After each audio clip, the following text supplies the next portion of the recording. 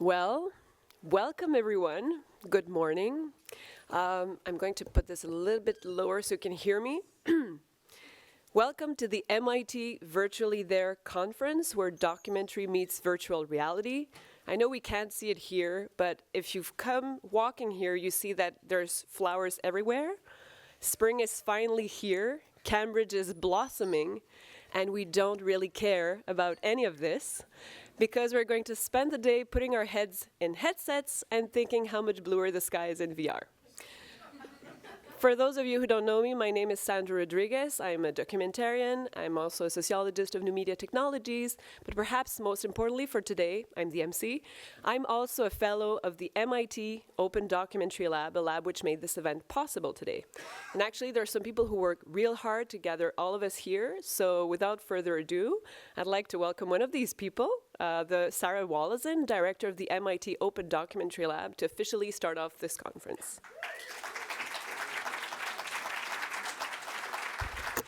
Thank you, Sandra.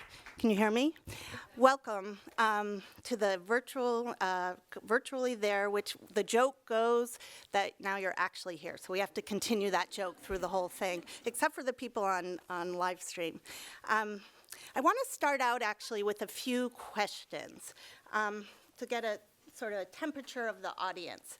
How many people here are skeptical about the storytelling potential of VR? Okay, a third, nice. We like those skeptics. How many people are excited about using VR to tell impactful stories? Oh, more, that's great. How many people think we are witnessing the birth of a new medium? A lot, even more, fantastic. How many people think it's a fad? How many are raising their hands on both? How many people fear it's not a fad? Just a few, good. And just finally, how many people haven't formed an opinion yet, and that's why they're here too, is out of curiosity and to see what they can learn today? Good. All right, so you're all in the right place. We've assembled a terrific group of artists, journalists, designers, scholars, so that we can really take this day to grapple with this emerging virtual reality that we actually haven't even defined what it is yet, and discuss it and celebrate it and imagine what we can do and really hear from the experts in the field who are immersed in this. No joke intended. You know, of course, virtual reality is not new. It goes way back to the 30s, and even William's going to probably find it earlier, because he always does as a historian. And I think many of us in the room remember the 80s when there was virtual reality, and you had to go into these stores and put on these big headsets. But now, of course, what's different is we have display technologies and image capture technologies that have made it much more accessible. So there's it's a moment when we can really look at this new technology, this possibly new medium, and try to define it. And one thing, a point of this conference too, is that all these things get put in one bucket that we're calling virtual reality, so we even want to try to understand the different strands. But one thing I do want to point out, especially for the journalists in this room, this is not a tech conference, okay? In the end, this is a conference about how virtual reality can serve documentary, how we can continue to tell the stories that need to be told, that move us, that bring us together, that enlighten us, that delight us, that engender empathy, and move us sometimes to action. It's our responsibility and the opportunity as documentarians to take the technologies that are available to us and tell those stories that need to be told, and give voice to the public, especially to that public that is unheard. And today we're going to talk about how best to do that from an aesthetic point of view, a social and political point of view, an ethical point of view. We'll look at the science. We'll take a peek into the future.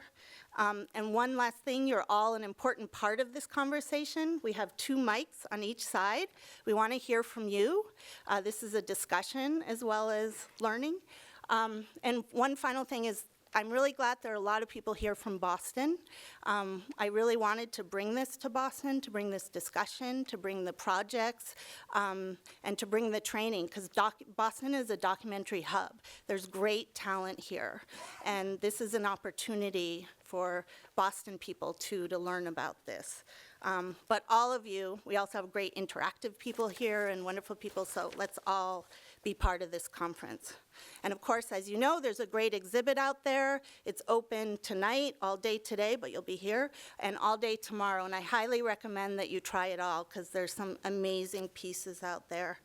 And before I give over the floor to William, who's a principal investigator of the lab and professor at Comparative Media Studies, to do the keynote, I just want to do a few thank yous. This conference would not be possible without the MacArthur Foundation, who supports our lab and everything we do, so we thank them greatly. The Phi Centre, who partnered with us on this conference and made it possible. The Ford Foundation, Just Films, and Kara is here to be a moderator.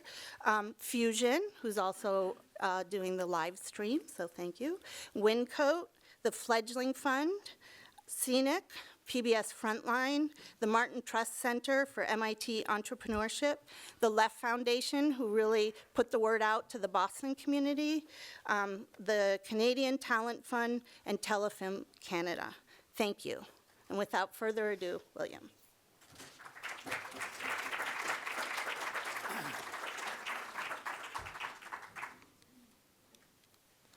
So this will take a sec. Uh-oh, maybe more than a sec. So I need to get off this screen. There, I'm off. And onto my screen.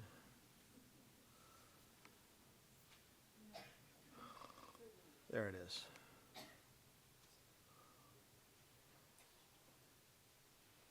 Wait for PowerPoint to boot.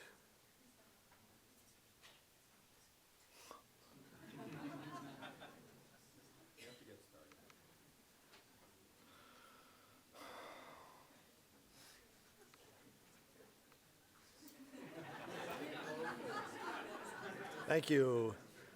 Thank you very much.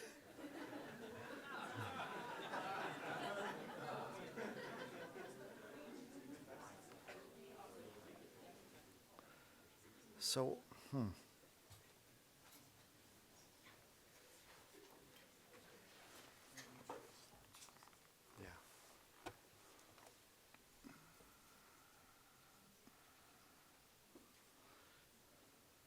Play from start, right? You just start. Okay, great. Well, thank you. And speaking of thanks, what I'd like to thank is our director, Sarah Wallison, who's really made this lab an amazing place for our fellows, for the kinds of research and incubation we've been able to do for projects, and especially for this conference, which took an incredible amount of work. So just a shout out to Sarah. We'll be doing thanks later, but this is really, thank you, Sarah.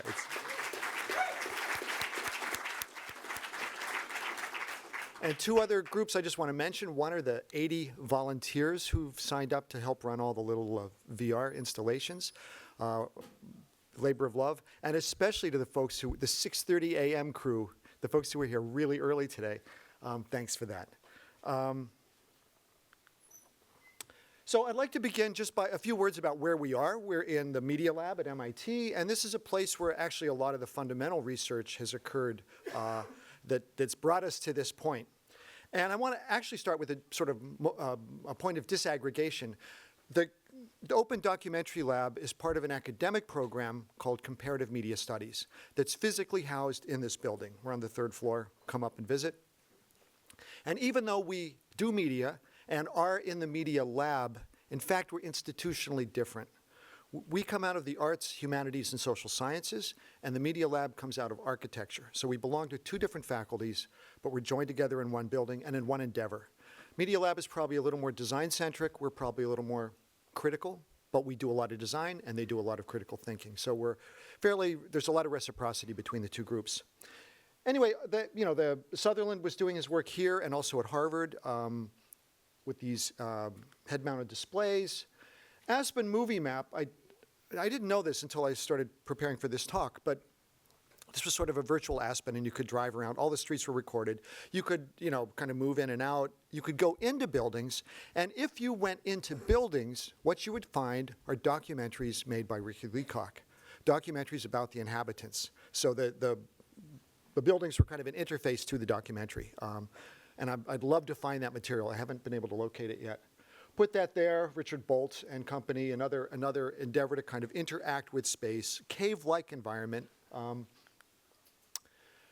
I love the name of Ricky's memoirs, The Feeling of Being There, because at the end of the day, if VR is about anything, it's about that feeling. It's about a feeling of being there. And I want to talk about that as a through line today because it's a very long endeavor. So first, to raise the question, what's VR? We all know, of course, what VR is, but actually, if you start to look at aggregations of knowledge, you find different things. So, for example, these were the first 8 images that popped up when I did a Google image search for virtual reality. And they're kind of intriguing because we recognize some of that as VR, of course, but some of that is pretty fantastic. I mean, it's pretty magical. And it speaks to one of the conditions of VR right now, that it is both a tangible thing you can buy or almost can buy if you have whatever it is, $800 or $300 or $15. But it's also being so articulated in the public imaginary as this amazing thing, this world you fall into. The rhetoric is pretty intense. And the visualizations of that rhetoric are also pretty magical. And there's some dangers there. There's some dangers there in terms of public perceptions. But when these are the first 8 images that pop up, it tells you that, this is not like searching for weird images of VR. This is right up front and center. The Ngram viewer is always a great way to track how a word is being used. Its deformity, to call it that, is that it's based on the books that Google has digitized. And obviously, a lot of the rhetoric of VR is not in book form. It's in the press. So this is a little bit misleading. But I think it's fairly accurate in terms of what appears to be a blast-off point in the mid-1980s. And the drop-off, I'm a little more suspicious about.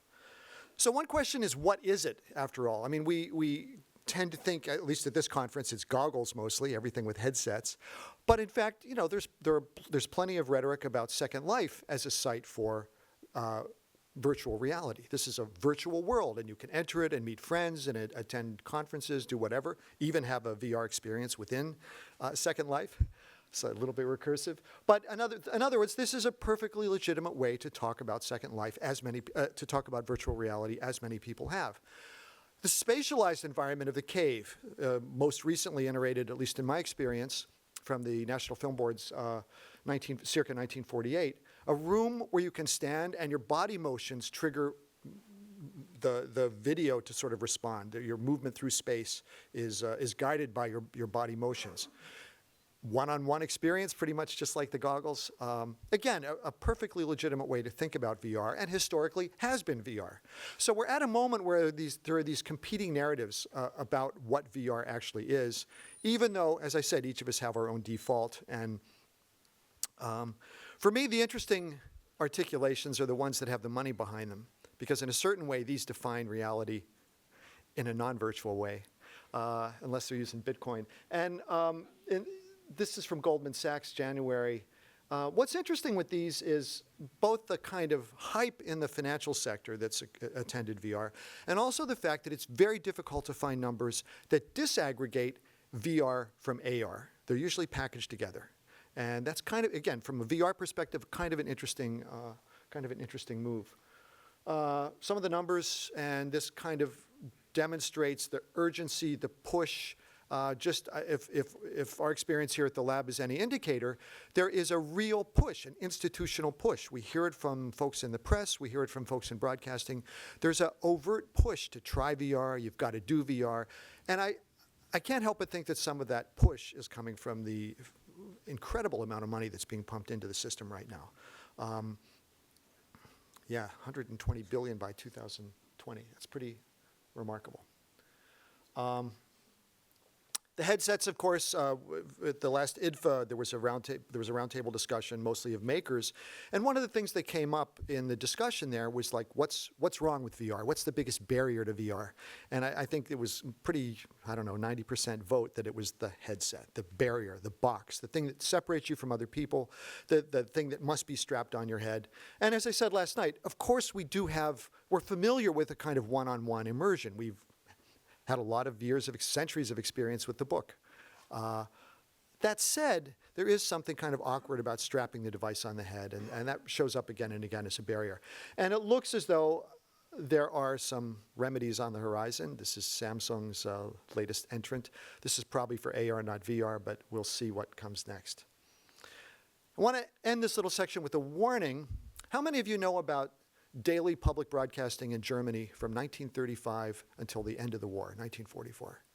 Daily public television broadcasting between up to 8 hours a day down to 2 hours a day, every single day with a 1-week break between March 1935 and the end of the war. TV was shown in public television theaters between 40 seats and 400 seats, large screen TV. And what happened is I think, kind of interesting. There was a huge buzz about TV. The Third Reich was very interested to promote this German technological triumph, this latest triumph, with RCA technology, by the way. So there was a ton of hype, listings in the newspaper every day, and pretty much what seems to have happened is that people would show up at these TV halls, poke their head in, oh, that's what TV is. Oh, I get it, okay, and leave, and never come back again. So despite the huge hype, in fact, because of the huge hype, the hype did not match the reality. And the public was pretty much like, okay, yeah, something new, something interesting, but not for me. So I think there are one could point to a number of historical precedents for that kind of behavior, but it's an important one to keep in mind, given those Google images I showed at the outset. So immersion has been a long-term human obsession, some way of finding oneself in another space. And I want to just open with this citation from the patent for the panorama. Robert Barker patents this thing in 1787. And at first it wasn't called the patent, it was called Nature in a Glance.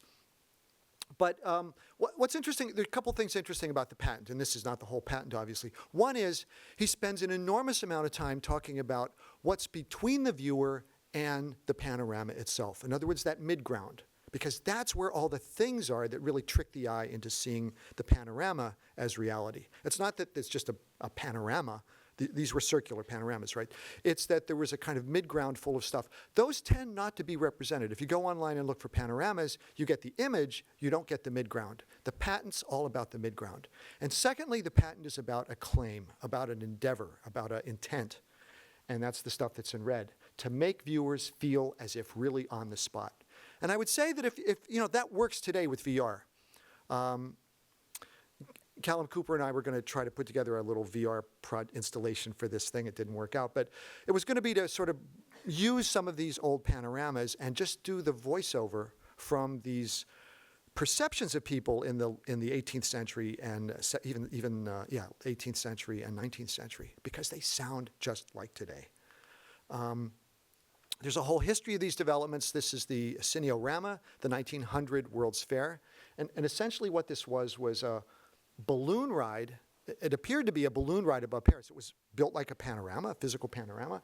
In fact, that's it in the lower right-hand screen. It was just a building. And in this building, you'd stand in a gondola. The top of the screen was masked by the balloon and the bottom by the sides of the gondola. A bunch of 70-millimeter projectors were underneath the gondola, synchronized, hand-colored, and gave the illusion of a ride over Paris. A pretty remarkable thing. It didn't last. The heat buildup in the booth was so intense that they burned through every projectionist they could find in about 3 days, so that didn't last. But it was a great idea. The stereoscope is another, the mass medium of the 19th century.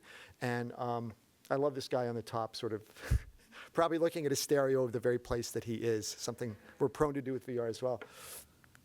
the sense of immersion really pops up in the imagination of what television will be. This is from Albert Robida, Le XXe siècle, 1883. And he has a chapter on this device called the telephonoscope.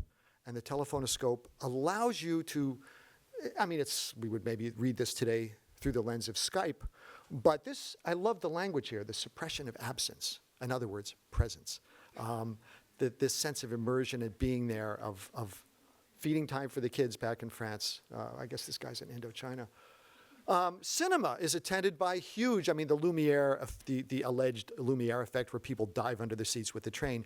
Well, that little incident lives on for about a good 10 or 12 years in the form of cartoons, usually about class difference, farmers versus the sophisticated urbanites. But nevertheless, this is about a sense of confusing what you're seeing with where you are, the sense, again, of being there. Hale's tours, really the first form of fixed motion picture exhibition in the US and Britain. These were train cars mounted on springs, front wall punched out, and a rear view projection put in of going down the tracks. So you'd sit in a train car, and the illusion would be that you're going down the tracks in a train, except there's no front to the train. And the thing would rock back and forth. It had sound effects, banging chains on it, wind in the face, a very compelling illusion of being there, especially for folks who didn't have a lot of money to travel. Morton Heilig's Sensorama, the seat moved, again, aromas, wind in the face, a whole history of these kind of things. Endless variations. I don't know why they never marketed this as a kind of Donald Duck mask. I mean, why Aladdin? And Toshiba's wonderful, wonderful 2006 bubble helmet. Echoed happily at a smaller scale by our friends at Marshmallow Laser Feast. Yeah, so this is a long story, and from this I just want to sort of pull two lessons. One, actually these things are older than we think. This is a more detailed search for virtual reality on Ngram, and as you can see, it's not 1980. In fact, if you look a bit more carefully, it's 1915. There's already starting to be a bubble of this term. Now it's used in ways that we wouldn't quite associate with VR today, nevertheless. And second, immersion is great, and as I've said, we have a whole history, we have a legacy of immersive storytelling forms, but actually playing, being the agent in a narrative, constructing your own narrative and not knowing the outcome is every bit as compelling. And that's something we've learned a lot about by working both with games and with interactive documentary forms in general, but it's an important thing to extend to the world of VR, I think. Okay, one thing I think is really important, and I'm going to do this kind of crudely, so those of you that are really on top of the technology will have lots of ifs and buts, but this is kind of grosso modo. I want to distinguish two very different directions in the technologies that we're papering over with VR. So 360 video, which is a pretty fixed asset, harkens right back from the panorama, and goes back to a Renaissance notion of man, the center of things, and how the optical system works. It's really a very long tradition there.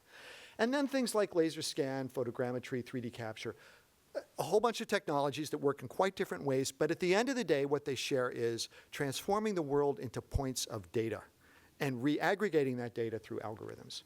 I think Fauve says it really well here in a certain way. First generation is 360 with head tracking.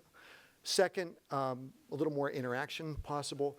But third, and this is really where the next, Noni was talking about next generation stuff last night, and for me, the really interesting next gen technology, and it's on the horizon, it's out there, you can buy it, is eye tracking, which permits this kind of really fine-grained interactivity. Now, the way that's being sold is that it's going to take care of all the problems with lag and pupil distance. It's going to end nausea. It's going to be great for people that who have accessibility issues. Eye control is terrific for that, already being deployed in that sector and by the military. Great for responsive game mechanics. You can imagine a whole new types of game forms, playing with the periphery of vision and eye-based, pupil-based targeting. But really, this is about data. This is about collecting data. This is about where you watch, where your pupils dilate, as like, if you think that the data trail you're leaving behind on Google is interesting right now, this is going to be profound. And in a certain sense, this is realized doing the face, but this kind of analysis is starting to be done on the eye. This is really about generating documents and, in a certain sense, documentaries of the user. In other words, this is a fairly recursive strategy here. So, whoops, that didn't work, did it? So on one side, we have optics and image. On the other side, we have data, scan. Video assets versus point clouds and algorithms. Fixed, pretty much a fixed position in the world, a fixed text, the fixed video asset, versus something that's always being constituted, always being generated. Something that's ultimately kind of passive, even with trigger points, ultimately kind of passive, versus something that's responsive in its documentation. These are two quite different kettles of fish with very different notions of ethics and aesthetics, and I think it behooves us to think more carefully about that as we go through. Narrative theory makes a big difference between, a big distinction between showing and telling. Most narratives have components of both. My claim here is that VR is particularly good with the showing part. It can tell. Of course, we have voiceover. The Enemy is a great example. But showing is where its real power is. And showing stories is a kind of interesting, perhaps, way to think about it. Long history of this stuff. I point here to Haddon in the Torres Strait Islands, doing sound recording, film recording at the same time, all about being there, in a sense, from an ethnographic perspective. Last night I showed this clip of Keaton's existential dilemma, where the world around him keeps changing. I think a lot of VR today, at least in our storytelling techniques, has borrowed heavily from the language of film, and that is not exactly working. Just as film in its day borrowed from theater. And we're at the point now where we're trying to evolve new vocabularies. And just a few tips about where those vocabularies, where those storytelling and presentational strategies can come from. One is things like amusement parks, a kind of thematized space.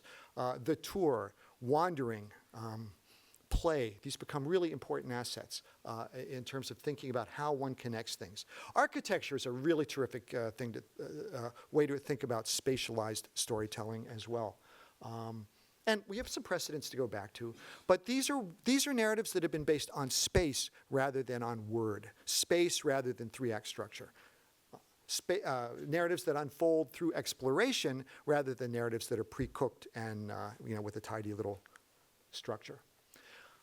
Some of you may know the name André Bazin. Anyone who studied film at all probably knows this name from deep in the past of film theory. A very important film theorist, French film theorist. And this myth of total cinema is a really wonderful expression of, Sarah asked, is VR its own medium? And Bazin sort of says, look, there's all these, sound and then color and then 3D, and there's all these things being added and added. In fact, what people want is total cinema. And by that reckoning, cinema has not yet been invented. And maybe what we're looking at now is something in that direction. So we can find inspiration in all these ways. I want to add to this, I think, for me, the ultimate VR is the dream world. And we've spent a lot of time working with technology, and we're now trying to understand how the brain reacts with that technology. We could flip that, not we, but the folks who do this kind of stuff could flip that equation and say, let's start with what's in the brain and see if we can control that and shape our dreams a little more effectively. I have absolutely visceral dreams and smell, texture, color, the works. That's so much better than any media experience I've had. And I'd love to sort of just think, can we flip it from technology to understanding the brain to understanding the brain and programming ourselves a little bit. Okay, so it's important, the last slide. Important to disambiguate the various strands of VR because they do have important aesthetic implications. Interesting to look at new spaces for thinking about how we are going to tell stories. And I think ethical sensibilities is a crucial thing. Ethics is fundamental to this space. And so with that, thank you.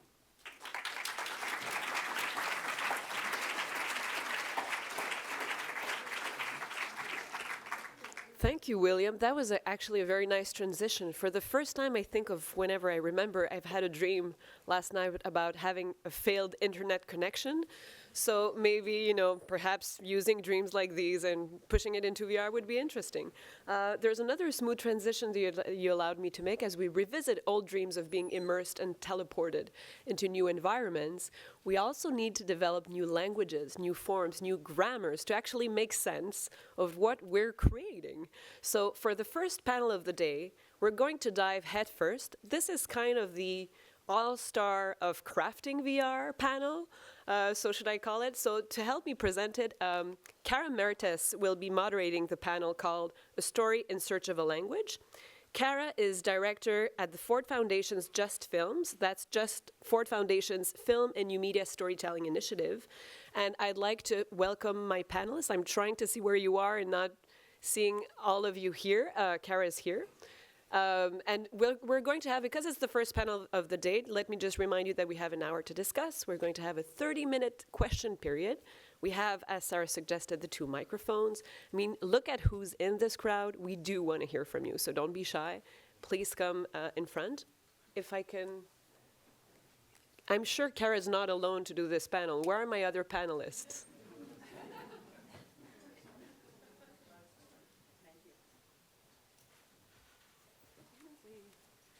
I'm going to need, can we go to the PowerPoint, or should I do that myself? Okay, great. So what I'm going to ask everybody to do is actually be present here for the photo opportunity at the beginning of the panel. But what we're going to do is actually do about 8 minutes of presentation for each. So if you want to actually sit back down while each person is presenting, and then you can present from the podium if you'd like to do that. And then at the end of all the presentations, we can come back up. But for now, for the introduction, you can stay or you can sit again, because I'm sure everybody is like as stunned as I am to see the amazing array of talent that has joined us here. So I'm Cara Mertes. I'm head of Just Films. I'm from the old world of 2D cinema, and I'm here as chief listener and learner to really listen to the incredible work of these panelists here. And I thought what I would do is just, it's as if William and I talked, and it's always good to follow William because he gives you such incredible liftoff for the work that you might want to talk about afterwards.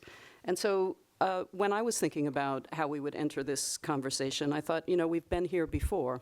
And I went back and looked for images from the 1800s, but actually went backwards from there. And you can see this yearning that human beings have had for centuries, actually, to kind of reimagine or imagine spaces that we can be in, to reproduce them, to be able to carry them with us, to make them transportable. And these are all the many contraptions, especially in the 1800s. But I went further back and asked about the origins of language itself. The first written forms of language were 5,000 years ago. And language itself, it's unknown when language itself started, spoken language. And so as we're searching for new languages, I think one of the things that I wanted to remind us of is our sort of biological imperative toward narrative, which has been age-old. And of course, we all know the caves, but what is so astounding about these drawings from about 17,500 years ago is the sense in which they want to call forward a space and a presence and movement. And if you think about VR and the way that you're sort of situated in a 360 space, and you think about being in a cave, surrounded by drawings like this, it's pretty remarkable that our imaginings, our desires to be inside landscapes is as old as humanity, human consciousness itself. So I also decided to go into the work of each of the panelists and made a little slide for each of them to kind of trigger maybe a little response and also give us some themes that we're going to talk about as we talk about VR. And this is a quote from one of Jessica's blogs. Editing harnesses the power of discovery. It's a craft that celebrates the paths our minds choose to take, the psychologically interesting, complex, and correct patterns that reflect the kinds of shifts of attention and realization that go on in real life. And this is a sort of riff on a quote from Walter Murch, who is one of the great editors, one of the great stitchers of reality in fiction film. actually, but he has a very interesting take on representations of reality. And so Jessica is one of these people that is actually making the new rules and asks the question, what happens actually to narrative structure as we understand it and have been practicing it for the last century as we move into this new world? And so for Oscar, every camera movement is a moral choice, and there is a sense of the ethical in Oscar's work that I wanted to call out and have us think about and have him talk about. And William also mentioned the importance of developing an ethics of VR. And this is actually to do not necessarily with languages of storytelling, but with its effect on the human body. And this is the constant through all of these technologies, is we're asking what story has, what is the relationship between the body and story. And here, of course, is our train, again, as if William and I coordinated. But we had to bring this up because we think of the technologies as being affected and impacted by the context in which, and a result of the time in which they are invented. And Margaret Atwood talks about technology influencing what gets told and how it gets transferred. And so this moment of experiencing the moving image at this size, and feeling the weight and almost bringing the senses to an image like this, if we can imagine those new audiences, is very resonant with today. And so this was my note for Felix as he is thinking about his presentation. And then for Urson, who actually is bringing us into new spaces in incredible ways through not just human perception, but perceptions of other beings, which I think is very important as we think about VR. And so for us at Just Films, I'll just say a word about this, why we're interested. We're expanding from 2D, linear, to think about all kinds of moving image story technology, because for us, the question of social justice and how we make change in the world through our narratives is paramount.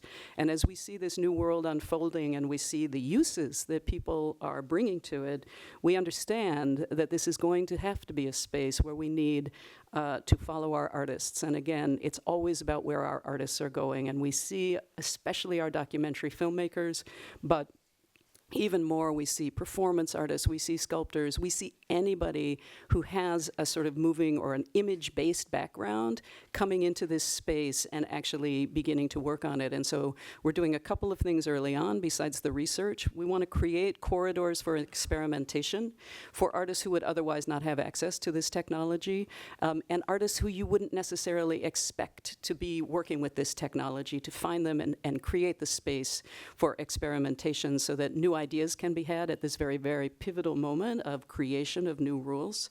We are looking at the question of inclusivity. We want to make sure every room, our goal would be every room that we're in is a room that represents and reflects the realities of the people who are living in a particular region, a particular community. And so we want to make sure that those rooms do not remain white dominant and do not remain class dominant in terms of being able to have access because of a certain access to wealth and opportunity.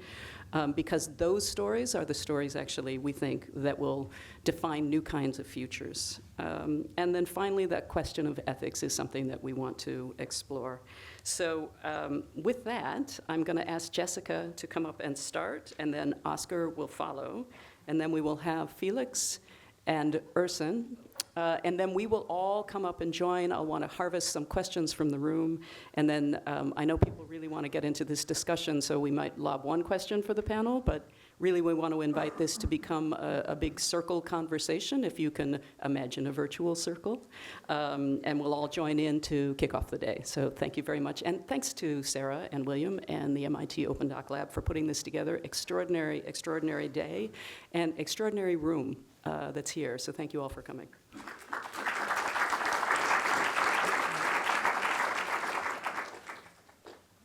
I'm going to also do the weird tech thing, which from being from Google seems a little weird. 1 second. Oop.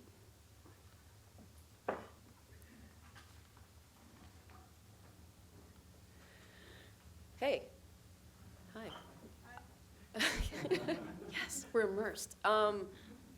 So being a filmmaker in virtual reality is a bit like calling, basically it's like a fancy word for sucker. And it's a bit masochistic, actually, of me to be in it, because it's been crazy. I've been in this for a year. I'm what Google considers their principal filmmaker for VR at Google, so you can imagine it's been a little weird. And I guess the biggest thing is I don't know. Most times I end up wrong. Most times I end up thinking that I know, and then it works, and then it doesn't work for another time. And it's been kind of intense. That said, I've been trying to distill all my failures into ways that other people can learn from. Because as a filmmaker, it's actually great to use filmmaking as a framework, but to not think of it as the end goal, the end result. So I'm going to begin with this. Can I move around? Can you hear me? Is this wrong? Oh, yeah.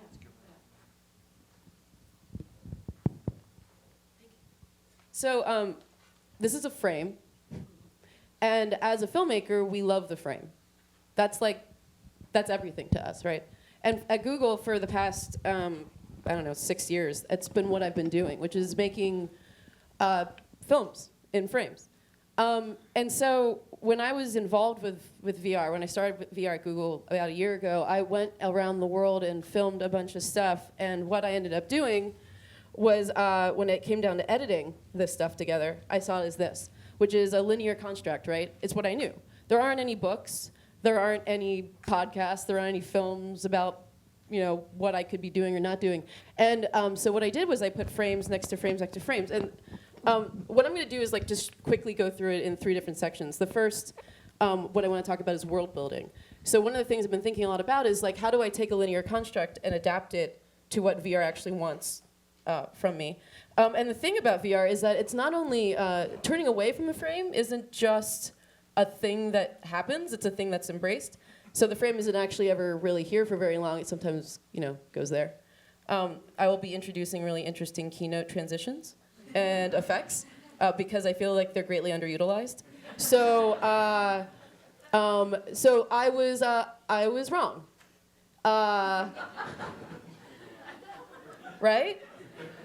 Anyway, so what it ended up being was this idea of worlds that begot other worlds that extended from each other, and really trying to find a way to create a universe. And the reason that this is so great from an editorial standpoint is that I can actually see all the potential, all the possibilities of a space, versus a frame which is a premeditated box that I just assume someone's going to be seeing. Because if you're watching a film or watching a presentation, you are. And so the second part of this, really, beyond just the world building aspect, is this idea of the person that's actually in the space, the visitor. And for a while, for the past year, I've been calling it the viewer, which is weird, because really, you're just making a world that someone ends up being on, or a planet they land on. So visitor seems a little bit more appropriate. Again, that could change tomorrow. I don't know. And what's really interesting about understanding that someone's actually in the space is that I realized pretty quickly that the question of, how do I get them to look where I want them to look, which is a filmmaker's dilemma in a space like this, was wrong. Because all that needs to happen is for someone to turn away from that, for it to be just completely wrong. So, that one's actually pretty good. I'm excited about that one. So it's really this. It's the possibility, right? It's what's the potential of experience? And the fact that they have the agency to look anywhere, they can engage with whatever they want, I need to be aware of all that stuff. So how do I even begin to do this, right? And one of the things, there's 2 things I think about. One is the idea of attention, right? Where in a world is someone going to be engaged with? Or what points of attention are going to exist? And so, for a glacier, I can kind of make a good guess that someone in a space is going to look at this guy. In a tram, it's a little bit more complicated, because life is complicated, so I imagine there's probably more places for someone to look. And with rocks, it's just utter chaos. So, but then you start thinking about engagement. It's not like any of these are wrong, right? It's just that they're different. They all serve a different purpose. They all are constructed differently. And so, what is usually just a what becomes a how. What happens when things begin to get, vastly more complex? How do people actually engage in a space? But once you understand that, and these are things that I'm thinking about, granted, I don't have anything figured out, but I imagine that once you actually start to understand what the beginning and ends of an experience might be for someone, or what their general experience is, you can actually start to have a conversation.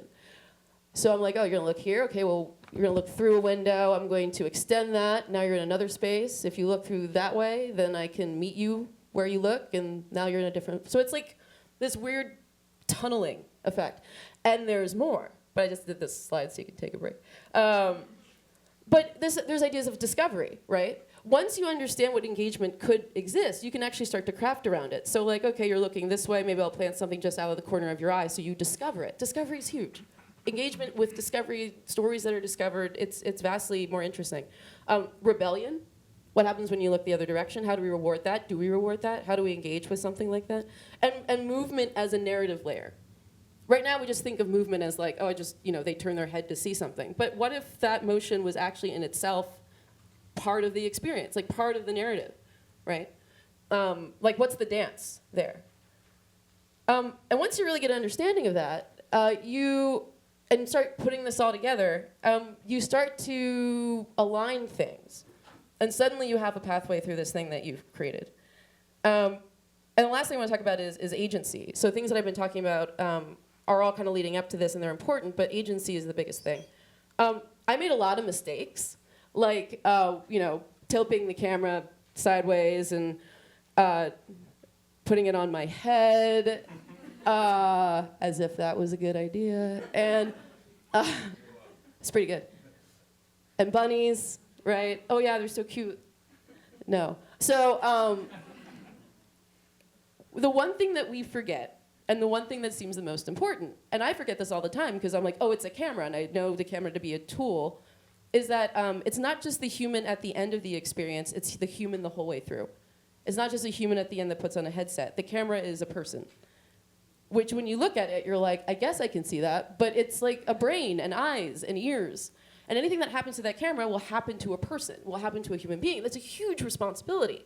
And it's not like, it's not like a 3-DOF, 6-DOF conversation. It's not like, well, this is positional and therefore it's better, or this is, experiences when you're standing and looking around aren't good enough. It's mental, right? There are amazing experiences we all have just by not moving. Right, a lot of the memories that I have that are really engaging and wonderful, I don't remember doing anything at all. I just remember just experiencing something. And it's a little bit more nebulous. Another thing, too, that I've been thinking a lot about is this idea that, okay, like, that is a literal idea of what something should be, right? Like a girl playing a violin in the room. But what about this? What about looking behind you and seeing, the parents in the door, you hear the music of the girl, and you know she's there. Like the idea of presence, what presence does to what it does to add to a situation. What's cinematic, I guess, about VR that we're maybe taking too literally right now. Another thing that I have the example here, and we're really excited about it, is this idea of what is real perception. How do we see things really? We see red, and we see a different color red. All of us see a different color red, and you give it to a deep dream, and you see eyes, I guess. So there's something about getting out of our own heads and actually seeing what's really there. And energy. Oh my gosh, we never talk about energy. This idea of this is at Google I/O last year, and you feel highly objectified by these nerds. Because all they care about is the tech. They don't really, they're not like, oh, look at the human. They're like, oh, look at the new camera. And it feels very odd. I encourage men to try it. But here, but this is an example. These are the engineers that built the camera in Seattle. And it's same types of folks, I guess, I don't know. But it is so much more engaging. You feel loved, you feel appreciated. And it's just different.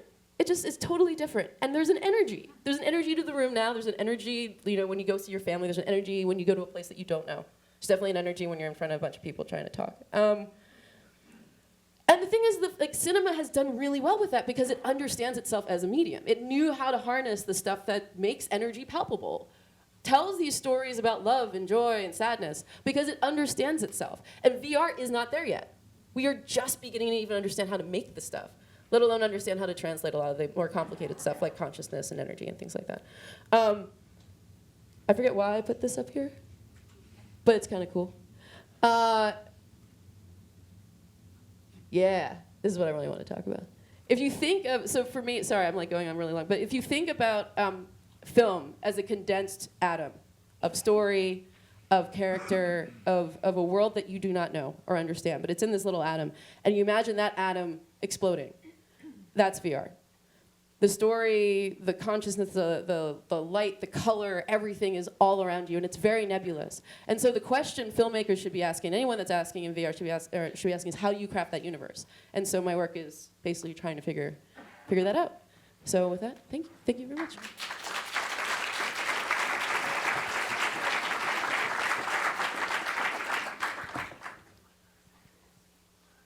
Just a second, and I'll be with you.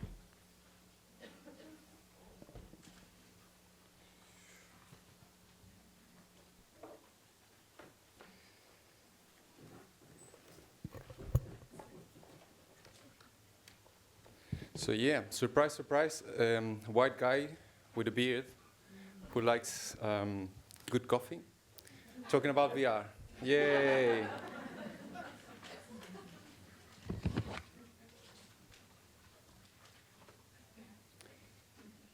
But if you listen to my accent, you realize that I come from somewhere far away called South America.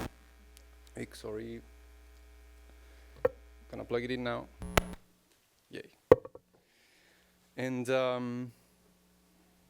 presentation. Go. Here we go. Yeah. So in South America, I grew up in a city in the desert in Chile. We receive things, right? We don't produce things other than copper and earthquakes. So I don't really know what I'm doing in VR. I have no idea. What I do know is what I've done, where I've been, and I can take that as my starting point, as my foundation to move forward in this funny little thing that we're discovering together. That is my Cartesian approach to life. So I'm going to show you what I've done, how I got here, and perhaps that can help us all, including myself, understand what we're doing today. My career as a visual artist had a very strong and significant part of it doing performance art. So what you see in there is a series of karaoke parties we put inside a gallery space. So the gallery space had a bubble inside, and inside that bubble we put the lounge room of our squad house that we were living together in, the arts collective that I was part of. So what you see there is a bubble with a lounge room, and people would go inside the bubble and they would sing karaoke. Like this. Yeah? So prepare yourselves for tonight. Now, the karaoke, of course, wasn't just your regular karaoke. It was prepared by artists. I guess now it's time. Anyway, we would have our parties inside the gallery, yeah? And that was what we were doing those years. Another series of performances that we were doing were boxing fights.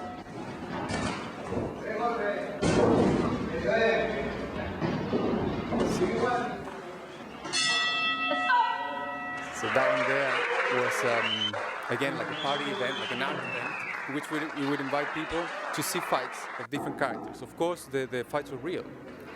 Real punches, real people. The two Santa Claus there, Santa Claus there, are real boxers. And by the same token, we also did a series of boxing fights between artists. So what you see in there is a painter, Porti, and and the printmaker, Victoria, going at each other. Like I said before, they were real fights. Yeah, they were actually fighting each other, punching each other. And to try to invite someone to perform a fight takes a bit of convincing. So to get there, to be able to bring people to the ring and go like, you know what, it's actually fun if you let it happen, if you get into it. You have to do it yourself. So one of the first fights, one of the first series was myself on this corner, this corner on the right, to what used to be my good friend Luis. Yeah, it used to be until that fight. Yeah.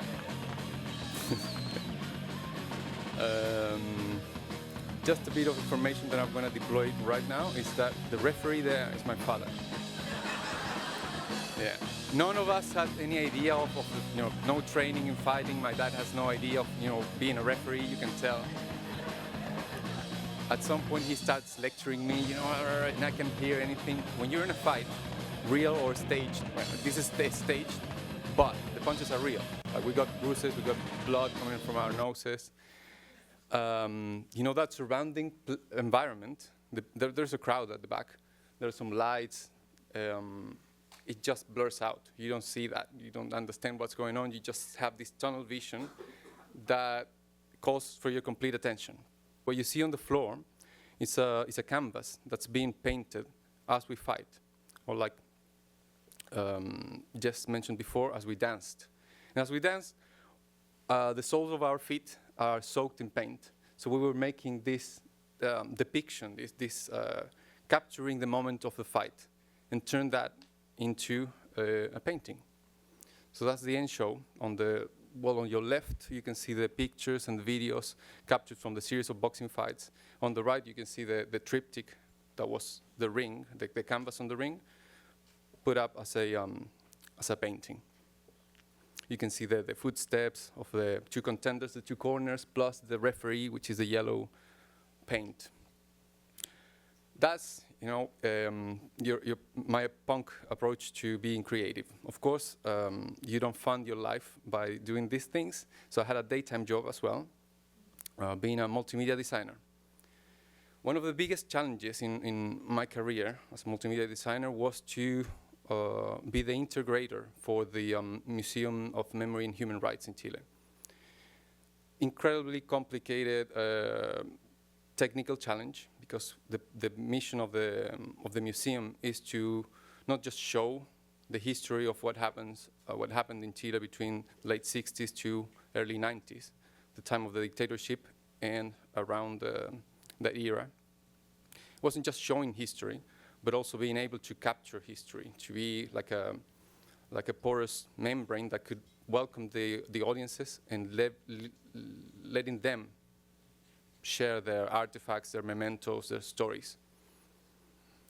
So my mission there was to help creating the interfaces, the digital interfaces to show content as well as to capture content. It was quite a challenging endeavor, not just for the amount of things that I had to take care of, but most Chileans have a very strong connection with what happened during the dictatorship years. I don't think that anyone went through it unscathed. And for me, I have a very particular connection with the stories that were in that museum. Just to give you an example of what sort of devices we were setting up, you can see the installation on the upper left has testimonials by victims of torture. You could see them randomly being displayed. And at the same time, in front of you, almost invisible, but not quite, there is this bed frame, which is a real bed frame that was used to torture people, to give them electric shocks. It was a tremendous challenge, as I said. It was very, very, very big turning point in my life, because I had to not just work technically, but also had to be part of history. And the museum stayed open, opened in the summer, the South summer 2010. stayed open for 2 months. Everyone was very happy, very cheerful, until February 2010, an 8.8 earthquake hit Chile and brought everything down. All the artifacts, all the things that I mentioned before, all the physical objects ended up on the floor. Luckily enough, if you can call that luck, all the audiovisual and information systems were backed up. So it was just information. All the oral recording, all the images were saved somewhere else, and there were information that we were able to keep. So getting the signal right, that was it for me. I did my best effort. I put all the documentation on the server, all the software together, and I made my way to Australia, which is where I live now. In Australia, I worked 2 years as a picture hanger. Yeah, you can see there that you can actually see that I have my eyes closed, and that picture that I'm putting is like sideways. But anyway, while I was doing that, the hanging there, of course I got the chance to enter people's houses and understand the way they lived, and be very close to, things like this, like photography collections, which are, things that you keep from your family album, all the way to big, valuable pieces of art. So while I was doing that, I got the chance of understand how much a safe distance I had to tackle my own history, my own story, which was being part of a family in which my father was part of a military dictatorship. Up until I got to Australia, I was not able to have that distance and to be able to tackle that part of my history. Back when I was doing the boxing fights, I was trying to understand violence and historiography and identity. How do we connect with each other or not? How do we make those relationships affect each other? And all the while bringing this third party that was my father, trying to see what he would do in the middle of that situation of violence. It's a very long walk around to get to this point. What I wanted to talk about is this, being part of this story. So when I got to Australia, I really got into the chance of creating Ascent, which is this VR documentary about my father and our relationship over the years. All through that, the process of understanding that was my key question. What is the difference between the soldiers in this picture, heavily loaded, and my father? Right? If you don't know that man, that there is another soldier. But for me, that's a very heavily charged, emotional picture. And I'm going to show you just a quick clip of what Ascent is about. We're looking back to 1973. This is Santa Lucia Hill. Going through your descriptions and photographs, this is what I imagine it looked like. Right on this spot, you have just been notified of a court-martial taking place up the hill, where the shooting range. You should have gone up there immediately. And you did go right away. But today, I want you to take the time you didn't take back then, and stay with me for a little longer. Let's look around, and I'll show you a few things before you go. Look at the guys at the end of the stairs. That's us. So what we're doing now is we started a company called Vertov. Yes, a nod to Dziga Vertov. And what we're pushing for, our philosophy in doing VR, is the operation as a device to tell the story, as a device to understand who the character is. In most of the cases, most of the times, the character is the user. So we're proposing this. What you do is what you get. You understand the character, you understand the story by doing things, by engaging in operations. And all through the year, you will find these two new pieces that we're presenting. We just premiered The Turning Forest at Tribeca. And in June, we're going to be premiering Easter Rising, Voice of a Rebel at Sheffield Documentary Festival. Thanks.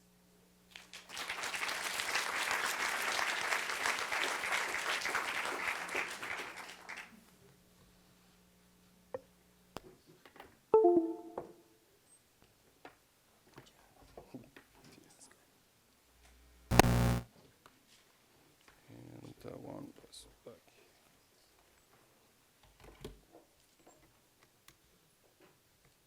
Thank you.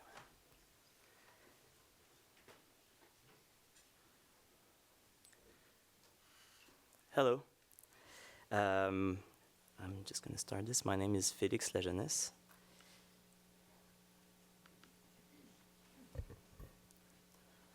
Okay, let me just see if that works.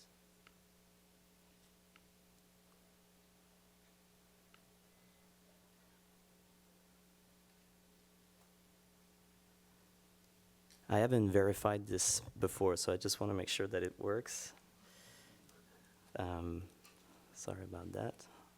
Feeling a little uncertain right now. Okay, great. I think it will work. Well, thank you very much for being here. So I'm Felix. I'm a virtual reality director, and I'm also co-founder and creative director of a company called Felix and Paul Studios. So it's a studio that is solely focused on the creation of narrative and nonfiction virtual reality experiences. I'm just going to give you a quick background check on me. So I'm Canadian, and I have been exploring the notion of presence for about 10 years. So I come from originally a traditional filmmaking background, but very early on, my colleague Paul and I have decided to sort of move from traditional film storytelling to immersive storytelling. And 10 years ago, virtual reality was not in our mind, so that meant for us creating stories through holography installations or creating stories through 3D stereoscopy immersive environments.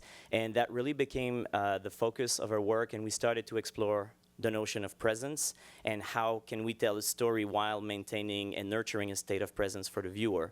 And so we dived into the world of virtual reality in late 2012, early 2013, and since then we have not emerged from it. We're sort of deep into that stuff.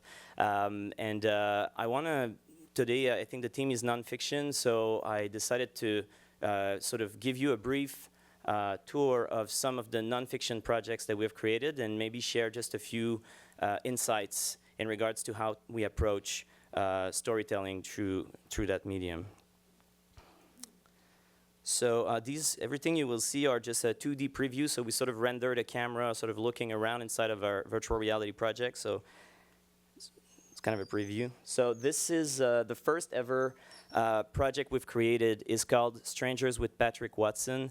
At the time, what we wanted to do when we began in virtual reality was not to tell stories. What we really wanted to do is to try to find what does it mean to just experience presence and sort of strip it down to the basics. What does it mean to be with someone inside of a space and to feel his presence? And so what we did in that project is we went into this artist studio and we asked him not to perform. We didn't want a performance. We were not interested in a music video. What we wanted to do is for the viewer to share a moment with someone who's vulnerable. And so we asked him to open up and write music, basically.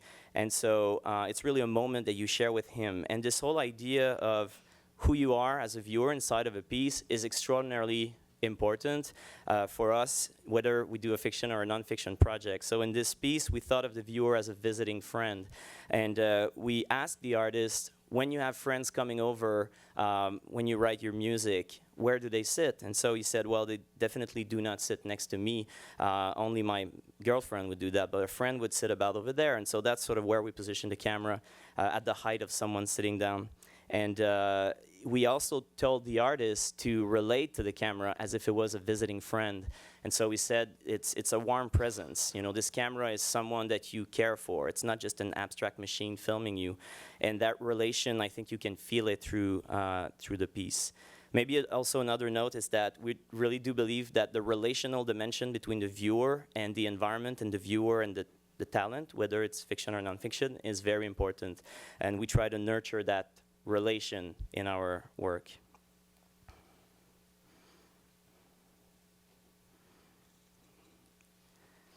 So this is a preview of a project called Nomads Sea Gypsies.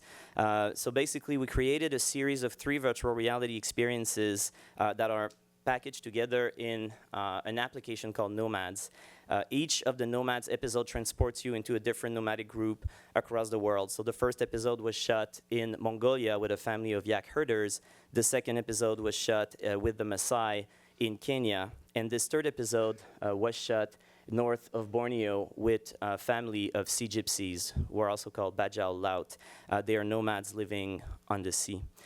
These projects are about 10 minutes each, and they're not traditional documentary in the sense that they are highly experiential. There is no commentary, there is no one sort of guiding you through the experience. As a viewer, you are just immersed in a series of intimate moments in which you can really experience a sense of discovery and presence that is kind of unfiltered and very raw. And that's an approach that we truly love when it comes to nonfiction. So in all those three projects, I think that when we try to communicate ideas through virtual reality, there are some things that we would sometimes like to say in the work, but at the same time, we don't want to make it too directive for the viewer. So what we did for Nomads is we actually included a lot of the data in regards to the visited culture inside of the app itself. So it's a VR app, and when you enter the app, you have access to data, and you also have access to the episodes, which are all very experiential and not sort of didactic. So that's a segment from Nomads Maasai, which was shot over several days in a community of Maasai in Amboseli. One of the things that I'd like to share with you is when we filmed with those amazing people, before we began the filming process, we wanted to share with the Maasai what virtual reality was about. We wanted them to understand what we wanted to accomplish with them and what virtual reality was. And so we offered the whole community to experience a full virtual reality experience, the first episode of the Nomad series called Nomads Herders. And so on that day, everyone in the community lined up, and one by one, the children, the adults, the elders, they all went through a full virtual reality experience. So these are photos from that day. And what was really amazing and sort of an epiphany moment for me during that day is I realized that those people, for most of them, never had any sort of contact with digital technologies whatsoever. And suddenly being immersed in virtual reality felt completely natural to them, even for the elders, because this medium is so naturally aligned with our way as human beings of experiencing with reality. It's sort of a natural extension of our senses, sort of a natural extension of our consciousness.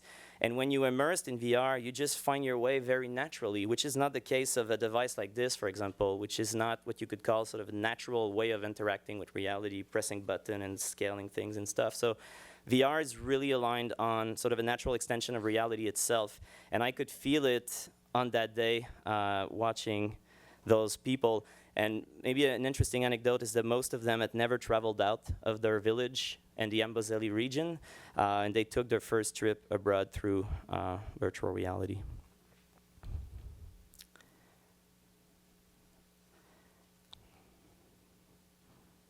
I wish I had your transitions, Jessica. I feel like very... Yeah, exactly. But you have to teach me how it works. I have no idea.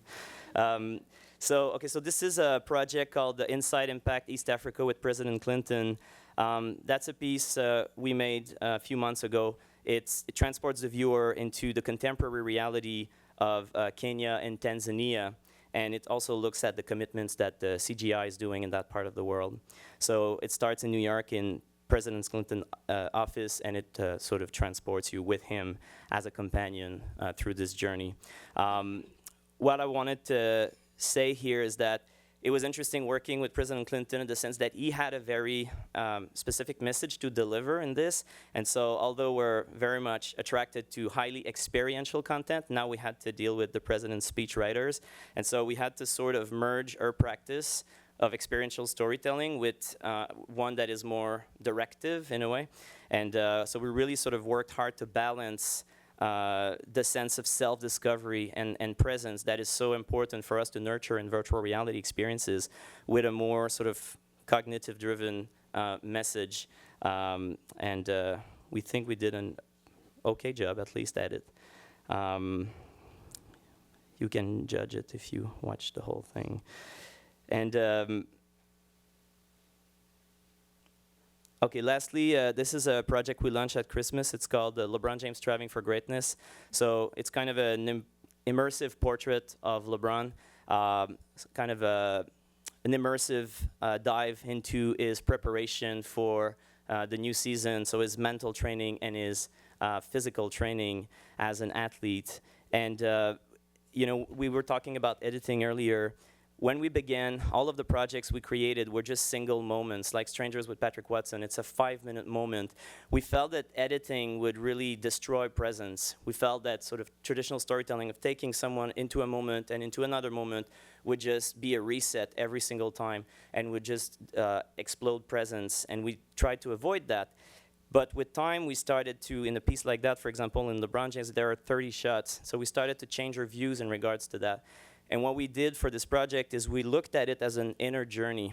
We thought about immersing the viewer not just in a series of moments, but immersing the viewer into LeBron James' mind and sort of using his mind as a storytelling vehicle. And so when you watch this project, you never know if you're immersed into one of his memories, into a present moment, or into one of his projections, his imagination. And so we try to blur the line of physical reality versus, you know, what is sort of a subjective consciousness experience. And we realize that when we embrace the mind as a storytelling vehicle, it's actually easier and more natural to move forward into a narrative. And so it's something that we tend to do more and more in our work. So thank you. It was just this overview.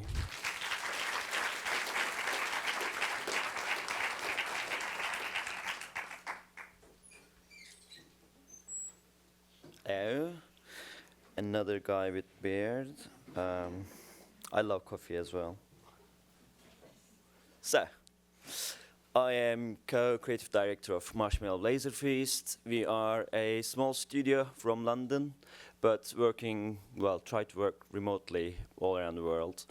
And we are coming from this interesting background of making immersive experiences, starting from projection mappings, and then diving into kinetic sculptures, lasers, of course, and lights. So I'll show you some of the stuff we've been doing before VR happened. So.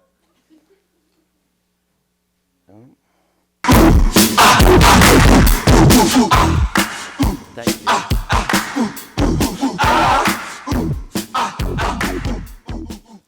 So what you are seeing there is mainly a selection of projects we did 5 years back, 4 years back, mainly combining quite cutting-edge technologies with tracking systems, camera systems, and try to immerse either user on the other end of the screen or within that space like these ones. So it's quite a big spectrum actually. It's difficult to what is the main theme of all those things is probably the immersive experience side. Other than that, everything is changing every time, apart from lasers.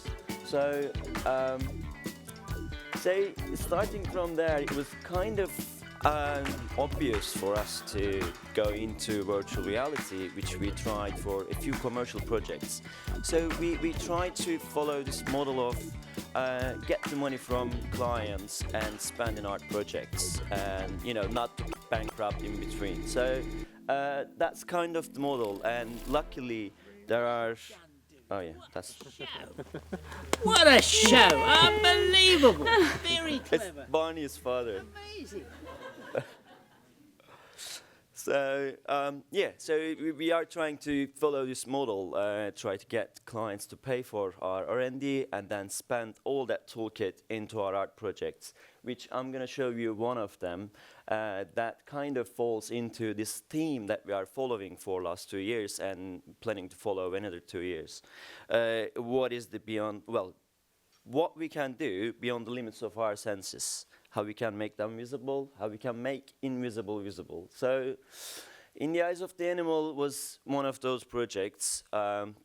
which we tapped into something magical for us.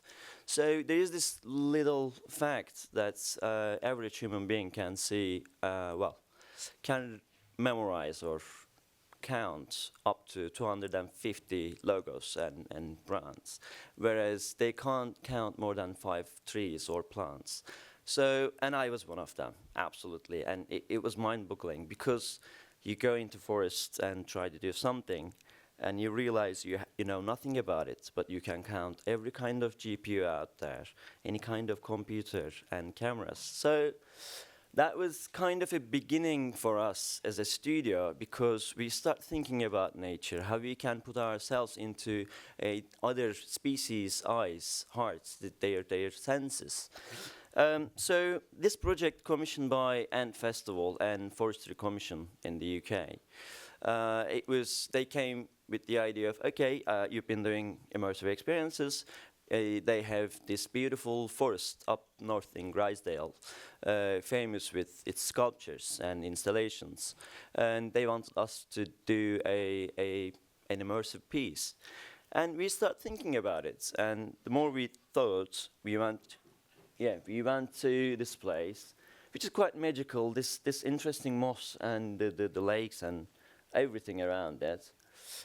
So we thought, okay, how those species living here can see this world, how they are feeling, how they are navigating in this part of the world, which we have no idea. And this slide is kind of last one. So let me go to the film first. Then we come up with the idea of how it feels to see or sense through those animals. And we start talking to National History Museum, biologists and scientists from there to understand their process of sensing environment, navigating in those spaces. And found quite interesting stuff. Some of them are hypotheses, some of them are theories, some of them are real facts. And start kind of filtering those out to find a new visual vocabulary out of it, which is, for instance, mosquitoes can sense CO2 in the forest. So it's not really seeing, but we have to take it into human beings seeing. So we made a scene that you can sense CO2 in the forest in the nighttime, that you are flying through the photosynthesis. Or an owl, for instance, this one. Owl has these conical eyeballs. Their peripheral vision is really bad, but central vision is super sharp. So, and also they can't move their eyeballs, like they have to move their whole head. That's why they're a little weird. So, but we force the viewer to behave like an owl. And so, you like that? Yeah. Really good. And the sound with it as well. So I'll go back to those ones again. So we took those facts and made different scenes. It's kind of a food chain that you are going through, starting as a mosquito that gets eaten by a dragonfly, that gets eaten by a frog, and then that gets eaten by an owl. That's the moment we ran out of budget and time. We're going to go up to human beings. And so it was a site-specific installation, as I mentioned briefly, in Grisdale. So you are walking in that forest and you are coming across with those weird orbs floating in the forest, kind of hang of a big tree, and are kind of hidden invigilators taking you into journey. And the interesting thing, I mean, the previous projects you saw, it's mainly interactive stuff, lasers. It always had a specific target audience. We always had this moments of, right, we know our audience because they are coming there to see those things particularly. Whereas this one was the first time we had this 7 years old to 75 years old, which is quite fascinating. And it was the first time for us to kind of tap into this feeling, okay, what we can give to them can be so meaningful and also answer so many questions for a bigger audience. And seeing this 75 years old lovely lady coming, that was the best thing in my life. Like, wow, it's like, that's amazing. How else can you do that? So then obviously we didn't start that we are gonna tell all the stories. We start doing certain bits, and those things start happening, and we start looking back and, right, can do all those things. Therefore, maybe we continue in the same way. So then the whole team, the World Beyond Our Senses came, and we are continuing, try to do similar projects in that sense, which I'll come, some of them. Yeah, so I'm going to mention briefly that we are still continuing going around the world, well, trying to scan the oldest and the biggest trees. This is sequoias, giant sequoias. They are 90 meters high, the biggest living thing ever existed, bigger than any kind of dinosaurs or anything. And they are still alive. And on the left, although we don't know which one is the oldest one, they are the oldest individual living trees, which is 5,065 years old, even before any kind of language was around. Well, some form of language. So when you touch those trees, you feel this, everything I know about history wasn't here and you were here. Can you tell me a bit more about that? Can I dial into your time? And the new exploration is this: can we dial into tree time, and what can we give to viewers to make this connection that we lose every day in our lives? And can we shake the snow globe and the things that we already got numb to, can we remember? So I think this is the big question, and we are trying to find answers. Well, we obviously don't have a particular answer. I'm gonna be super quickly mention about the process, which we can come back in the Q&A. So the technology we were using to capture this forest with the highest fidelity, called LiDAR scanning. It's kind of a laser sending beams, measuring the distance from that beams, and doing this for 100 million times a second, which is giving us super sub-millimeter accurate environment information. Then we start using this information and manipulating that data based on those scientific facts. Like, this is a dragonfly scene. Dragonfly can see the whole spectrum of light. They see 100 frames per second, they see infrared, they see ultraviolet.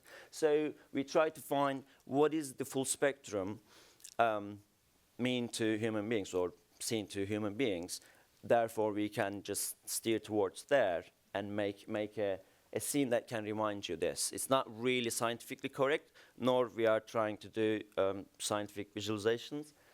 It's just taking that data, volumetric data, and converting to a form that you can use pretty much in any way. Well, I think I would like to go with the questions and answers, because I've got some other slides, but it would be nice to hear that part. Yeah, thank you.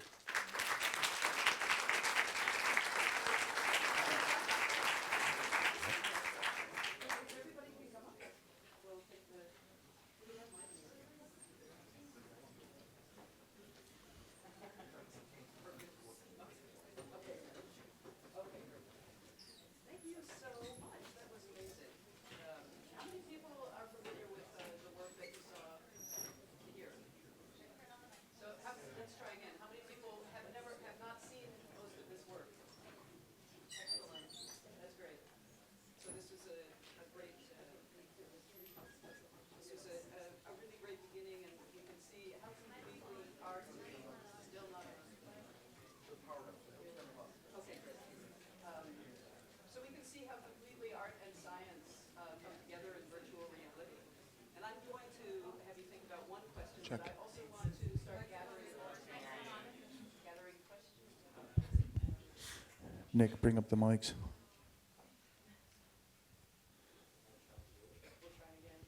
Usually it will. Yep, he has to find it. So Makes what them I was sort of saying like is that the way in which art and science come together through this new technology is quite extraordinary.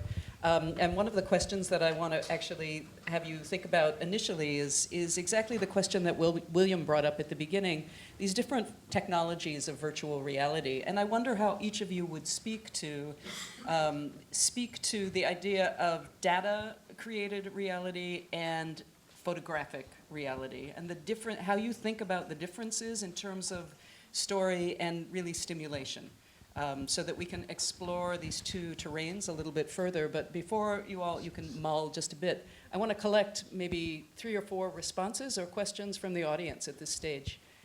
Does anybody want to respond or stake some ground in terms of what you're curious about, what you think about what you just heard? You're processing. All right, great. Well, then we'll just go with this question. Oh, is there somebody in the back? Great.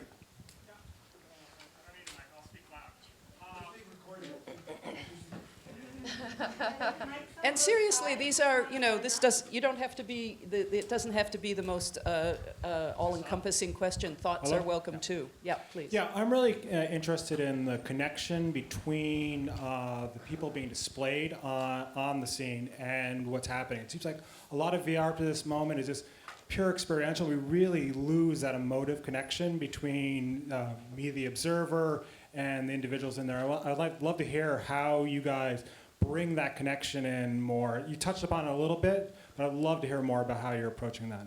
That's a great comment. Another comment? Reflection? Yes. I'm also interested how you guys try to balance narrative with agency, because virtual reality in some ways is all about maximizing agency, but at the same time, how do you try to tell a story for that? Or what choices do you make? Or do you try to create scenes where you're moving between a place where you're exploring and then trying to bring them back in?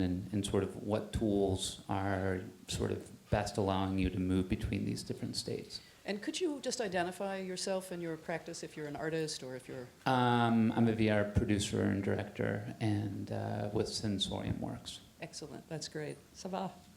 Hi, I'm Sava, documentary filmmaker, interdisciplinary artist. I'm wondering, for all of you, kind of, what has been the timelines from idea to actual completion, and the budgets and the actual, what is the expertise that you've needed to bring in from outside in order to make these projects come to life? Excellent. And maybe one more comment or question. Yep. Could you identify? Oh, sorry, yes, Siobhan O'Flynn, University of Toronto. Thank you all. I want to very quickly sort of bring in what I feel like is an absent presence. And I don't know how many people in the room know Shar Davies' work from the 90s, sort of early VR, which was haptic VR.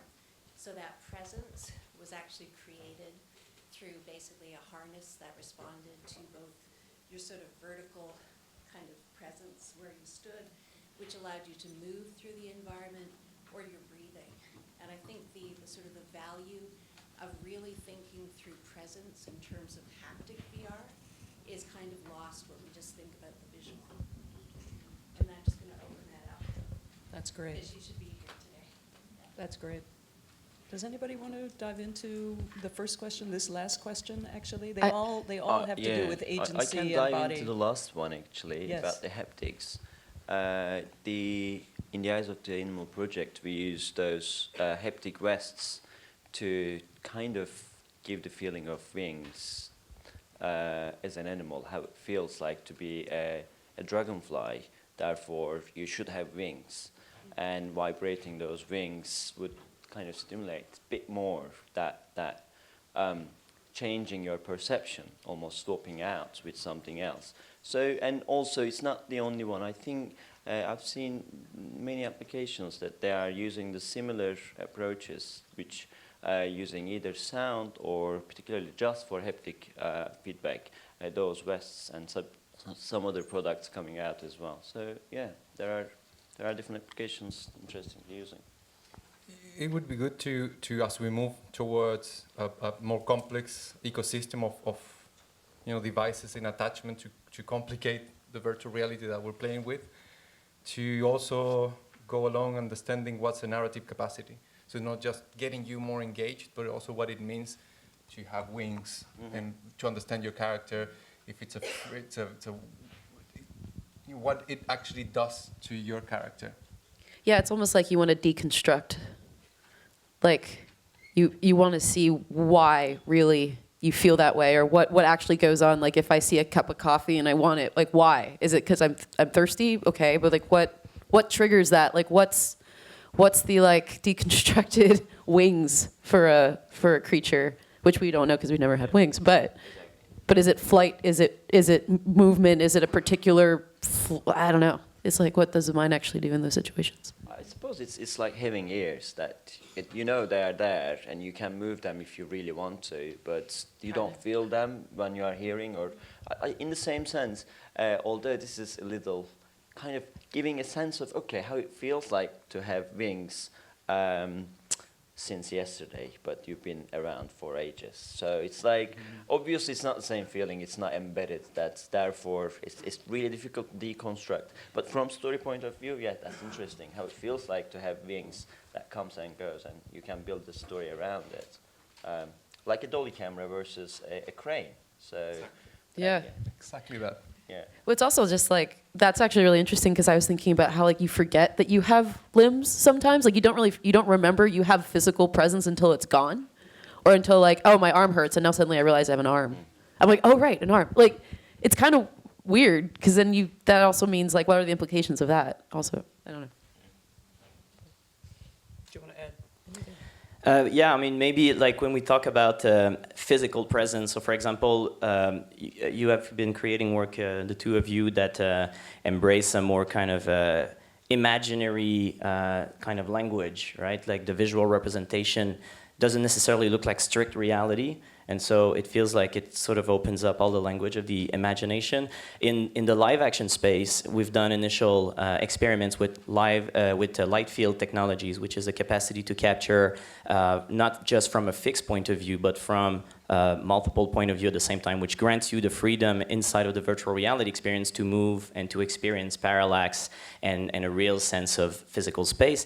And what is very disconcerting is that if you're looking at someone that is looking straight into the camera lenses as if he was looking straight into your eyes, but you have the capacity to move out of the eye line of the person, the eyes will not necessarily follow because it's filmed.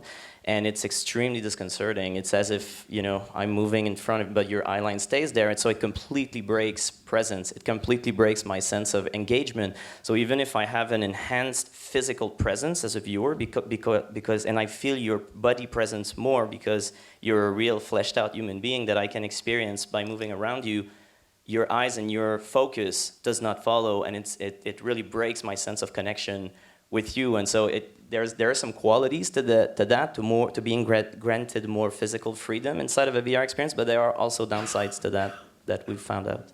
That makes me think about the limits. Oh, sorry, go ahead. Just want to compliment the thing of, if we're going to start talking about reality, I mean, yes, is the photorealistic approach to reality is the reality of the camera, of the photographic camera, that captures light. With our approach, we are capturing the reality of another machine.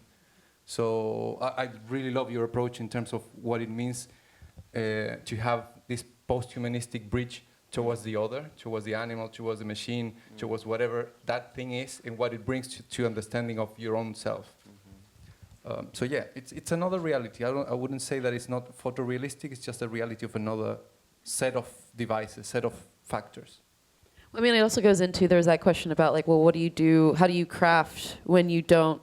How do you actually start crafting this stuff like narratively? Like, what's if the viewer is the one in charge? Then how do you?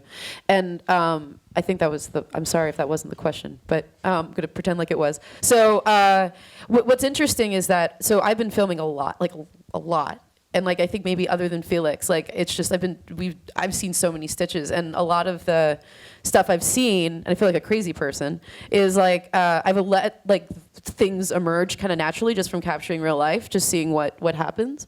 And a lot of what I've been noticing is that, and it's not anything new, but like I actually really love when I catch someone looking at me, but they're not there staring at me. Like the performance aspect or the performing nature of a lot of the VR that I've been seeing is kind of uncomfortable and awkward. So it's almost like trying to craft, like timing wise and blocking wise, like what's actually happening. And you can gauge that from like, okay, I know you're looking over there. So then I know that like you'll probably get bored. Like I get bored around 3 seconds. So then I turn and suddenly there's someone there looking at me, but then they look the other way. But if that's the emotion that I want there, then what happens over here? So it's complex, but like to your point of just like deconstructing the real and like actually having the realities, like just being in a space and understanding what works and what doesn't, but then not necessarily doing that literally when you do create VR. Like just knowing that those are the kind of like little moments and nuances of real life that can then be applied to something radically different, I think is where the magic of a lot of this stuff is. It seems like there are almost two strands of experimentation here. One is actually, or maybe comment on this, one is actually trying to do your best to recreate the experience of the body in space, right? And get as close to that as you possibly can. It's very filmic in terms of a film tradition trying to do that. And there's another tradition here that's exploring how you trigger the imagination and create a new reality that has something to do with real lived experience, but is an extrapolation of it, is an extension of it. And it's almost that dream world that William was talking about, if we could reproduce the dream world. Is there a fair kind of way of thinking about two of the main channels of work that are going on right now in VR? I would think so. I mean, I would think that we generally define in our work that there are two modes of immersion that we like to explore. One is a form of physical immersion, like for example, the first piece we talked about called Strangers. So you're sitting with an artist, it's a physical experience. It's meant to reproduce you as a human being sitting in a space with someone. But there are other projects that we're working on which are more like you're just a floating consciousness, and it's not about physical presence. It's really about either you're embracing a character's consciousness and sort of exploring the reality through that, or you're just an undefined consciousness within a space. And even if it's not an abstract space, even if it's a space that is highly photoreal. So there are different modes of thinking about the viewer's presence. One that's more physical, one that's more, I would say, eerie or undefined or abstract. But I think that all of those choices lead to a much different kind of psychological and emotional engagement for the viewer. And it's a major aspect of VR storytelling to define that, I think. Other thoughts on that? I agree. One thing, completely agree. That's obviously there are two ways now to make content produce. There are some rare examples that are mixing those two, filmic content with game engines and constructed reality. One interesting thing about when I look back like 5 years to games, which they start obviously this exponential growth in the budget of game making reflected on employing Hollywood stars as a filmic experiences between chapters. Therefore, game became this piece of art that you interact with it for a chapter, and then you watch a piece of film, and then you continue. So, and I feel like these two pathways, although they look kind of parallel but different, it will emerge over the time. So, light through a camera is capturing three-dimensional data with super high fidelity. Therefore, you can actually add three-dimensional objects within that world super easily. So it's like, as the technology develops and those pipelines are a bit more established, it's going to be a single path of storytelling, maybe combination of those two ways now we have. I just want to remind people, if you have thoughts or comments, we have another 15 minutes, so please go up to the mics and we'll call on you so we can extend the conversation. One of the things that I was listening for and thinking about after the keynote actually was this idea of the tension with VR between the notion of immersion and the idea of surveillance and being surveilled. And I wonder if any of you think about that in the work that you're doing. When you say being surveilled, you mean feeling like a voyeur? Is that what you mean? The experience of being able to see everything in your purview, this sort of desire to recreate the autonomy of gaze, I suppose, within an environment. We saw the panopticon picture at the beginning of your presentation. Yes. Noted. But there's a tension there. There's a tension indeed. So you are the surveiller as the visitor. I love the notion of not user, but you are also a surveiller in a way, but you can also be surveilled depending on the kind of narrative. But this idea of watcher and being watched and being in a space. If we allow the anxiety of these times, of these days, we can call it surveillance and we can see it through that lens. But it also has a narrative capacity. When you see the body of the performer, the user, in the space, you have another dimension to the VR work, to the VR experience. Not just what happens inside, but that user in the space and what happens to the people that are queuing up. They're getting some information from their performance, from their wows, from their wailing arms. They get a bit of, it's a kind of performative teaser in front of them. I think that there could be a lot more done in this space. I'm actually excited to see if you do anything with that, Oscar, because that seems to be up your alley. But it's like, I don't know if anyone ever played The Witness or is playing The Witness. It's a really frustrating game. But basically, it's this island filled with puzzles, and you figure out a lot of the puzzles, and then you go back. A friend of mine went and said, "Oh, did you realize that the island itself is a puzzle also?" I'm like, "What?" And so like you go back, you're like, fuck, like you're just like looking at it and like realizing like everything's a puzzle, and suddenly your mind just explodes because you just think everything's a puzzle and you go crazy. And it is, and that's life, but whatever. But I guess I've come to terms with that. But what's interesting is there are these layers of what VR is now. Like I almost feel like the way people moves through something to me is a code. Like when I made my first film, and we premiered it at like Google I/O, which is like, you saw. So like you're watching people put this on, and I knew if I was right or not by how they were rotating. So I knew in the beginning, like they're rocks, and I was like, okay, well I predict they're gonna be kind of like this. They're not gonna be like, spinning suddenly. And then because there's spatial audio and audio is really important, I had planted the mountain climber, which I knew, I couldn't be sure, but I could make a strong guess that they'd look at him. I planted him behind them, so they had to turn in order to find him. And and then you saw them go, oh. Because it was like, otherwise I'd have to literally move them. So it's like this weird, it's like this dance of like coordinating like where things land, where things plant. And it almost seemed kind of like this weird, like if you actually have them all in the same space doing the same thing, it's almost like kind of a hilarious like dance thing. And then you see, of course, like some people not doing it, which is also kind of funny. But I think there's something really remarkable about like what does that performance look like? Is that a code for something? Can you do like the foxtrot but have it actually be like an experience internally that's very different? Maybe just one note, jumping on that is, for us, it's the question of the viewer's attention is honestly not one that we ask ourselves a lot. We try to first make sure that we bring the viewer in a state of mind where it's going to be fine, where he looks, regardless, and we work, for example, if we come here and just randomly place a virtual reality camera here, and there is no idea to why this camera is at that height, filming from that point of view, too close from you, not positioned in a way that kind of makes sense from an anthropomorphic perspective, let's say, then you're always going to feel weird, and you're going to feel like you're a surveillance camera sort of standing in a place that doesn't make any sense. You're not going to land into the experience. But if we actually craft it differently and really conceive of where the viewer is placed and really think about it in a thoughtful way, there are more chances that as a viewer, when you experience it, you suddenly land into the experience and feel that it's right. And it's an important part of the craft. So for example, in the Sea Gypsies project, there's one sequence where there's a mother who's putting her baby to sleep, and you are there with her and her baby inside of a very, very small hut.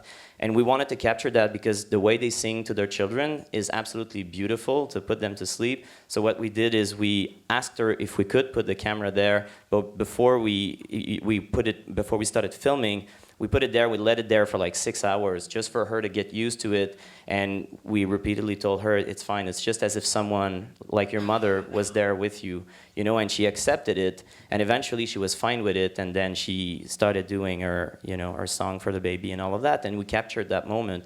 And so it feels right. When you're in it, you don't feel, even if it's a super private and intimate moment, you don't feel out of place, you don't feel like a voyeur, you feel like it makes sense for you to be there, and regardless of where you look into the experience, you're going to get that emotional experience. Yeah, great. Yeah, and then we'll come to the mics. One thing can be added to that. Actually, it's kind of the continuation of the previous topic, this like gamification and combining those different pipelines. One thing we tried, which we didn't, we had no idea what to do with the camera. But since we have a constructed reality there, it's an informative fiction, you can put your camera anywhere. So we put camera on rails for certain animals, but the others are actually gaze controlled. So it gave the control to the viewer. So they are looking right ways and it's going that way. And so I think it's somewhere in between. There is this like, I don't know where the decision of director falls into that thing, but we can probably give control to the viewer to see some content. Maybe not today for filmic, but it will be soon. So there is this big question mark, which I have no idea. Like it's just we are still fiddling, but you know it's interesting to hear. That's great, Damon. How y'all doing? My name is Damon. I'm a filmmaker and artist. My question is, how does this technology get to normal people, or to the people like communities of color, poor people? How does the technology get there? And you use the word voyeur. And my thing is, when you say you don't feel like a voyeur, why is it that you don't? Because quite frankly, like everybody in your portfolio was like black or brown. And my question is, how does that get back to those communities? Like when you showed the people, the tribe that you were with, you showed them what virtual reality was. Did you leave any of that stuff there for them to actually use to tell their own stories? And how does that happen? How does the technology get into the hands of the people that are living the stories? And that's my main problem with the idea of VR becoming virtual reality, because yeah, the intent never is that. But the same, like VR is kind of already here when we talking about black people. When you just talk about rap music, people play this, but they'll never go to those communities that'll make it that music is coming from. But you can live like that in your mind for a second. So how does that not happen when you can actually be in the body of a black person, or you can actually be in that situation? You know what I mean? Like, and it's great to talk about the technical aspect, but when we talk about ethics, what questions are in your mind as you're making these things, and like what do you and how do you give the agency back to the people that you're looking at in certain situations? You know what I'm saying? That's a great question. Thanks. I mean, I'm particularly sensitive, if you didn't get that. But like you know, one of the first things, and this is actually how Oscar and I met, was I went to Johannesburg and we did a workshop for artists that were from the continent, basically, which I hate saying because it's a large continent, you know. But and the ideas are there and they're great. Like one of the this guy Jim made one of the most, like, he in a day made something in Unity, and he was a filmmaker, and he's just like, I don't know, I just did this, and it was like, I think we were working on it like up to the last minute, and it was like great. And I firmly believe, like, you know, in my job, I work at Google, like I have access to stuff, and a lot of my job, amongst a billion other things, is to try to figure out spiritually where we should take the rigs, where I should take the rig that I own. And a lot of it's been like trying to enable folks. I firmly believe with you, like I'd rather teach someone in a refugee camp how to film something than to go into a refugee camp, film something, and leave. It's just tough because even with, did I just totally, okay. So, hello? Oh, cool, thanks. What's really difficult is that the technology is also trying to catch up, because even if I do leave a camera, say in Zatari, right, and just say, okay, teaching, you know, gonna teach you guys how to use this, bye. Like, the internet isn't great. There's a lot of data that this stuff captures. it's really hard to manage all of that data. I can barely do it, and I work at a tech company. Like, we can't say that, like, there are ideas, and it's wonderful, and it's awesome, and we want everyone to have it. It's just that there's a realistic situation with the tech and a dialogue with the tech that makes it difficult in a lot of these places to get these cameras and to get this technology to folks. So what is the barrier? Is it a language barrier? Because No, there's no language barrier at all. It's literally just like the infrastructure of a lot of these communities is not great. So unless we literally have an army of people carting hard drives to and from these communities, which we probably should, but that's another thing, right? So it's just tough. I mean, I compare it to slow-mo running in a dream, where like I see what we need to do, and I think a lot of us do. It's just it's tough. But we can learn from other mediums failing at that to know that that's something that we need to do from out of the gate, stuff that we need to do now, instead of waiting until it's a problem and then trying to fix it and then realizing we can't anymore. To me, it's a tech barrier, nothing more than that. 2 years ago, virtual reality headsets were that big, and the cameras we used to use were enormous, and they were consuming a crazy amount of data. It was just completely ridiculous and unmanageable to even take it out in the field. And now the tools are starting to be more optimized. The virtual reality headsets are mobile-based, which make them very easy to use, and the virtual reality cameras, mainly through what these guys are doing with the platform of Jump, for example, at Google, are becoming more and more accessible, and the data processing is becoming more and more accessible. So think of it as where film cameras were at the beginning of the 20th century and where they are now with those little digital cameras that all of those communities in the world can have access to. The same will arrive in VR. So I think it's just a matter of time and technical barriers. I dig that. So, in the meantime, before we get to that, could I just get responses from, because we're going to have to wind up. I'd love, because this is such an important question, if Oscar or Urson has a response to this, that'd be okay. And then I think we have like 2 minutes, I want to play this out a little bit, and then we can keep talking as we keep going into the panels and in the breaks. Is that all right? Yeah. Okay. Because yes, we can get trapped in the. Is that all right? Yeah. Yes. Yes. We can get trapped into the plastic, into the electronics, into how do we move those things, and you know that we don't have access to that.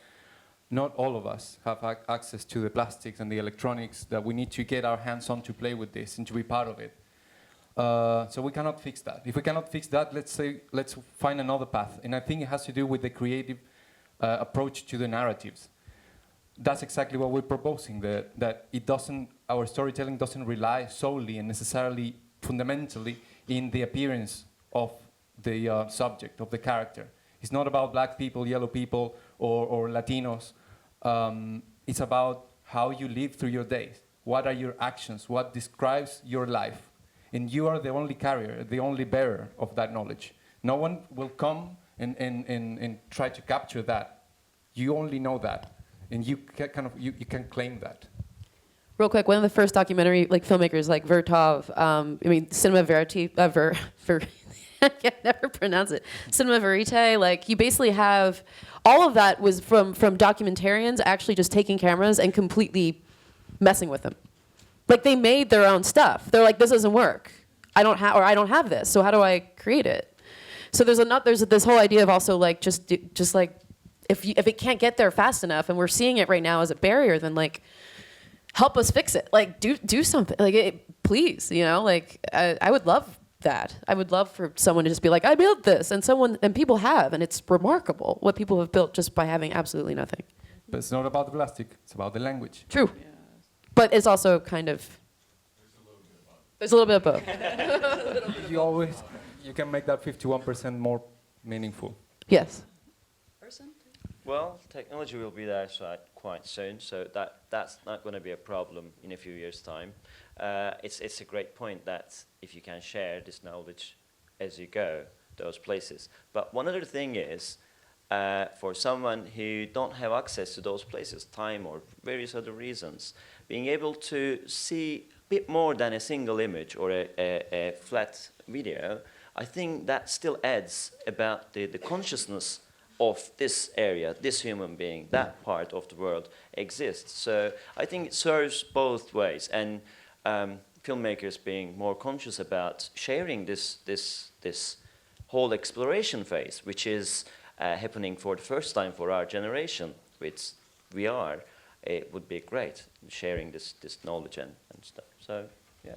This is a great, we need to continue this conversation during the course of the day, for sure.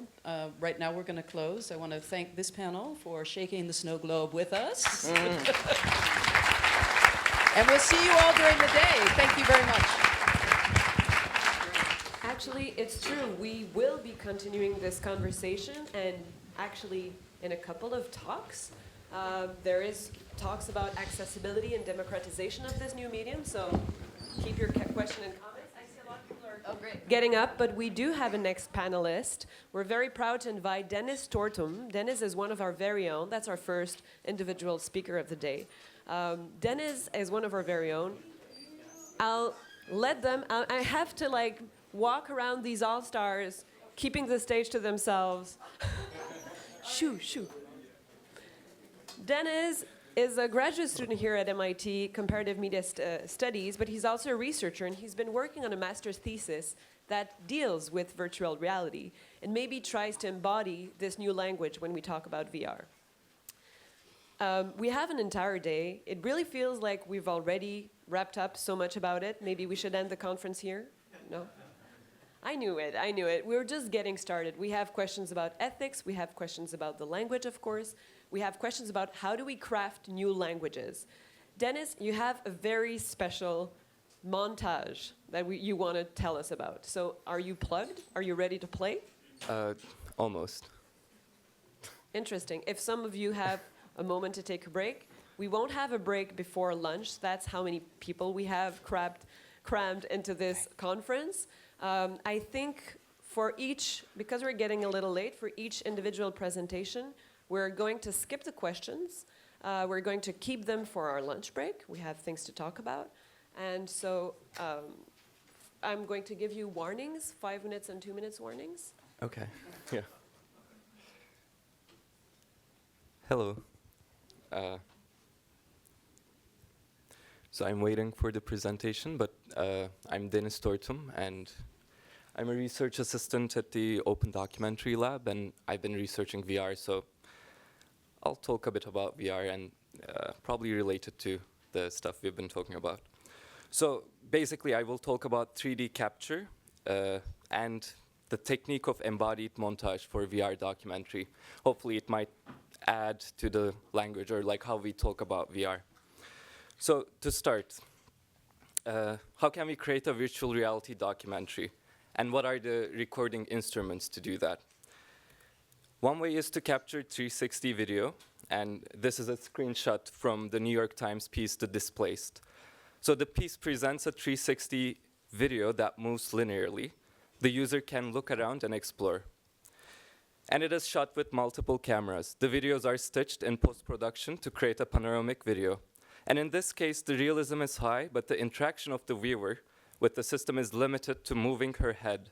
Images do not react to the user's input in this case. Then how can we create a space that the user can navigate in and interact with objects? One way is modeling the environment, such as Nani Della Peña's Project Syria. And another way is to record places through 3D capture. And virtual reality works such as Ascent in the eyes of the animal, and the enemy use this method.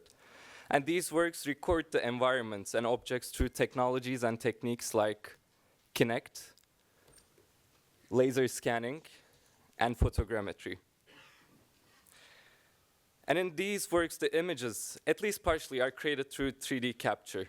So what these instruments do are that they record proximities, and they record the spatial relation between physical bodies. And they convert the world into computer graphics that can be then processed in game engines. And what these do is that with these technologies, artists are able to represent the real world with spatial and responsive images, images that constantly process the data coming from the user and change accordingly. And I would like to talk about documentary works, which capture the real world through 3D capture and manipulate them through game engines. So basically, I will talk what the properties of these images are, And I will offer a creative technique for real-time 3D virtual reality works, embodied montage. So let's start with soft images. This image is from a real-time VR project that I'm working on, and it's a recreation of a hospital in Istanbul. And it's a project in development, but with this project, we can go deeper into the production process and what these images are. So this is a video recording, but imagine that you're wearing a headset and walking in the space.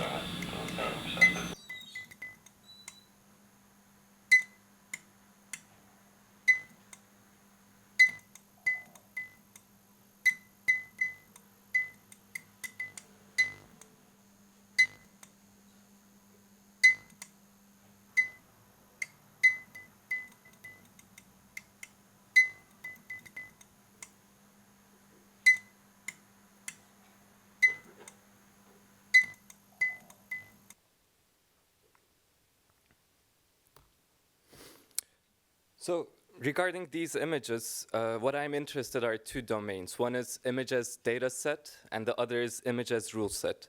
So the image as data set refers to data that are obtained through 3D capture, and the rule set refers to how code is then layered onto the virtual objects and spaces.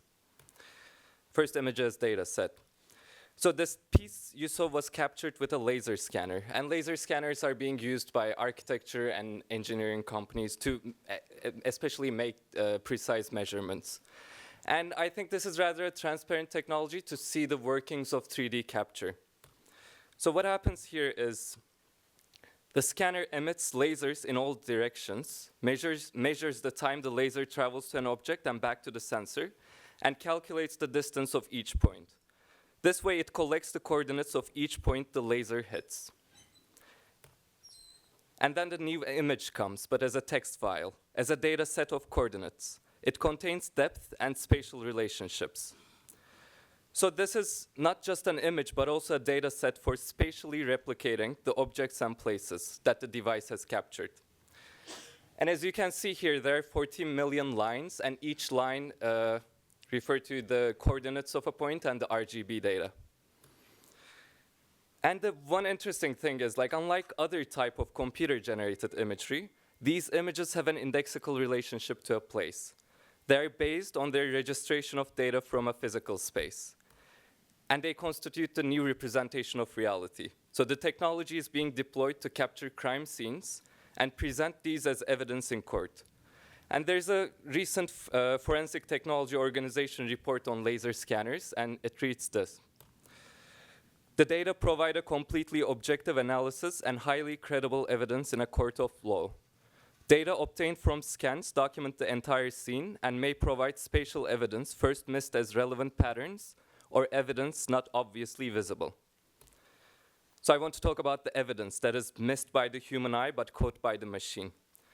So this is reminiscent of what Paul Virilio calls sightless vision. So images created by machine viewpoints.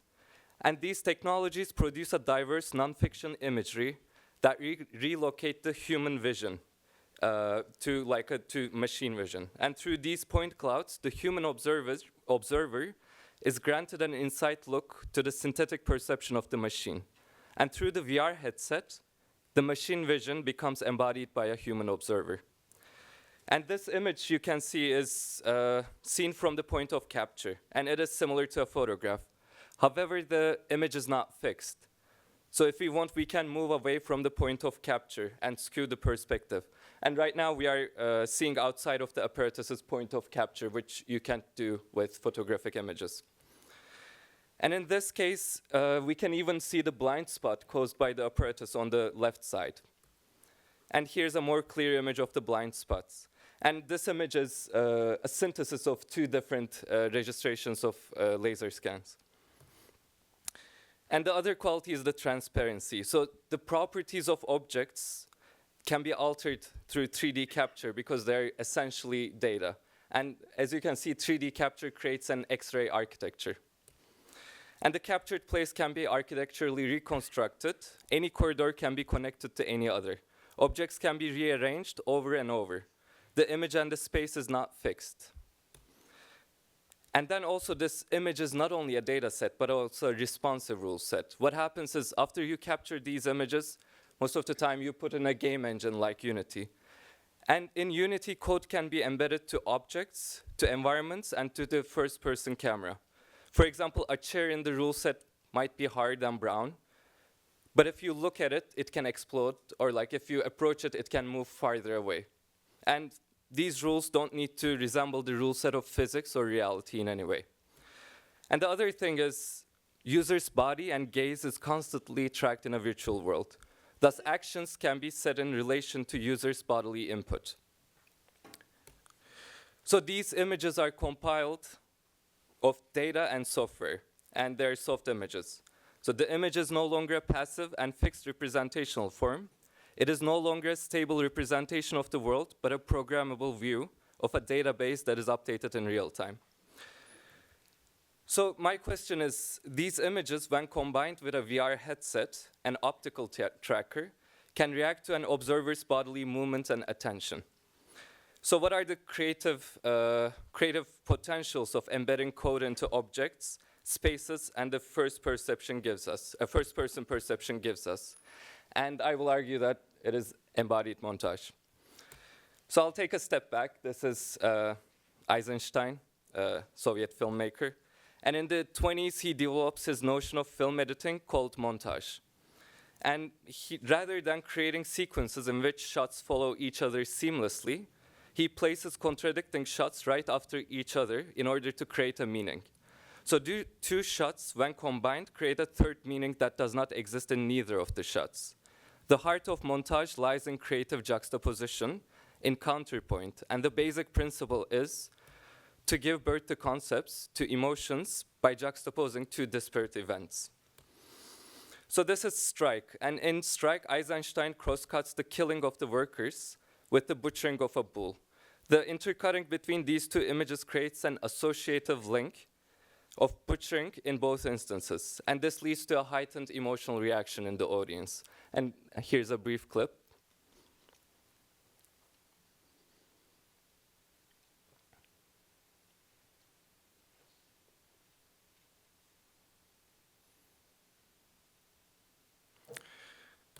Okay, so let's fast forward almost 100 years. This is Jean-Luc Godard's stereoscopic 3D film, Goodbye to Language. And in the film, there is a moment that pushes montage out of the boundaries of the cinematic medium, and I think into the area of and domain of virtual reality. In one scene, a woman and a man sit on a park bench, flipping through a book. Woman's husband comes to the scene and holds her from the arm and takes her away.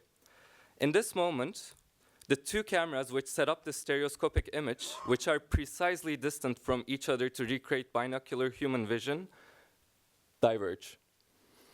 One camera stays on the man, while the other follows the woman and her husband. So what happens is, here is the 3D image separates into two distinct images, and each is seen by one eye only, not like a superimposition here, but like each one of your eyes sees a different image. And this simultaneous juxtaposition of images by projecting them to different eyes takes montage to a logical extreme. The scene becomes an in-eye editing. The montage here is not temporal, like Eisenstein, but it is embodied. It is created through projecting different images, ideas, inputs onto different eyes. And it is montage produced by addressing each eye differently, by separating perception from characteristics of embodiment.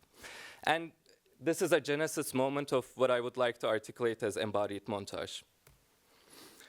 So the definition is, embodied montage is a technique in real-time VR experiences created through decoupling action and perception to create new pairings, creating conflict and dialectic. In an instance of embodied montage, the link between action and perception is intentional, but does not mimic the real-world experience. So in a virtual reality headset, you can separate one eye from the other. You can separate height from the body. You can separate field of vision from sight, and separate movement from vision. And such separations then allow artists to make novel combinations between characteristics and actions of embodiment and their consequences. It is best to elaborate on the embodied montage through several examples, and the first one is Oscar's Ascent. And in Ascent, the user takes the point of view of Oscar's father, who is a former soldier served in the Chilean army during the Pinochet military regime. The piece recreates the experience of witnessing a mass execution. In the piece, the user looks for several seconds to a place to move towards where she is looking at. And it is a link made possible by real-time computation. So this interaction mechanism combines the action of looking with the consequence of moving, creating a non-mimetic link between these two acts. The montage creates a third meaning which is not inherent in neither the action of looking and consequence of moving.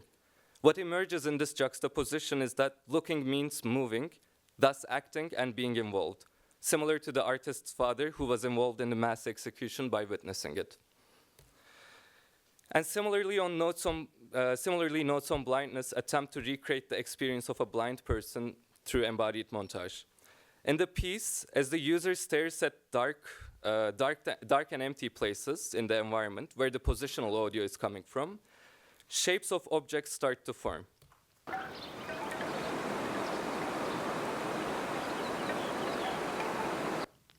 So in this piece, the act of staring is combined with creating unseen shapes. This pairing recreates a blind person's experience of perceiving objects by facing directly and attending to the sounds created by it. And both these examples are gaze-based, but embodied montage can occur through any other action. And there are not that many examples, but I attempted to try some different techniques in the hospital piece. So this one is an attempt to create embodied montage that includes movement. So when the user enters the operation room, the field of view slowly expands. And this instance links moving into a specific space with a change in vision. The effect is a mix of subtle dizziness and a relief, a lessening of claustrophobic space. And another technique is influenced by goodbye to language. So if the user spends too much time in the operation room, the image on one eye starts getting blurred for a beat. And because of binocular rivalry, the brain cannot register the blurred image. The user still sees the operation room clearly. However, the blurring of the image on one eye creates a haptic effect, a feeling as if someone is tapping on the user's eye, which creates discomfort. And these are rather early examples, but this principle has broad applications. Any movement or interaction can be abstracted, caused to trigger something unexpected, including body movement, gaze, and bodily gestures. So the images of virtual reality are not fixed, but also the body in virtual reality is not fixed. And with embodied montage, we can create new meanings through creating new links in the sensory motor schema. And also, since both, like all these techniques to a degree are alienating techniques, I think they put a critical distance to mediation, which is similar to the reflexive documentary mode, so that the user can have the ability to contemplate the mediation and preserve the distance between representation and the real.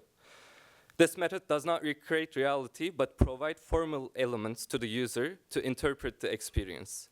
An artist can express things indirectly by letting the viewer interpret novel bodily and environmental situations. I would like to end with the opening epigraph of Raoul Roux's Poetics of Cinema. It goes, "What is a symbol? It is to say one thing and mean another. Why not say it right out? For the simple reason that certain phenomena tend to dissolve when we approach them without ceremony." So even though virtual reality offers a heightened sense of presence and realism, It is important not to overlook the ceremony needed to approach worldly phenomena. Thank you.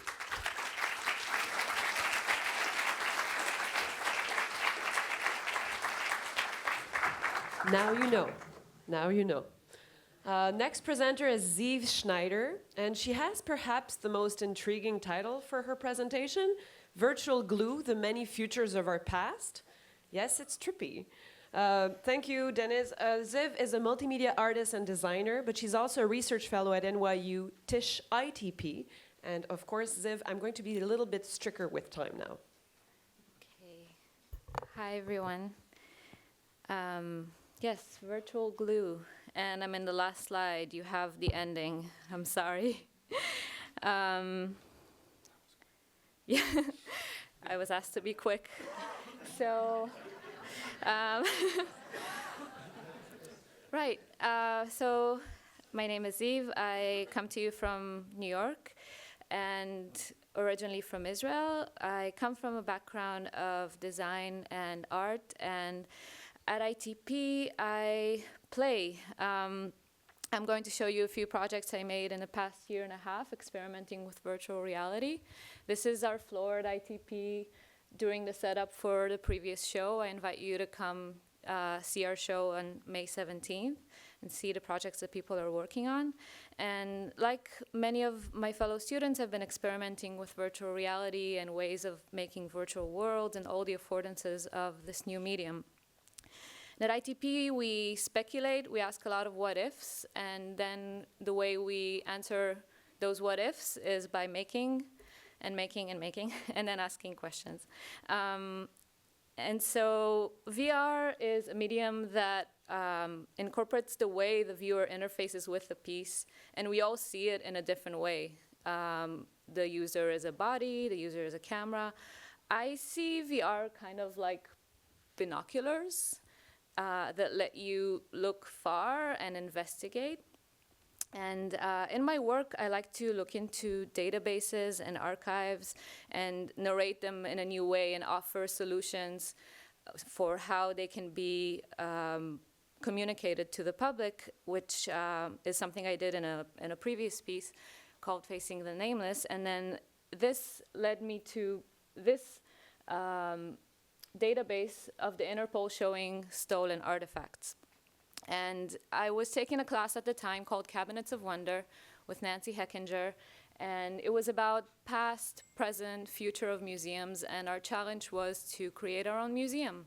So I found this database, and it made total sense to make a virtual museum to show these pieces.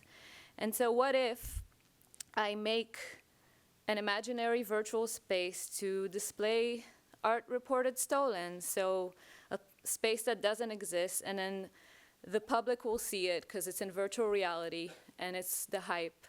And we'll recover all these pieces and it'll be amazing. So I made a very basic space in Unity and an Oculus Rift prototype.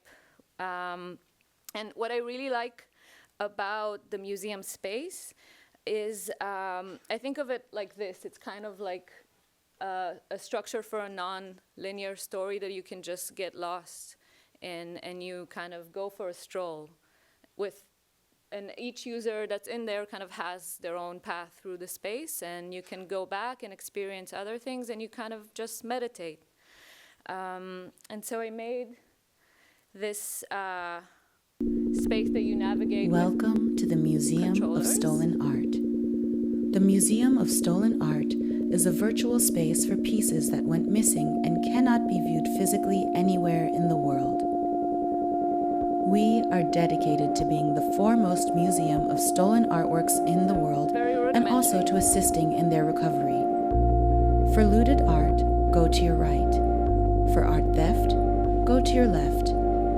If you come across any of these pieces outside of the museum, please report immediately to the International Police. And so I sent this to a blogger and received a lot of emails. Part of them were from art detectives saying that they would like to use my services. And some weird business model emerged in my head. And I was like, what if I'll try and make it happen? And so I made another version for cardboard. And this is kind of like what Dennis explained. It uses the user's gaze to navigate the space, and then you can trigger audio components about the pieces, and I released it for cardboard. And like every digital app, especially in a medium that's so very new, it's still in progress. So still working on it, no budget from any institution, but those millions for the recovery are kind of like in the end of the tunnel. I even added an audio recording component. I was at the Williamsburg flea market, and I think I might have seen the Picasso painting, the pigeon. I see some guys loading a photograph into a white van, and I swear I saw it in your museum. It's a big white Ford van. If someone wants to go check that Massachusetts out, license plates. maybe that's where it is. So this is how you use the museum when you find those pieces, and I collect them. Later, I worked for the Economist Media Lab over the summer with my collaborator Laura Chen, and we learned about this initiative called Project Mosul, which started after these images emerged from the Islamic State in Mosul in Iraq. And so these images shocked a lot of archaeologists and people who work in the cultural heritage spectrum.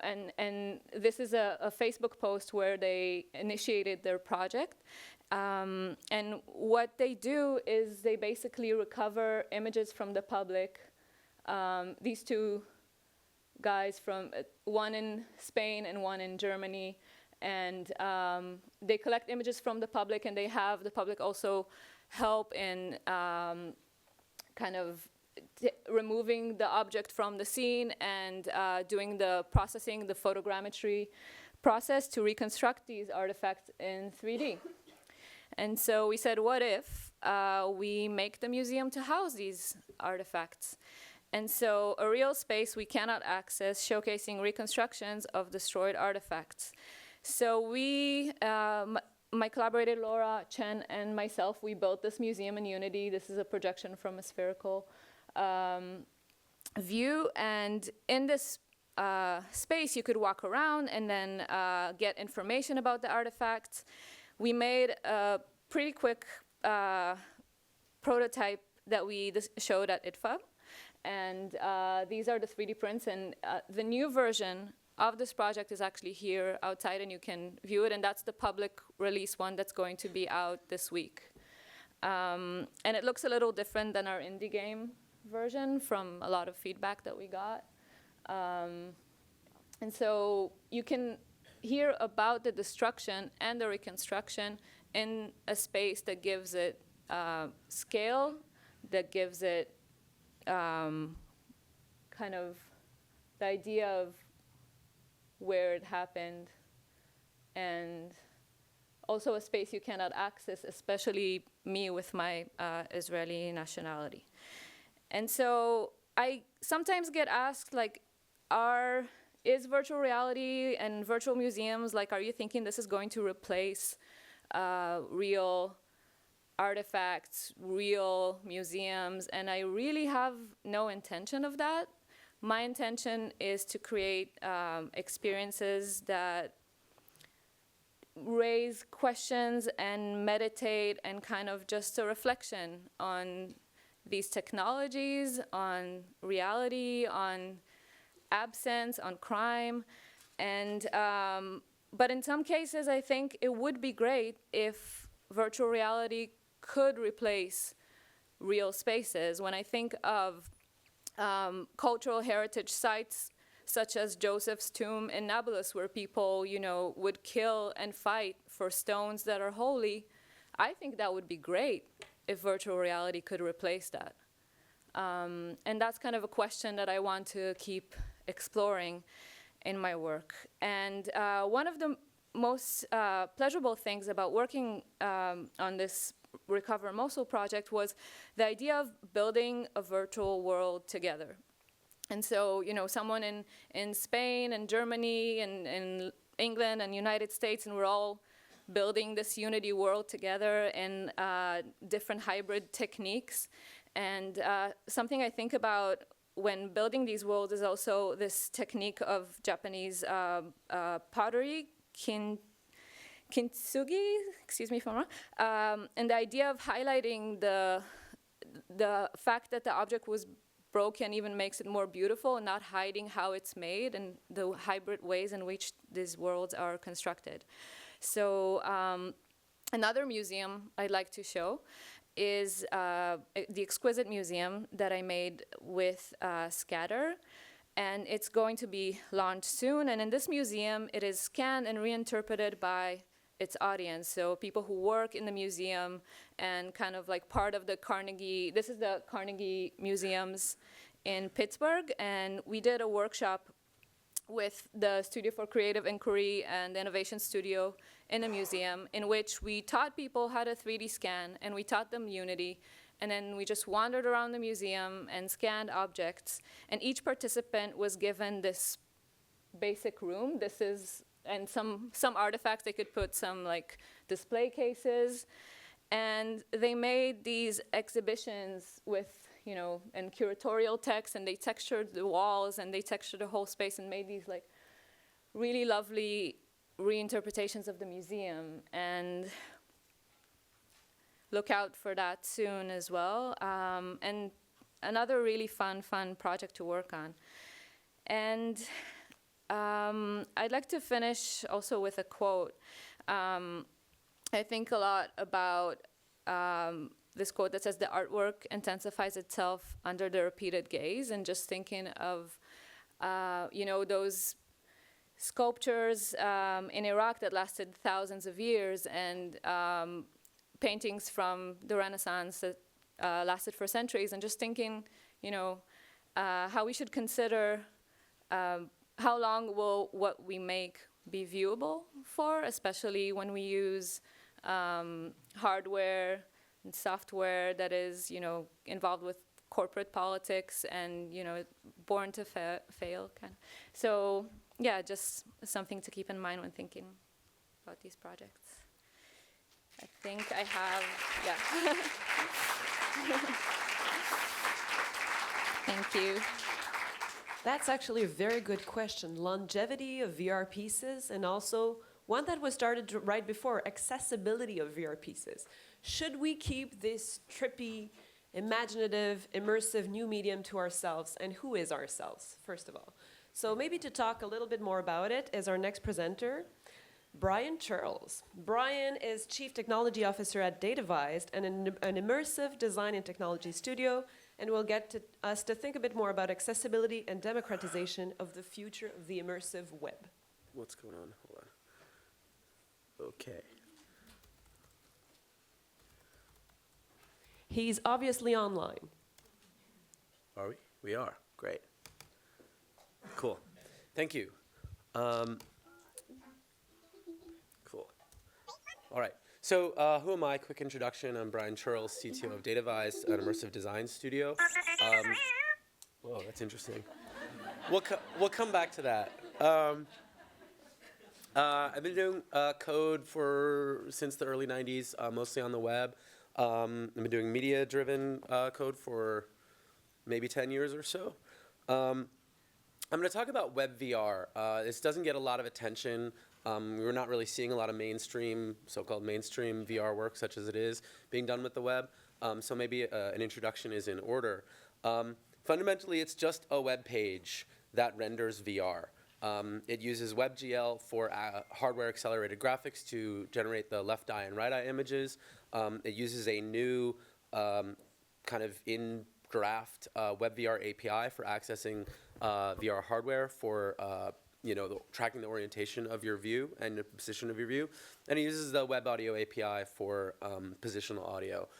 These tools are all kind of either standards or on track to become standards to be widely supported in in web browsers that people use every day.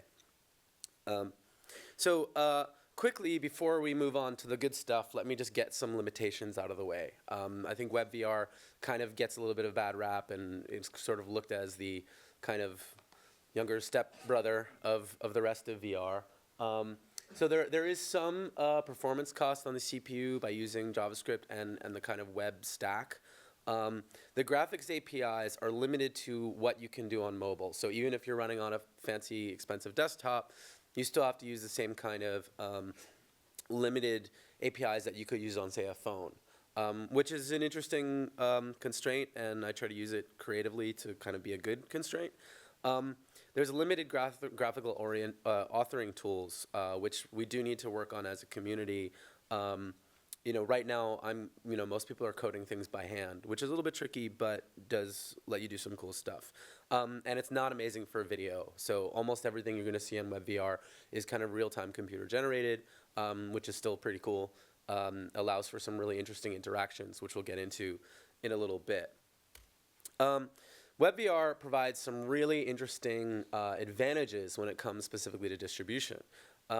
First, it's just delivered as a web page. It can use commodity web servers, so CDN, server delivery really quickly. This is really important. No app install is required, no downloads required. I think a lot of, for smaller pieces, especially within like journalistic kind of outlet, audiences are maybe reluctant to go through a whole install, so that there's a lot less kind of friction in user experience. Write once, run anywhere is great. I've talked to a lot of people who have, they'll develop something for Unity on one platform and they say, okay, I got to export this for iOS for Cardboard now, and it's going to take me another 2 months. This stuff, you build it once, it runs everywhere. And I mean everywhere. It's like, desktop, phones, even Internet Explorer, kind of, sort of. It's kind of interesting. We'll get into that in a little bit. Streaming content is really cool as well. I think we're getting... we're mostly fed this experience of download this giant thing, it's 500 megabytes, it's 2 gigabytes, and you go to kind of the install, and it says, all right, come back in 15 minutes, and maybe it'll be installed and ready to go. When you deliver VR as a web page, you can get at least to your basic VR in 1 second and kind of stream the assets as you go. Which is also really interesting because I think we see there's a lot of research out there that shows that people, if they don't get a response from a web page within a couple of seconds, they move on very quickly. And also you have the benefit of the browser's built-in security sandbox. So you're not installing any sketchy software on your computer that's going to be harvesting who knows what data from you or kind of messing with things. There's a couple of other distribution aspects that are not as technical that kind of what so-called native VR platforms are subject to. One is the app approval process. This can be rather onerous, at the very least in terms of time. So if you're going to publish something as an app, right now, almost everything we see in VR has to go through some kind of app store, whether it's Android, iOS, Oculus on the Gear or desktop. Those app stores have an approval process, which can take days or weeks or longer. They're often involving censorship, whether it's, I've seen people who are trying to publish apps that get rejected from an app store because it competes with what that platform wants to do. I also have seen, and I think maybe somebody will talk about this later, VR content rejected because it's too controversial or doesn't align with kind of the politics of whatever company's running the app store, which is a major problem for sort of accessibility for everyone and for journalism and documentary. Owning your own data is interesting. Some of these app stores also have very strict data retention policies where if you're getting analytics on what your viewers are doing, sometimes the app store has a license where they will own that data. So maybe you don't want to give that up. Either because you want to own the data or because you want to protect your viewers from being spied upon. This is really important. Ziv kind of hinted at this. Web-based VR is really good for archivability. We see throughout history that proprietary technologies tend to go obsolete, whereas standard technologies don't. A web page, if you view today a web page built in 1995, it looks pretty much exactly the same as it did in 1995. It looks dumb because, and crappy, but but the fidelity is there. It is the same. There's tons of amazing work done out there in interactive documentary in, say, Flash. But Flash we see is being deprecated, and you can't run it on any iOS devices. The browsers are starting to throttle it or just outright disable it. In a few years, it's going to be almost impossible to come by. But if I build something today for WebVR using the standards, because it's open, it's much more likely to still exist in 20 years as it does. Won't be as good as the rest of the stuff being published in 20 years, but it will be what I published today. We have to ask ourselves, if you publish something on, say, the Gear VR today, in the version that comes out in 5 years, will it even still run? That's a risk. Finally, on this front, the developer tools are free, both as in beer and as in speech. Basically just a web browser, a text editor. There's tons and tons of open source code that we can use. Works with things like Blender and things like that. So you don't have to pay for like royalties or paying like Unity is is available for free. But if you want to charge for it and get rid of the Unity logo up front, there's all kind of complicated licensing deals that I find confusing. I want to talk about the responsive web. So the responsive web is a term that's kind of built into web culture and technology that we hear all the time. Typically, what it means is if you build a web page for like a big screen and you shrink down your screen, you show it on a phone, or you narrow down your browser width, that will adapt within one web page. That's a great principle, but I like to expand that principle beyond just screen size. So let's look at some of the other factors that we can be responsive about. Of course, there's screen size. There's also like what kind of inputs available. Do you have a mouse? Do you have touch? If you're on a tablet, no, you're not going to have a mouse probably. If you're on a desktop, you're not going to have touch. And this even extends to whether or not you have some kind of VR headset. If you have a VR headset, WebVR stuff will work great, but if not, we can at least show it to you as kind of a desktop experience or tablet experience as a fallback. GPU and CPU performance, you can kind of scale. Not everybody has a super fast computer, so there are ways that you can kind of scale your experience to adjust to that. Network bandwidth and latency, so this is something we see, if you're on, even here at MIT, the conference Wi-Fi is always, we get a lot of people on board. It's maybe not going to be as super fast as we'd like, but you can be even worse if you're traveling on a train, in your phone, through a tunnel. These are things that we need to kind of be aware of that I think a lot of kind of native platform or non-web engineers kind of take for granted, and designers as well. There's also the human responsive factors, which I think we don't really think about enough. What's your audience's level of education? What language do they speak? The web has a tradition of localization where you can kind of detect the user's language and switch up, whether it's an audio track or some text. What are their physical abilities? What's their level of wealth and income? And attention is also one. I mean, I think we like to assume that people have tons of time to view your experience and no distractions, but that's not really realistic. So I think it's interesting to adjust when we talk about things like loading very quickly. I think that pays respect to the audience and their level of attention. So the web adapts to these things with what we call graceful degradation. And some of these things are you kind of do the best you can to detect what is the scenario that your user is in and adjust the content to fit it accordingly. So with the web, because it's built into the web's culture and the web's technology, that becomes easier to do. And I think we don't really see these things in a lot of VR content. Native VR makes some assumptions that I think are broken along these lines. So one of them is a fast, reliable network.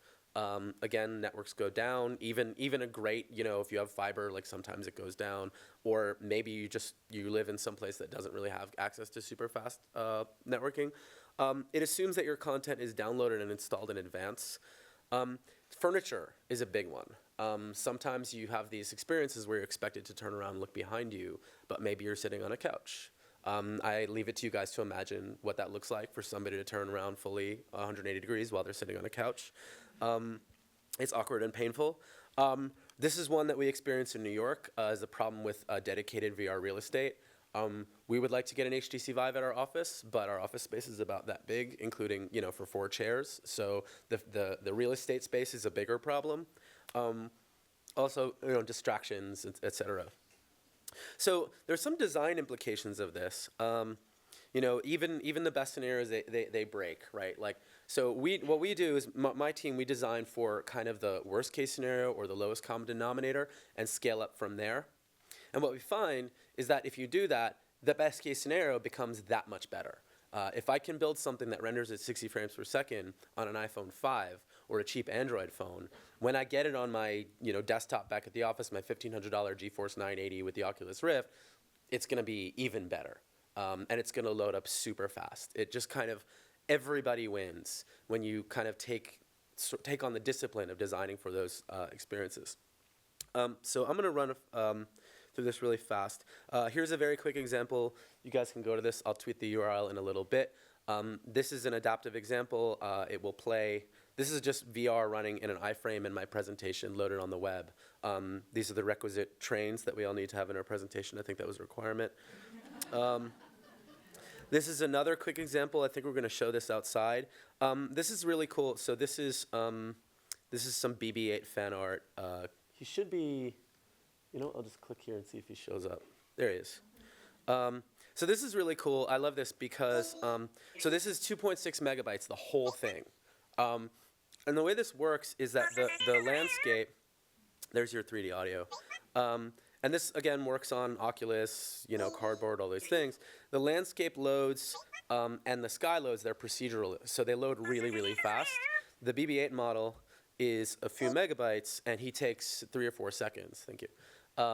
So what we do is we jump you right into the scene with the very, very light over-the-network landscape and sky, and then BB-8 will continue to load for a few more seconds, and whatever direction you're looking in, he appears over the horizon at that point. So the experience itself is very adaptable. It's not necessarily linear, and it adapts to what are your networking conditions, where you're looking. So these are the kind of principles that we're taking into account as we develop these web-based VR experiences, which is a little bit, it's a different thing to design than kind of the assumptions of you're in some kind of exhibit and have somebody else putting the Vive on your head and they're watching to make sure you don't trip and things like that. But it works in those scenarios as well. I want to talk about inclusion because this came up during the panel and this is super important to me. So I want to try to emphasize this. The web VR tools are available. Yes, you can spend money on it. You can spend time on it. You can use technical expertise. The minimal cost of creation is about $150 for a cheap Android phone. You can take that Android phone and a cheap Google Cardboard for a few bucks. You can go into a public library, sit down at Wi-Fi, because I don't assume that everybody has access to fiber, internet in their house. You can use a free hosting tool, and there are a few tools. WebVR Starter Kit is something I built at POV last year. A-Frame is something that Mozilla is building right now. These tools are available today. Right now, it runs on your Cardboard. It will run on Oculus and Vive. There are no excuses. There's no hard drives. There's no camera rigs. Nothing is expensive. So no excuses, please. Currently, this is available. Firefox and Chrome have experimental builds that will support the desktop headsets. Gear VR has an experimental build in their browser, and it's available for Cardboard today, iPhone, Android, etc. I'm running out of time, but we expect to see release in the stable browsers by the end of this year. We'll be looking at, in the future, WebGL2 will improve kind of the graphics capabilities. And we have a community of WebVR developers and creators that are continuing to improve kind of what is the experience like. That's it. Thank you very much. Please come talk to me later. Cool. So that solves maybe part of the equation. There are still a lot of ethical questions that need to be asked about the quality, accessibility, and content that we actually show and decide to showcase in VR. We've had a very fun morning. I don't know about you, but I saw a couple of cool projects. You can actually experience some of these projects just outside. And we have a lunch break. Unfortunately, this is not France. It's not a 2-hour lunch break with wine. But we do have lunch boxes. We have a fair 45 minutes to eat these lunch boxes. And before you go, when you come back, we have Kaspar Sonen, who's going to be presenting both a presentation and an experimentation. So I hope we leave with our brains intact, but we should. Okay, folks, we're going to get started again. And to kick off the afternoon session, we have with us Kaspar Sonen from the IDFA Doc Lab. That's the International Documentary Festival Amsterdam Doc Lab. Kaspar's been a real innovator in this space, curating interactivity, immersion as it pertains to documentary. From 2007, they're about to have their 10th anniversary. So a mover and shaker and curator of this space. Kaspar, welcome.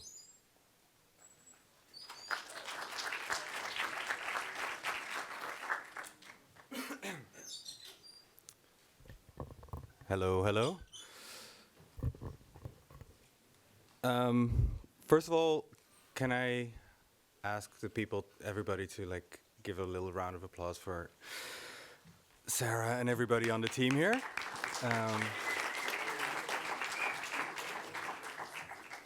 And let's do that with every speaker from here on. Sorry, just kidding. How many of you were at the panel yesterday? So that's 50%, I guess. So I'll go faster than yesterday. So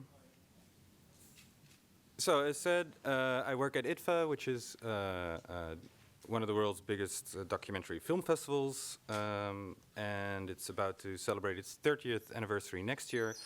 And this year we're celebrating the 10th anniversary of the IDFA Doc Lab program. And yesterday I showed a buzzword bingo slide from 2007. I skipped that today. We can do it later. Basically, what we look for at IDFA Doc Lab in terms of projects is 4 main ingredients. We look for projects that contain story, that contain an interface, that play with digital data and technology, and that in one way or another use captured reality, because in the end we're still a documentary festival. To give you a little bit of an idea of what type of projects we've been showing in the past, it's been a lot of interactive documentaries and web series, of course, like High Rise, like Bear 71, but also data art, Jonathan Harris and Sepp Kamvar's We Feel Fine, Miranda July's Somebody app, and around 2010 we started experimenting with our first VR projects. Is this actually working? Okay. Perfect. Thanks. And besides VR, we've also been interested in all sorts of other new types of technologies, or as William would say, age-old technologies that have just come to the surface in a new form recently, such as robots.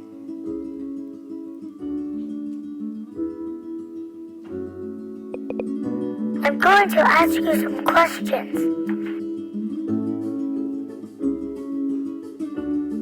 Who do you love most in the world?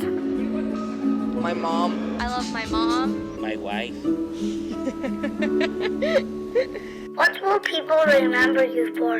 A little bit crazy, freaky, generous, small.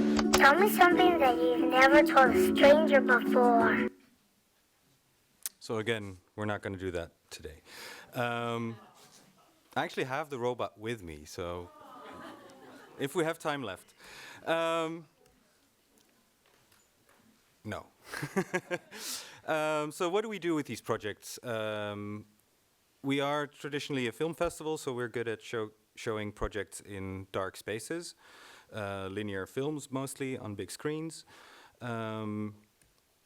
And when we started the Doc Lab program, it soon got its own competition program. So we have 2 awards at the festival each year, one for digital storytelling and since last year, one for immersive nonfiction. We have a 10-day festival exhibition showing installations and web projects in a physical space. We also explore the potential of organizing live cinema events with projects that were sometimes created for the small screen, sometimes specifically created as a live cinema event. And Apart from that, we have, just like all the usual festivals, we have a market, including for cross-media, called the Forum. We have a whole range of industry events, an annual conference, and we have a talent program that runs each year. Application deadline, I don't know from my top of my head. So if we look at the last 10 years that we've been running the program, a lot has happened. And I think one of the main things is that interactive documentary has been growing up. We've gone to a small ecosystem. It's small, but it's solid. It's international. And I think if we have to pinpoint one other thing now that we're here today, I would say it's definitely, of course, the rise of VR. On the hardware front, VR suddenly broke through into mainstream, going from one immersive journalist and a few tech artists and an intern to the biggest elephant in the room of interactive documentary. And rightfully so. VR is a truly new medium that offers something distinctly different from linear films and interactive flat-screen experiences. Already we are seeing a first generation of immersive artists emerging and early masterpieces being made, and it's a real pleasure to be here today and see many of them actually here presenting. That said, there's also a lot of really silly hype around VR, resulting in poorly made experiences that don't always justify the huge ask of buying an expensive television helmet or worse. And when the bubble bursts, and let's be honest, the air is already leaking out here and there. Don't worry, it won't blow. How do we make sure that we have something substantial to show for? How do we create a wide enough range of meaningful masterpieces to keep immersive moving forward as an art form? What happens when we compare the last decade of interactive storytelling and the current state of VR as an artistic medium? What, if anything, might immersive learn from interactive? It's early days, but we've tried to come up with a few suggestions. So as we've already heard today, VR can be a next step in the evolution of photography to film to VR, but also a sublime negation of the cinematic frame itself. So to grasp the real artistic potential of VR, we do need to find inspiration in other art forms as well. And really important insights can be found, for instance, if we look more closely at the language of installation art, immersive theater, performance art, radio, and sound art. And again, it's been mentioned a couple of times already, Notes on Blindness, it's out there in the exhibition. A great example of how audio stories and sound art can be used to create a completely new type of art form. Number 2. Go slow. A recent study into empathy in VR done by the Media Lab in Amsterdam seems to indicate how audiences in VR feel most empathy during scenes where nothing or very little is happening in terms of story and interactivity. So what does that mean? Does that mean that we need to create more nothing in VR? Does that mean that we have to give people a chance for their mind to wander in the headset and find a more personal connection to the content instead of distracting them with what we want to tell them? I'm not sure, and I think it goes back to the debate as well that we had yesterday around differences between journalism and documentary and poetic art. I think there's a place for everything and a time for everything and a device for everything, or a medium or a use of that. But personally, I'm definitely really interested in how we can turn nonfiction into more than just journalism and really as an art form, into an art form. And I think in terms of the going slow, the work of Felix and Paul has been a great testament to this. By showing us the transcendent beauty of a single shot in Strangers, it does something that we actually forgot to do in traditional documentary as well many times. And it actually made me think of one of my favorite filmmakers, Victor Kozakowski, who said a couple of years ago, and this is the obligatory train reference in there, but still, remember that cinema was invented as one single shot, a documentary shot, by the way, and without any story, or the story was just inside that shot. And for those of you who don't know Victor Kozakowski's work, on a side note, he's still alive. He's made around 10 films, which I think are required watching for everybody working in any art form. And I can't wait for more artists like that to move into this space. I think we've had amazing pioneers, but just like in the beginning with interactive documentary, I think it was so important, for instance, when David Lynch worked with his son together on the first web series, or one of the first web series. It really brought something to the medium in a way that sometimes us pioneers, or the people tinkering and fiddling with things, are unable to bring yet.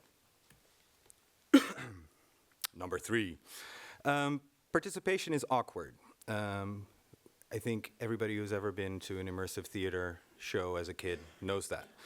And I would say avoid it. Or if you actually do go that route and invite the audience to co-create the artwork with you, go all the way. And a great example for that to me is Be Another Lab. In the Machine to Be Another, an installation that they've been traveling the world with, it allows you to switch bodies, naked or clothed, and literally see yourself through someone else's eyes. It's probably still one of the best examples of going all the way in VR. I guess we've all seen the gender swap video that went around the web. If not, Google gender swap. Machine to Be Another is a 2-person experience, but as mentioned yesterday, it's super interesting to see how quickly multi-user VR is developing. It's something we're exploring a lot at IDFA as well, both inside and outside VR. For instance, last November, we did a couple of non-VR crowd experiments, and if we have time left, we might try one here as well. Another exciting trend in both VR and non-VR projects is biometric technology experiments. We especially like experience where the technology is not used as an interface, but in combination with people bringing personal experiences. So, for instance, like trying to feel something as hard as you can. What happens if you invite people to do that? An illustration of that is the Emotional Arcade, a project that we commissioned Brent Hoff to make in 2013.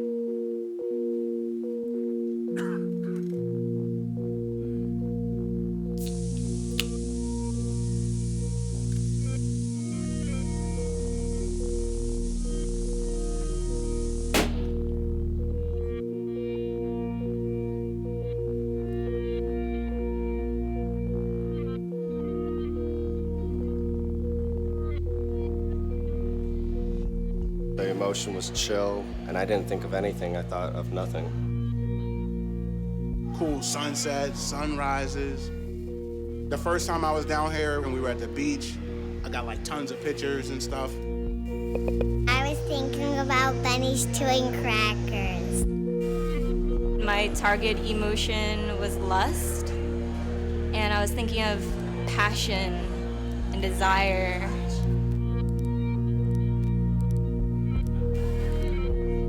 My targeted emotion was rage.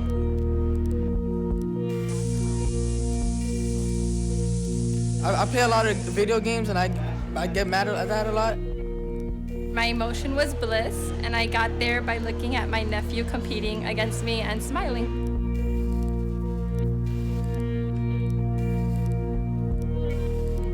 My grandfather, my sister, and actually my dancing family. But at the same time, like, I knew what the balloon was about to pop, so I was giggling.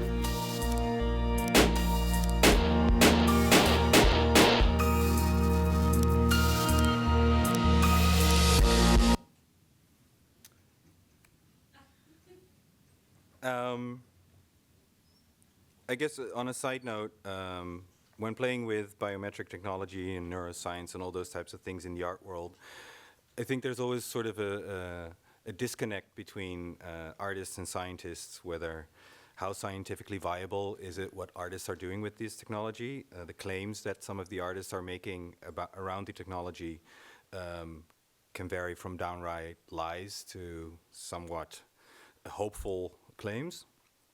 And I think it's really interesting if you're doing projects like these to find ways to address that, not by going giving up and saying, oh, we never get it scientifically viable.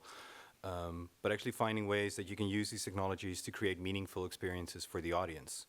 The Emotion Arcade, I think, is a great example of taking completely a very limited technology of like EEG scanners that, even though like scientists at Harvard were working on it to tweak it, it basically couldn't tell the difference between lust or rage. But it didn't matter, because the audience got the question, they choose which emotion do you want to choose, and which emotion do you think you can feel hardest on cue. That process within an audience, like negotiating which emotion they were going to do, and actually interviewing them afterwards and asking what type of strategies they'd been using to feel a specific emotion, that's where like amazing documentary stories happened. And I think the biggest mistake that we made was not recording those. And it's just to show that you can use sort of these new technologies without it being scientifically viable and still be meaningful as art. Finally, as an example of participation, I love to show Cape by Crew. Who knows this project, actually? Cape by Crew, it's a Flemish theater. Of course. It's always one, and it's always that one.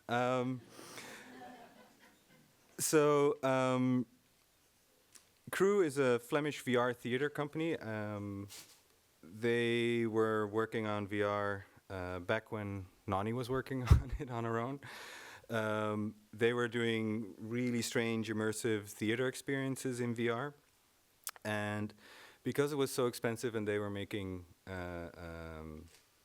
working in a theater background, just like Nani working in a journalism background, they got incredibly inventive in looking for the limitations of the technology. And I still, this experience, what it was is, so this is 2010, pre-Oculus, some sort of weird Chinese hardware hacked. And what it would do is it would create, you would walk around in a 360 video, which only works if your body moves at the same moment that the camera moved in the video itself.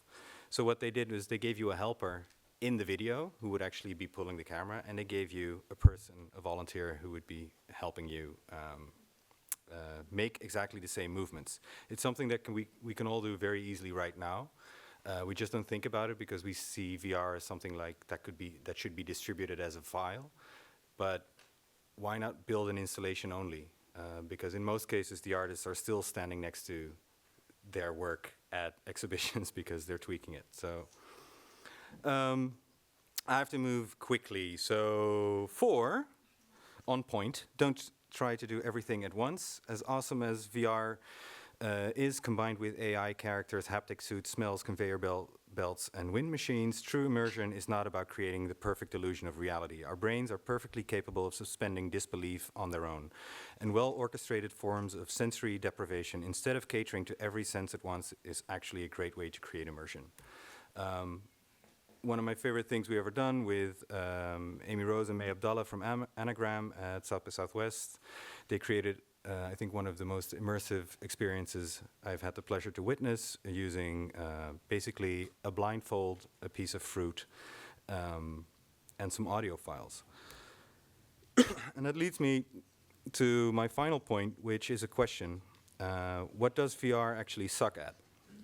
Every medium that we love has at least one thing that it doesn't do. For instance, books and literature suck at providing moving images, leaving it to our brain to convert letters into wonderful images, which makes books such deeply personal and immersive experiences.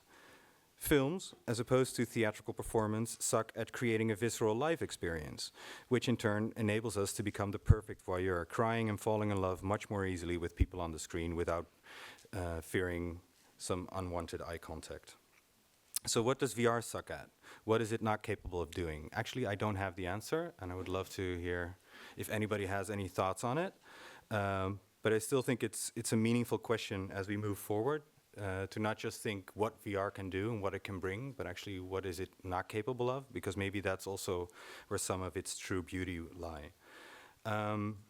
And that's also why we're starting a new thing called the Immersive Nonfiction Network, It consists of research and UX testing, commission projects and network events, which has the goal to connect different people who explore the art of immersive media and its place in the physical world. I hope to see you all in November at IDFA Doc Lab in Amsterdam, and please let us know if you're interested to become part of the Immersive Nonfiction Network, and if you're working on some sort of inflatable multi-user VR experience with pulleys and levers, please let me know.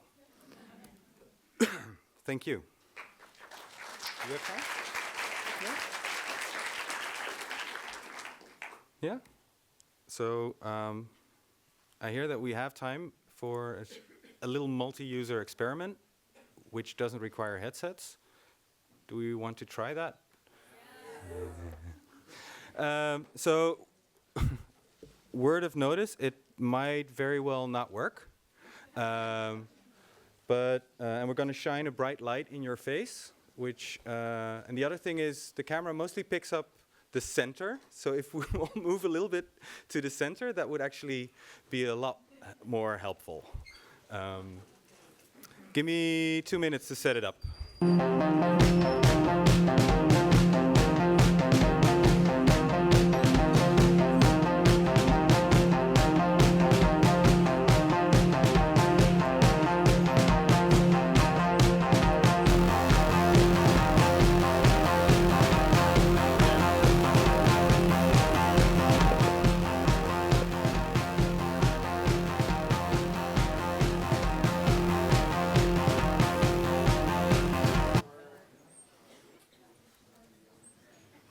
So does everybody have the paddle that they found under their seat? Yay, paddles are good.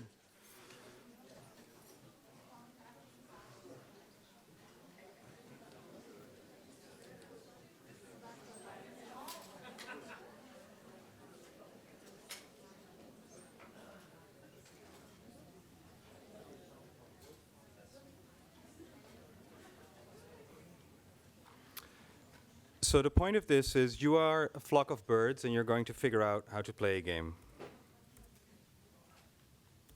And it's a game some of you might know.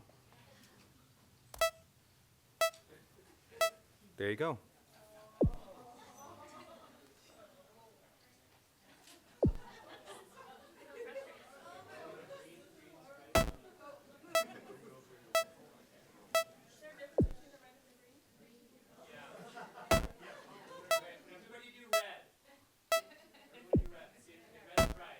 There's always one in the room.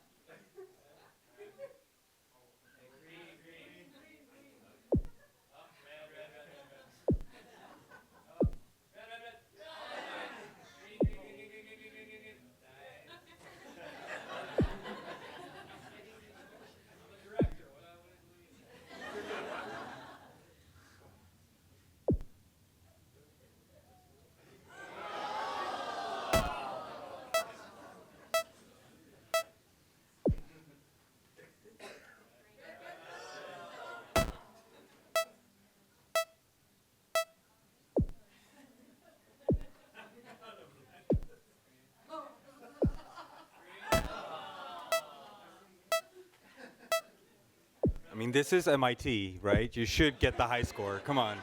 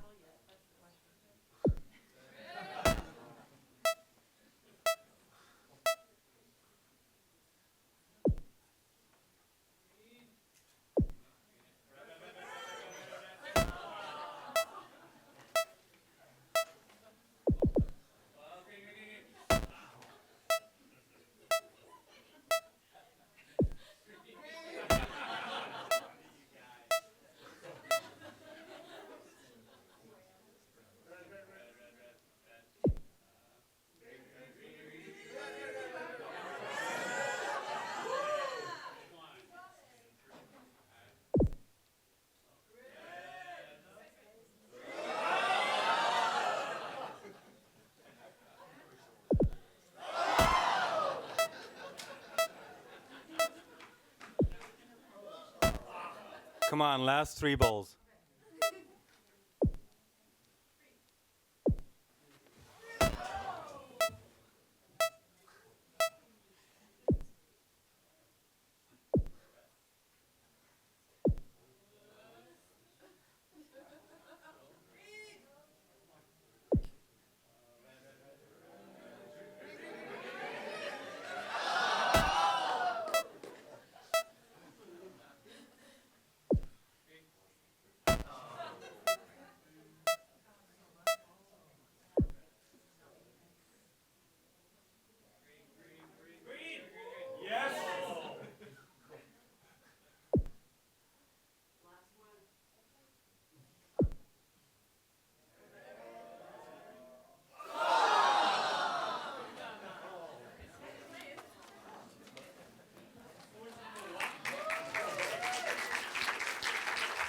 Thank you very much.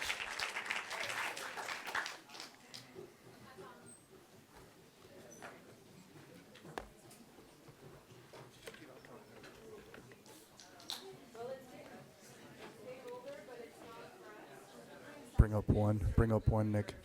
Hello? Thank you. It's game over, but not for us. We have other panelists, other speakers. Our next speaker is waiting, and he's going to teach us a little bit more. We've now taught how to act together and how to act collectively. Can we actually learn in VR?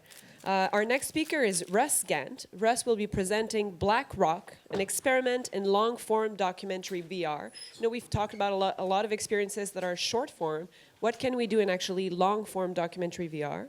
Russ is, among other things, an international 3D artist, a computer engineer, an educator. He's actively advancing practices of teaching and research in VR as the director of the VR laboratory at Harvard University. You might have heard of this university.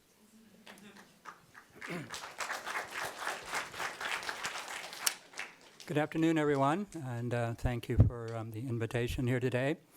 The fact that I am basically in charge of VR at Harvard, and the irony there should not escape anyone, I hope. Harvard being one of the great examples of virtual reality on the planet, I think. We have a number of projects in the lab. We are, in fact, very actively engaged in setting up to teach in VR. I built a 20-seat, one-class VR theater, and we are actively developing courseware to teach in VR, both in stored VR programming and also live streaming VR. You might be interested to note the largest class by enrollment at Harvard these days is CS50, which is Introduction to Computer Science. And it has 800 students in it. This is David Mallon's class. In the fall, we will be VR streaming all of his classes for CS50, for example. So we have a number of interesting things going on. Today, I'm going to just talk about one project, which is a fun project, actually, and a very challenging one, which led us to an internal discussion about the length of VR programming, which is something everybody struggles with, but basically sort of ignores, with the exception of the idea that keep it short until you figure out how to make it long. And that's basically the rule at the moment. We decided to take a look at how to make it long and how to make it work. And our target was Burning Man. Good choice, right? A lot of interesting things. It's a very complex thing to set about making a documentary about, particularly a VR documentary. And so that's what I'm going to walk you through today. Burning Man, I hope everybody has at least heard of it. How many people have been to Burning Man, by the way? We have a few burners in the room, not enough. Everybody else, I highly recommend it. For that 1 week in the year, it is probably the most interesting place on the planet to be. And the reason is that you've got 80,000 people who show up out in the middle of the desert for a week, determined to not be normal. And that leads for some very interesting interactions. And it was the interactions that came out of the, particularly the art experience at Burning Man. And Burning Man is fundamentally an art festival, although art is very widely defined here, that led us to approach this. It's a very difficult thing to describe, actually. I imagine it sort of, when one returns from one's first Burning Man, being very similar to being the first guy who returned from the moon, and everybody says, what was it like? It's not an easy answer. It's a very complicated answer, in fact. What you have is probably the largest uncurated art festival that's ever been conceived. And by uncurated, I don't mean that there isn't a lot of thought and seriousness that goes into the art, but basically if you can build it, they will let you build it. If you can run it, they will let you run it. And you can experiment on a level that is really not approachable in any other venue, particularly if you're interested in scale. If you're interested in doing large things for a lot of people, this is your environment. It is out in the Black Rock Desert, about 2 hours or so north of Reno. One of the most inhospitable places on the planet. In fact, that's why it was chosen. They basically said, where is it the most difficult place to reach in the United States? And that's where we'll put this festival. Because it is meant to be a challenge. This is a experience in sort of extreme survival, shall we say. You have to bring all your own food, water. There's no power, no Wi-Fi. There's no cellular service. There is nothing to purchase. You cannot use money at Burning Man. Most people at Burning Man use a pseudonym or a fake name. No one carries identification. It is a very strange place. But a very fascinating one. The environment itself is quite challenging.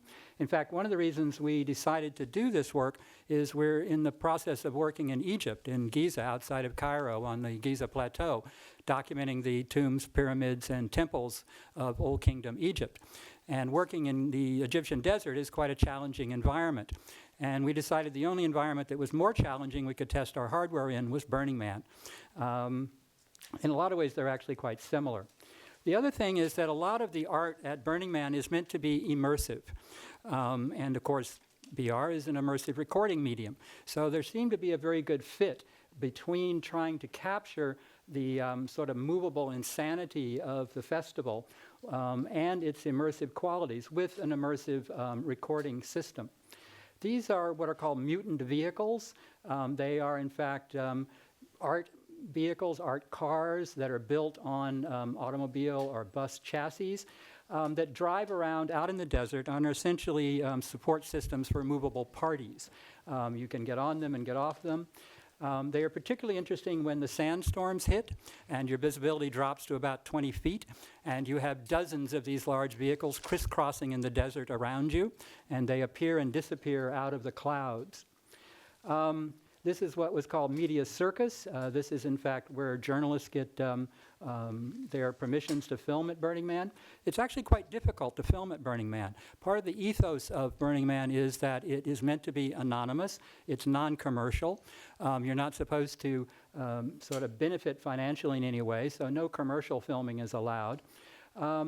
And in fact, we were very fortunate is my chief VR photographer and editor, his uncle, Flash Hopkins, founded Burning Man. So we basically were able to get an all-access backstage pass, which turned out to be really quite amazing. This is center camp at night. The night image at Burning Man is considerably different than the day. Day, it's bright sun, middle of the desert, 100 degrees. If you don't get enough hydration and aren't near some shade, you can die. At night, it's cold, 30 degrees, completely dark. There is no electricity. Despite what you see here, where everything is lit up, this is all battery or generator powered or runs off of LEDs.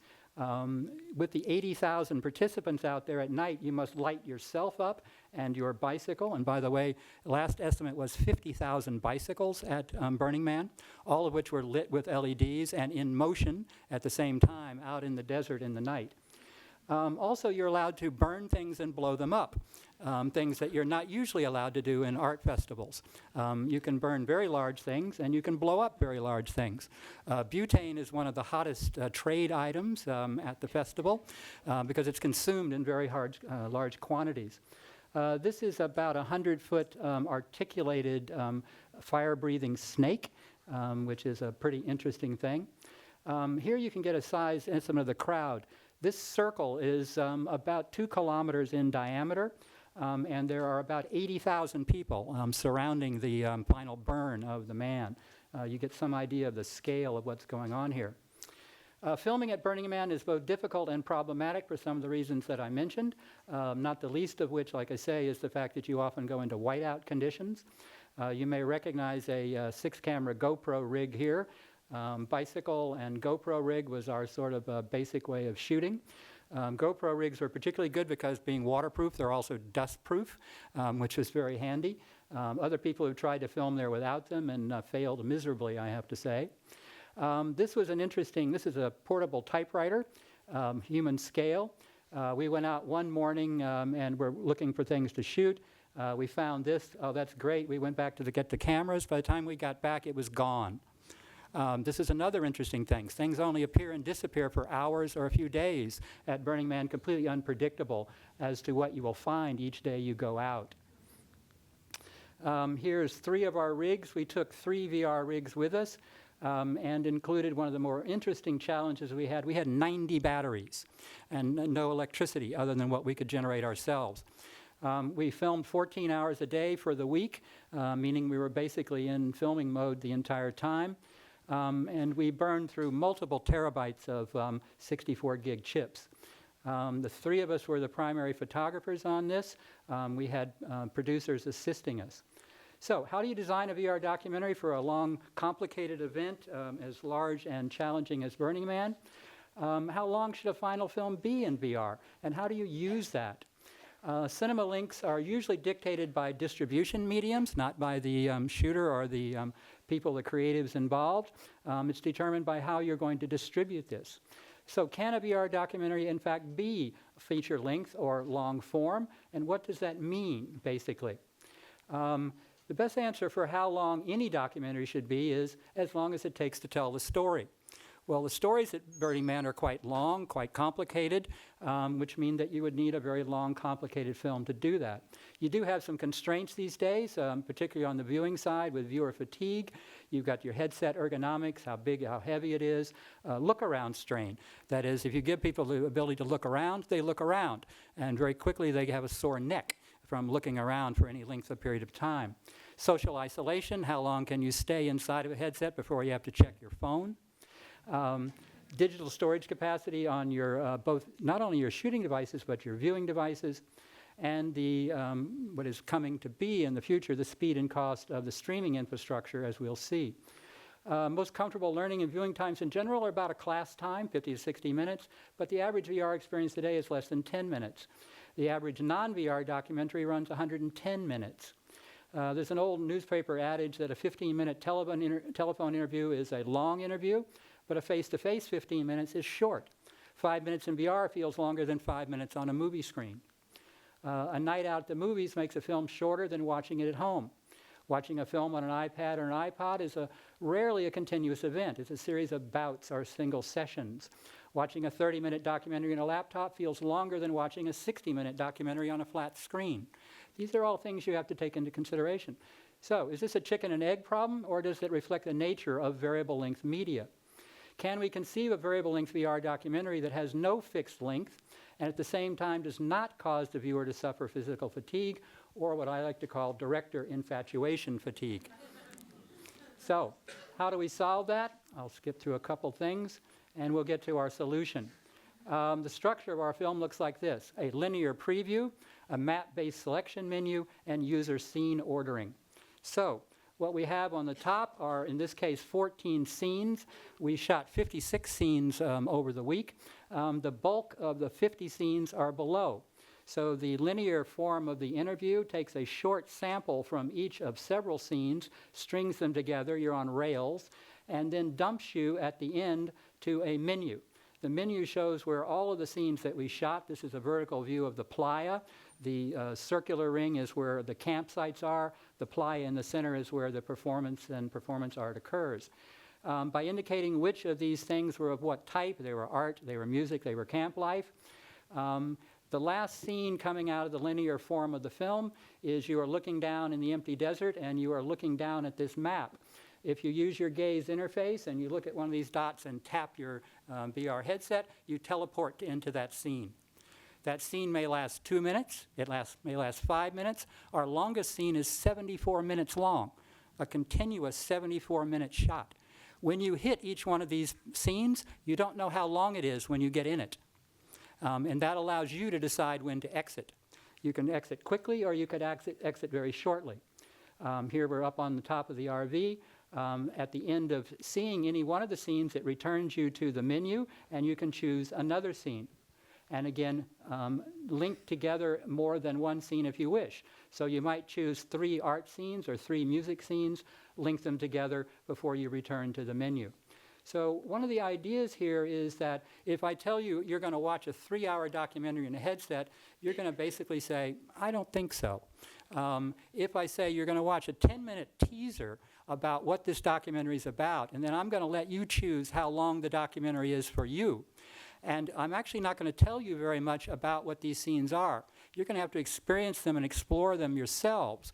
What happens is you can't resist. You'll push every one of those red buttons just to see what happens. And you will, in fact, come out having watched a 3-hour VR documentary.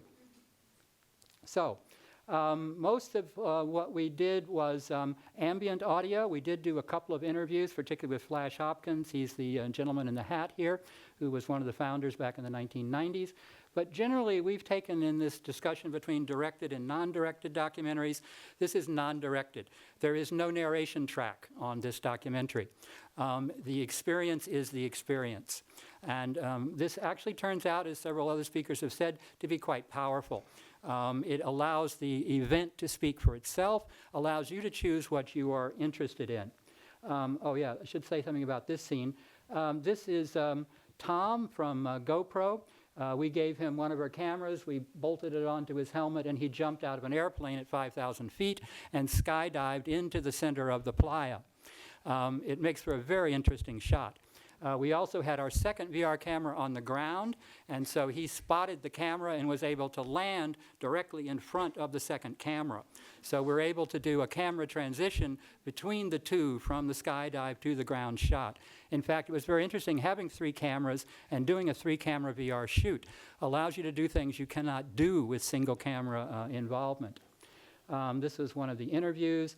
So basically, we searched for and tried to find the most immersive art we could. We tried to couple that with the type of immersive experience that we felt would draw you in and allow you to try and have that great sense of presence, of being there. And in fact, I think it works. I hope everybody will go upstairs. We have the 10-minute preview available to check it out. If you haven't been to Burning Man, fair warning. If you see this, you will want to go. Thank you.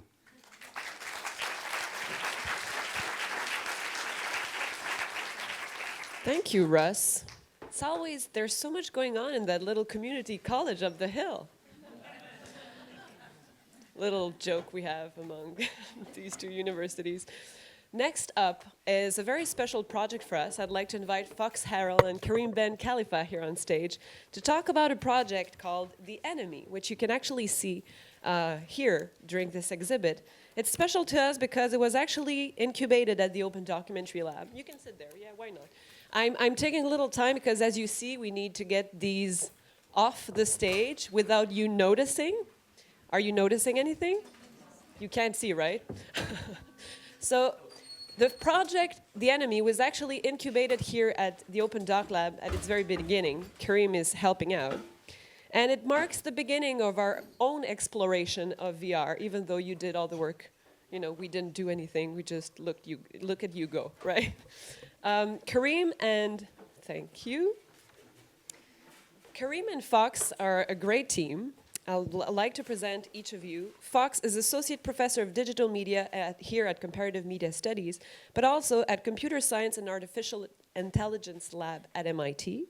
And Karim, of course, is a photojournalist, visiting artist at MIT Center for Arts, Science, and Technology, and the author of the project, The Enemy. I'd like to give you the floor. I know we want to have this as an open conversation, but we can maybe start off with the presentation, and I'll give you, each of you, a microphone. So maybe Maybe some of you don't know so much about the project, so we got a trailer. It's about 2 minutes, and it's going to contextualize the work, and then we'll be happy to talk about a few things after. So if we could launch the trailer, and then we'll take the floor in 2 minutes.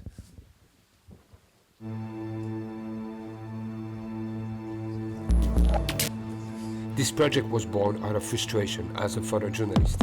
I have covered conflict for the last 18 years, and I knew I could not just do the same when I became a father. Yet, I was not done with trying to understand wars. My friend in Israel, when they know I'm heading for Gaza, cannot help themselves but to wish me luck and to stay safe. They believe a lot of people in Gaza are irrational. But also when I spend weeks in Gaza working and I'm about to return to Israel, my Palestinian friends are telling me exactly the same. Just be careful there. So there is a bigger story than the war itself, and perhaps this is the one I need to explore and share.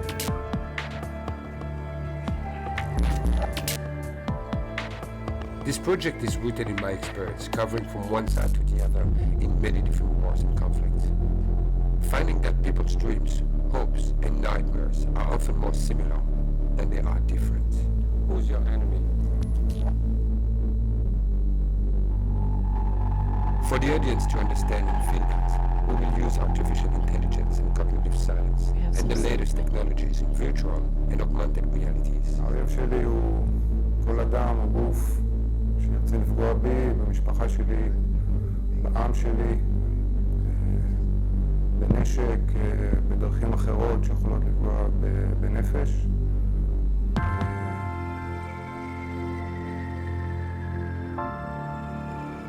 Fox Harrell, a professor and the founder of the ICE Lab at MIT, will provide the analytical backbone.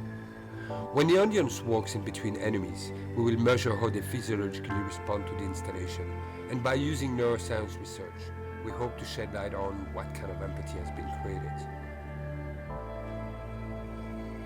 I am planning to bring the fighters of other long-standing conflicts together in a very same way.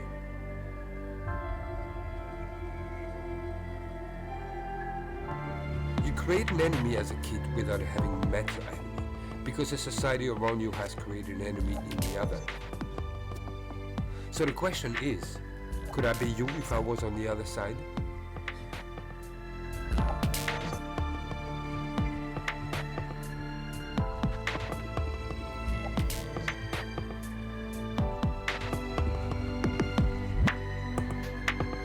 Sorry for the sound. Obviously, there's been too much bass or something, or the settings were not right. But I hope you understood what we are doing. I'm very, very happy to be here today because it kind of all started here with VR, and discovered it very early on when I was invited by William and Sarah to be a fellow at the Open Doc Lab. And thought I had this project with photographs on the wall that were looking at each other. It was enemies, same questions. There was already some sound. But then I wonder, as a journalist, what would happen if those guys on the walls would actually be in the room? What would happen to the storytelling? What would happen? Because journalism doesn't really have anything like cognitive science and the body language. And here you're facing people, and you also gather a lot of information about who they are just by the way they move, the way they look at you, and the way they interact in the room. And that's really them. As a journalist, I really copy and recreate exactly what was happening during the interview. It's really what you see on the ground. And as a storyteller, I've been wondering how efficient I was. Were my stories as a photojournalist covering conflicts, were they impactful? Were they changing the situation? On the ground, when you're in a conflict zone, you have a moral contract with the people you photograph in a way that they are often in the worst time of their life, and they accept you as a witness. But they don't just do it because they're kind. They do it because they believe you can make a difference. The question is, did I? I'm not sure. I'm really not sure. But that has informed this project and wishing for understanding a little bit this. And this is where I get to meet Fox and where we start talking together and trying to think about how we could understand better the users inside, how we could augment the world of the user as he moves within the enemy. I will leave the word now to Fox to explain maybe a little bit more what we're after here. Okay, so I can say a little bit about this project as well. And so This project and the collaboration we have on this project began, as was mentioned, when Kareem was here in the Open Documentary Lab, and subsequently we began collaborating on it after finding that there were a lot of synergies in our underlying points of view, because I run the Imagination, Computation, and Expression Lab here to invent new forms of social media, interactive narrative, video games, to use AI as an underlying backbone to engage social issues. For example, model how people's identities begin to change over time, to be able to have systems that respond to and model particular kind of issues like covert forms of discrimination. And so what we began to see was a kind of overlap between our interests here. And when Kareem first showed this project, then he explained that the early version of it was again, coming out of his kind of frustration that as a photojournalist, your pictures are just taken up and then maybe used in completely different contexts than you imagine. So he began, in fact, doing his own kind of artistic journalistic work, which is pairing the stories of two different individuals with a lot of parallel structure, the same basic humanizing questions. Who is your enemy? Have you killed before? Where do you see yourself in 10 years? You know, these kind of basic human questions on either side. And in fact, they had a lot of parallels with our kind of approach in interactive narrative. And the parallel is, in fact, that when you tell the same story from multiple points of view, different times, then there's a kind of meaningful difference that emerges. And it's that meaningful difference where the kind of emergent message comes from. And in this case, the emergent message for us is a kind of humanizing message, because you began to see some of the kind of parallels between these two stories. That is not to disregard the kind of particular histories that exist in the different regions. Kareem has been in Gaza, in Kashmir. He just got back from East Congo, and so on. We have future conflicts planned. And so this idea that you can have this kind of emergent message that just comes from these distinctions of the experience was something that struck me and was a parallel with what we're doing with artificial intelligence systems. And then that raised for me two of the kind of key issues with this project, which are empathy and impact, which are kind of conversations that exist quite a great deal around virtual reality. And so the two ways that we began to discuss and think about these issues, one which is first, what is empathy? I mean, research on empathy, say a single paper might have 8 different definitions of empathy. A lot of people look at empathy as something like a trait, like introversion or extroversion, rather than something that can be measured, cultivated, and taught. That's sometimes known as situational empathy. We can just have proxies to get at this kind of empathy, such as, is a person nervous around one combatant? Are they biased around another combatant? And then just proxies for measuring that, such as video data or biometric data. And so we're really interested in that kind of thread between what we can actually collect and evaluate, and then the kind of empathy that could be engendered, or the kind of critical thought that can be catalyzed by this project.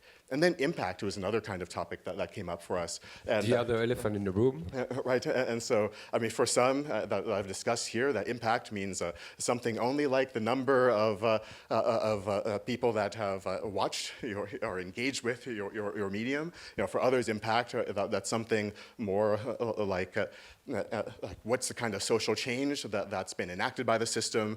You know, there's another type of impact, which would be, what about the conceptual change? Is there a new model for understanding this kind of conflict that people can walk away from this experience? And then in computer science and engineering, there are some socially oriented kind of fields that look at social impact through the lens of what's called social impact statements, for example. And that means something such as not just impact as a positive thing that we're trying to measure, and then the more of the better, but actually what are the kind of broad ranges of types of impact. You know, so in ecological studies, for example, you want to look at the environmental impacts, not just the kind of positive outcomes, but all the kind of detrimental impacts that could take place too. And so you begin to look at all the different stakeholders that are involved. You begin to look at the conceptual and social change for those stakeholders, and even for the users of the system, how the system points back at them and their complicity within the conflict. And one beautiful point that Kareem mentioned that I'll just relate to you before handing this back off to him, which is this moment in East Congo, where he's standing there in the mine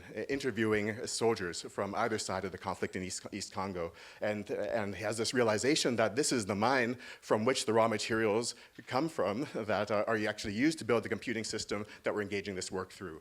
And through the augmented reality system and through the website that people can register to engage with this work, which is a different kind of portal, a different kind of narrative to engage with it, we want to also point back to this kind of chain of connections. And for us, impact means catalyzing that kind of critical awareness around that chain of connections, giving the kind of empathetic, embodied, emotional kind of response to the system, as well as hopefully spur people to some kind of social and conceptual change.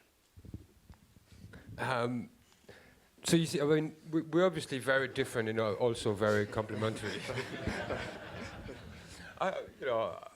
It's great to work with Fox because he pushed my work so, further and further and further. And I think this is the magic of being a fellow at the Open Doc Lab and sticking around with Cass today.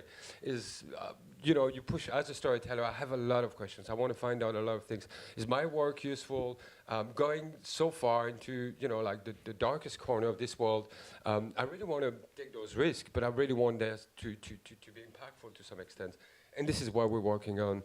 And as a last note, and I'd like to open it to you if you have any question after, we're all subject to narrative. We all carry stereotypes, all of us in this room. And the work, as a lot of us here are working and trying to do, is to challenge those stereotypes. It's just to move forward and having a better understanding of this world. And I decided to do, because this is my background, to do it in war, where it's really extreme, where people are trained, designed to kill each other. And if we can see humanity in between those two guys, then we can start having a little bit of hope for others. Last point, this work is, my target audience is the next generation of fighters. So we're also designing something that we can bring back to the people who could be most impacted by the work. Meaning, we bring this back to Congo, and we bring this back to Gaza, to Israel, and other conflict area. So partnering, and that's the distribution, also it's one of the questions of why we do. But for me, distribution goes through a partnership with an organization that works on reconciliation, that has this ability to go to the village in Congo and bring it back to Gaza and all of this, and giving this work to them, and them assessing, with the work also of Fox, understanding what we do and how we can do it better, because we start understanding what it does to the audience and how we can push that further and hopefully be impactful. Right, right. Well, I don't mind interstitial applause, even applause all throughout. So I just wanted to add something specific about the kind of concrete collaboration that we're doing. And so what we realize is that as we have these kind of systems that can adapt to people, that as they go throughout an experience, what we realized was that as the users go throughout the experience of the enemy, then we can actually measure their nervousness, their bias with each particular kind of combatant, and then actually turn that around to feedback into the experience. For example, changes of lighting within the experience, changes of body language, of posture of the combatants, based upon the kind of direct address that the combatants have with you. So that's one of the kind of ideas we have. And then even the fact that your avatar, because you are an avatar within the system, so for others, just so that they don't even walk into you as multiple users go through the experience, then you see a kind of a ghost-like representation of yourself. But then by the very end, how have you changed by the experience? In fact, one of the major themes is that in the right circumstances, that any one of us could have been the enemy. And so by the end of the experience, depending on what you have done, in fact, maybe the person that you have been the most nervous with and biased against is in fact who you are at the end of the experience. And so this kind of change, this kind of dynamic change of your own identity as you go through the experience is one of the kind of impacts and aspects of the collaboration that we're doing, to think about how AI could be integrated into the experience beyond a kind of journalistic interview in which you get the kind of embodied interactions and facial expressions and body language of the speakers, but also this kind of transformative effect is something that I think is coming out of our shared goals and out of this collaboration. Thank you. Any question? I don't know if we've got time. Well, actually, what I would suggest, because we're moving on to a next panel where actually Fox is invited to stay, I would suggest maybe if you want to stick around, you can stay for the questions following the panel. That's a last-minute invitation. I'll take it. Okay. But for now, you need to move. Okay.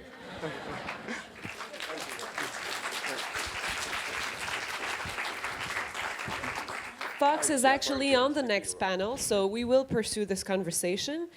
With VR, as we've seen, such as with any technology, it's really difficult to separate what we're doing now from what's coming down the pike. What's expected in the future? What about artificial intelligence? What about collective experiences, such as the enemy? And really, you should try it. You should go there and see what it's like to experience VR collectively. The next panel is going to be moderated by Rainey Aronson. Rainey is a clerk at a video store. Is that it?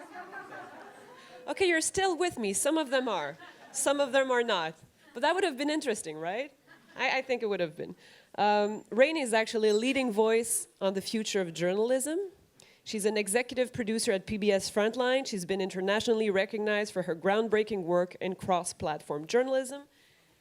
She's sharing the stage with a lot of very interesting people, Fox Harrell being one of them, Noni de la Peña, Marcos Novak, Robert Overweg, and Scott Greenwald. And I will now let the floor to our moderator, Rainey, who is going to be presenting, I think, each and every one of you. You can move around the chairs to your likes.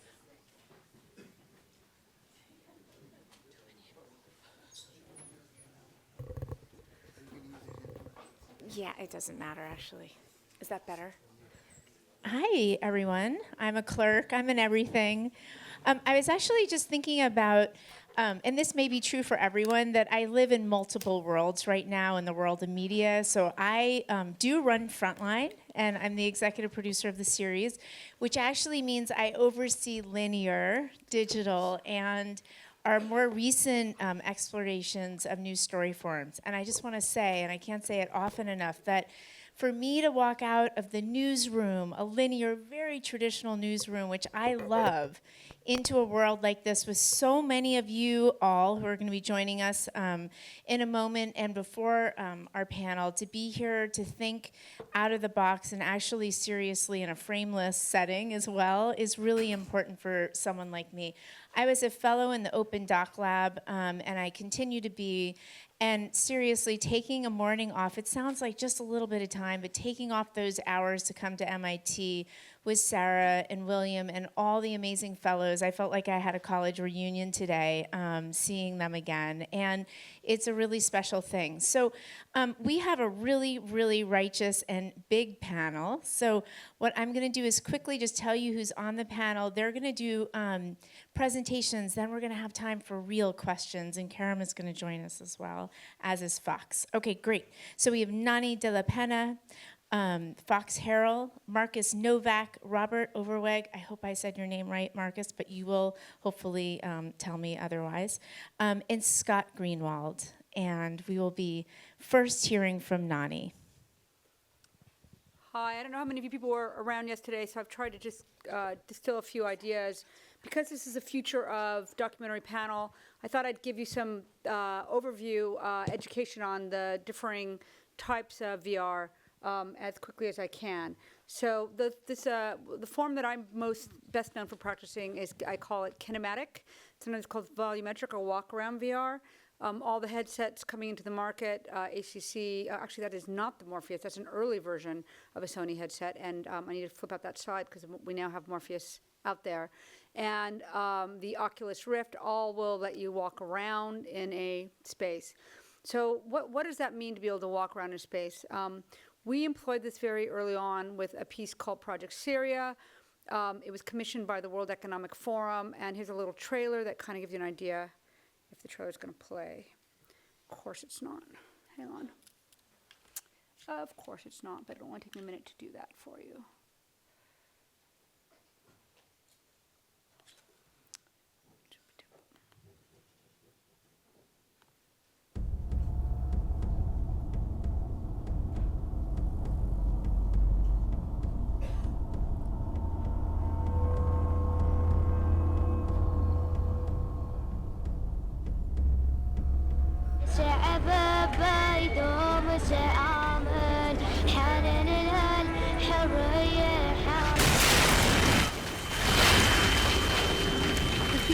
$35,000. We had to build it in 6 weeks.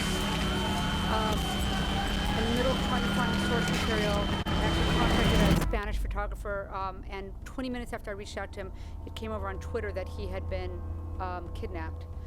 He was released, but it gives you an idea of the kind of journalistic time pressure we had to try to make the piece. At the World Economic Forum, we had everybody from Peter Gabriel to John McCain go through, and the Syrian contingent. But on top of that, in terms of journalism, we were brought to the Victoria and Albert Museum, and we were set up in their tapestry hall. This was our old gear. We used to make our own headsets and these motion capture cameras that let you track where you walked, much like you'll see with the enemy. Now they've got a great tracking setup.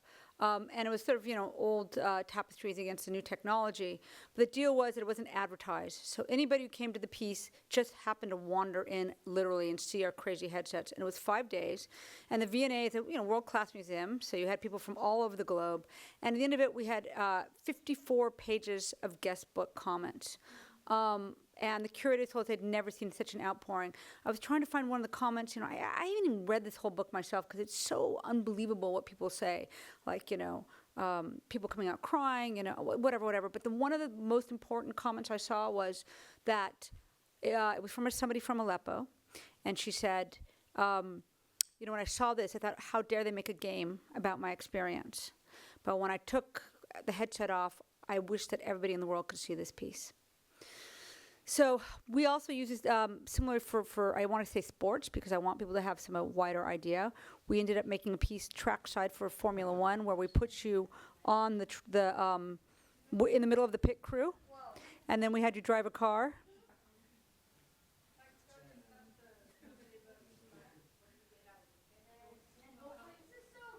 This is so cool, right? That's what he said. That's a kid. I need a little audio if it's possible, more. But that's when a kid says this is so cool, you've won the thing, right?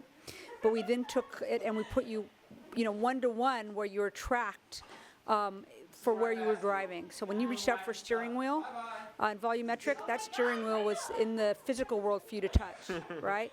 And then we had a hydraulic that would allow the car engine to go. So this is just sort of an interesting way that we were adapting physical world and virtual world in a volumetric way. And of course, one of the very interesting things about all this is this undivided attention. It's a very emotional connection. You can't look at your cell phone. You can't talk to your friends. Quick turnaround. It's expensive. Beyond the crazy 6 weeks of Project Syria, we did something more simple with the Trayvon Martin case. We pulled this together in a week and a half with really one person full-time, 2 people part-time. We got the architectural drawings of the actual complex. We found real estate sites with interiors so we could model those out. And for anybody interested in this and thinking it's cost too much, Turbo Squid has so much material you can buy for very, very little. For example, we needed the exact replica of George Zimmerman's car, and we found it at Turbo Squid for $130, and we had it within 5 minutes, right? So what did we do to make it? We only relied on the audio that we could get access to inform the piece, meaning we don't know what happened with Trayvon and George. So we didn't model that part of it. All we did was try to create the story around the actual audio that we had access to. Is there any way to turn this up at all? Do I have the access? He's here now. He was just staring. Oh, he's just walking around the area. All the houses. Okay. Now he's just staring at me. Shit, he's running. He's running? Which way is he running? Down towards the entrance of the neighborhood. Okay. So we used photographs, we used the court testimony, and we used George Zimmerman's own information he gave to the police to inform the build. But once the shootings happened, we take you into the interior with the witnesses who are calling 911, and we're inside the rooms with them. We're never out at the moment when George was killed. We try to stay, again, very true to documentary journalistic principles. Similarly, we did a piece called Kia that was with Al Jazeera America. We got 2 sisters try unsuccessfully to rescue a 3rd sister from a fatal attack by an ex-boyfriend unsuccessfully, right? And using the 2 calls, phones that, their phones were recorded. So I had 2 phones to work with as they go in and out of the place where they are to try to find the police, to try to stop the thing. And we had Freedom of Information Act, photographs, reports, documents. The scene is pretty brutal. We don't put you in the scene at the moment of the death. Again, we're thinking about journalistically, do you need to be there? We're actually outside with the sisters when he kills her. And we use that. It's powerful enough, even though we very much could have taken those photographs of, you can see on the black, obviously on the left, that's the bodies that are covered up. But this is, you can see again on the left how careful we tried to model the interiors and the exteriors 1-to-1. So now let's talk about cinematic VR or spherical video, typically seen on the cardboard or the Gear VR headsets. All kinds of different cameras are utilized for filming. It is, of course, realistic and very beautiful. This was a clay camp, a migrant camp we worked with the BBC. Again, extraordinarily beautiful possibilities. But what are your problems, right? We talk about, if you look on both kind of the left and the right, there's my cameraman director trying to hold up the audio. He's in the scene, etc. And if you've heard about stitching issues, if you look at the girls in the black dress, you'll see how they'll disappear when they come together. That is the problem that you have with these cameras not exactly meeting. And then you have to go to digital technologies like Nuke to composite in to fix the problems. I'm going to wrap up to saying that the two forms will merge. All the cell phones, Intel is working on this. Qualcomm actually is releasing this summer a tool that literally with your Qualcomm chip-enabled phone, you'll be able to walk around people, scan them, and have a digital model like the one on the left. On the right at the top is Project Tango, where you're making digital recreations of your environment as you walk along. So these physical things, object spaces, you can walk around, they're coming right at you. And in the meantime, what we've been doing is scanning people. Like this is a character we scan, and then we had to animate him. And the way that we animate them at this point is we have to use motion capture and using real audio. Again, you'll have to turn this up for me. We take you to a scene of what happens to a young woman when they try to go into Planned Parenthoods or health clinics. You're a whore. You're a little whore. How about stop being a whore? You whore. Shame on you. Start closing your legs. Start having some respect for your body. Maybe your parents should have aborted you. So, pretty incredible performance, right? So, which is, real audio. The audios are real, but we needed to recapture it in order to model it in the space. Now the cameras that are coming out as the two forms are merging are going to allow you to capture in volumetric ways. Litro is one that shoots around you, has a little bit of depth. Uncorporeal is another system that's out there, and I haven't had a chance to play with it at all. But I am working closely now with a company called 8i. If you look in the background, you'll see those little cameras. They're all over. And it's video that captures from everywhere. The guy on the left I'm talking to, we shot him as part of a LGBTQ homelessness piece, because some 40+% of homeless youth come from the LGBT community who've been thrown out by their families.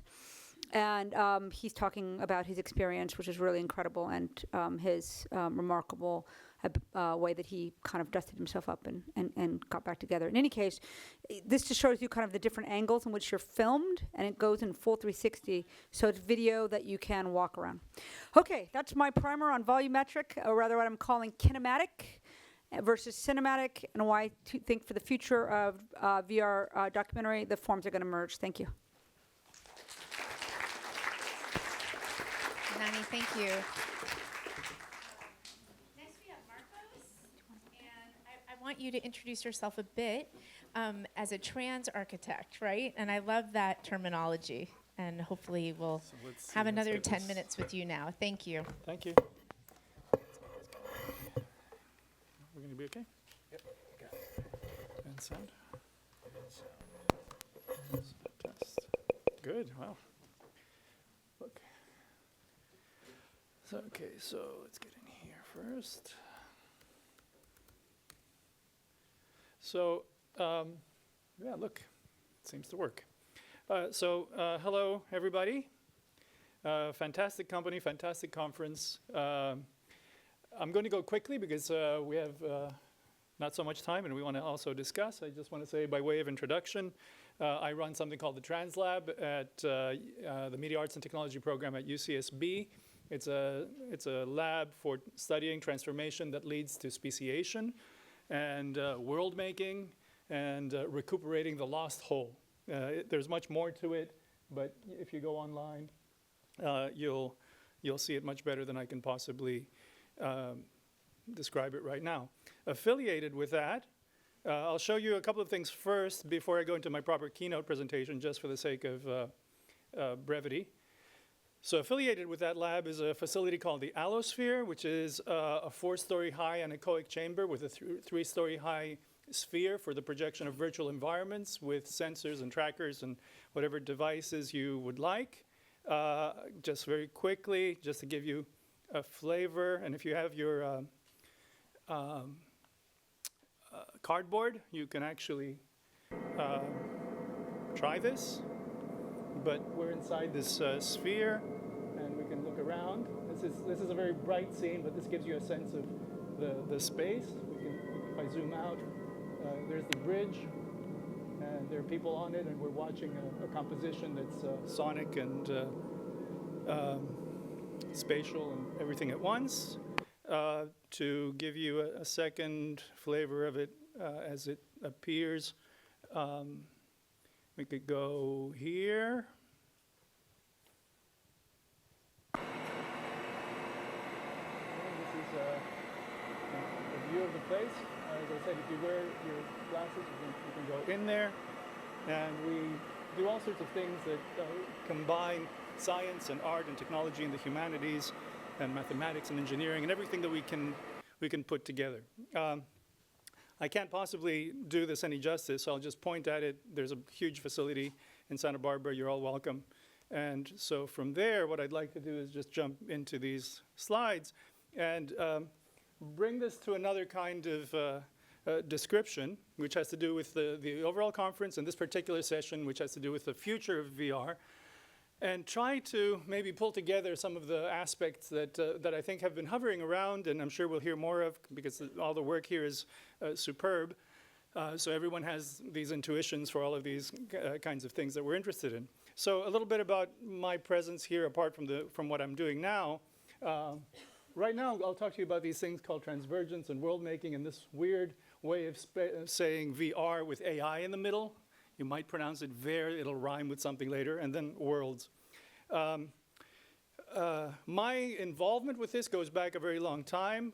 The briefest way to describe it is through 3 MIT Press books, Cyberspace First Steps, Immersed in Technology, and another one I'll show you in a minute. I got into it as an undergraduate back in '79, before it even existed, and I was composing things for this space that had no name, while apparently William Gibson was giving it a name. And so Michael Benedict and I organized the first international conference on cyberspace in 1990. And between 90 and 94, I was building virtual worlds at the Banff Centre in the Art and Virtual Environments project with Brenda Laurel and Michael Neimark that you heard about, and Scott Fisher and all sorts of other people. And also being in touch with Bill Mitchell, who used to be here in the School of Architecture and the Media Lab. The point of this seemed to be to, we're on Galilei Way, or Galilei Way is a block away. And that's a good way to understand that if you have a telescope and you point it at your shoes, you're going to see a blurry pair of shoes. You have to point it at the stars to make it useful. If you have a technology like this, the point of it is not to see what you know, but to see what you couldn't possibly see without it. And as you've heard, it has something to do with being there, with agency and transmitting your agency. So there's a series of delaminations, the delamination of the self, the delamination of location, of passage, and various such dislocations, which you have to put in the context of narrative and the idea of the suspension of disbelief that we know from all the media until now, now amplified to all these other modalities. So an artwork that is not vestigial in the McLuhan kind of sense would be one that would embrace these dislocations and express themselves, pretty much like Denise was talking about earlier this morning. Those were 2 of the books. Another book that has to do with this work, which was already in something called Dancing with the Virtual Dervish, one of the very first VR pieces, had to do with going to the 4th dimension. And so I built, way back when, a world that at the time was the first, still is, I guess, the first immersive experience of the 4th dimension. And though it was of this other world that you couldn't see without the technology, there were these remnants, these anchors that tied it back to the things we would like to avoid in this world. Scenes of catastrophe, torture, injustice, human rights, all these kinds of issues that were somehow embedded in a very strange and scientific and abstract world. The abstract and the concrete together. We'll come back to this image at the end. It's kind of the summary. World making, habitable cinema, some of the terms. And then share, there, pair, fair, ver, if you want to pronounce it that way, but something about all of that with VR and AI. Okay, one way to get into this is to understand that it has to do with agency in another world, but with making that agency articulate to say something meaningful. So the way to understand that might be to construct a situation whereby a person can go to another place and occupy that place in a way that allows more than one meaning from it. Not just, this isn't at all critical of the work that we've seen. So what we saw with Enemy is brilliant and Syria is brilliant. But the dislocation there is from outside to inside the virtual world. What I'm trying to point to is a situation where someone is inside, in the same place, same environment, but their perception produces a consequential difference. So we're both in this room, but we take from it something different. How do I construct a narrative whereby we're in the same place, but we come to very different conclusions? This story is going to connect us to the present, the real present, and wind its way back to something which is a kind of pivotal difference and some articulations. Okay, so the story of our present now has something to do with Vienna. And by the present, I mean this date, the thing that's on the news in the United States, these elections in Europe, the EU, and Varoufakis and Chomsky, and these things. So Vienna, city of culture, city of music, city of architecture, also, though, city of Nazi Germany at that particular time. So what does that have to do with anything? The election right now, if you're watching the news, seems to be between Trump and non-Trump, whoever that may be, and in one particular case with Bernie, it seems to be capitalism and socialism. But I'm choosing to tell the story through book covers because everything I say is really a book cover, and you really, to understand it all, you would need to read the books, and I can't tell you about them. But these are pivotal books that both come out of a particular reaction to Vienna and to things earlier in the century that are being played out now. The ideologies that are involved in them come from this particular book, for example, by Ludwig von Mises, called Human Action, A Treatise on Economics, whose conclusion is more or less fast, cheap, and out of control, because that's the only way we can do, because meaning doesn't exist. The only thing that exists is monetary value, and we leave it at that. That particular attitude is built up by the collaborator of Mises, Hayek, in a book called The Road to Serfdom, which tries to persuade the reader that the only sort of meaning that can be had is economic, and every other attempt to do anything together will lead to serfdom. Like, you either embrace the market or you go back to serfdom. That's actually the book list of the ideologies that are at play right now. Both he and Mises are Viennese, and they're responding explicitly to their experience of Vienna and the Second World War. So they're trying to avoid the Second World War, which of course is a reasonable thing, but it's a particular reaction. Another person, also Viennese, who responds to the very same thing is Viktor Frankl, who's a psychologist, psychotherapist, psychiatrist, who writes a book, Man's Search for Meaning. He winds up being in the concentration camps. He loses his parents, he loses his wife, he almost dies, he survives, he writes this book, it becomes a huge hit. He starts a school of psychology called logotherapy, and his conclusion of the same situation is not that one should become selfish, but that one can only solve things by love. So same environment, very different conclusions playing out to, let's say, socialism and let's say capitalism. Now, that's just set up, because what's interesting is if you study this, you come into an articulation of meaning. You come into what's called existential psychotherapy, and these four worlds, the Umwelt, the Mitwelt, the Eigenwelt, and the Überwelt. And we've seen examples of these things. So the Umwelt is the world of a creature as it knows itself. It might be flocking, it might be looking through animal eyes. Sorry, I'm speaking too fast, and I'm digesting my lunch, which I ate too fast as well. But I'll be fine. So the Umwelt is the world of the creature as you might see it. And that's an interesting world to explore, and we've seen some of that. How does the world look to another creature? The Mitwelt, which happens to fit MIT, and there's the sign Galileo Galilei Way, is the world with others, the social world. And we've seen examples of the social world. The Eigenwelt is the world of the self. And here the illustration is from a VR project where I had my fMRI taken of my brain, and I made a virtual world. And if you come to Santa Barbara, you can fly through it. But that's just a picture. What's really the issue is the world that we construct for the self. These are three important things, and we've seen examples of them. But the conclusion of it is finally that everyone has an Uberwelt, and I don't mean taxis. And by Uberwelt is meant whatever one would call, it doesn't have to be religious, it doesn't have to be, it can be or it can't be, as you wish, but it's what we would call spiritual or something. So in the early works that I made, I was aiming for four-dimensional geometries and a kind of Platonic ideal world, the places that I couldn't reach, then realizing that there was something that needed to be addressed in the actual world, and so retreating, and still wanting to go to this abstract cloud of musical world, whatever you feel, that's blank intentionally, so you can project upon it whatever your Uber world Welt might be.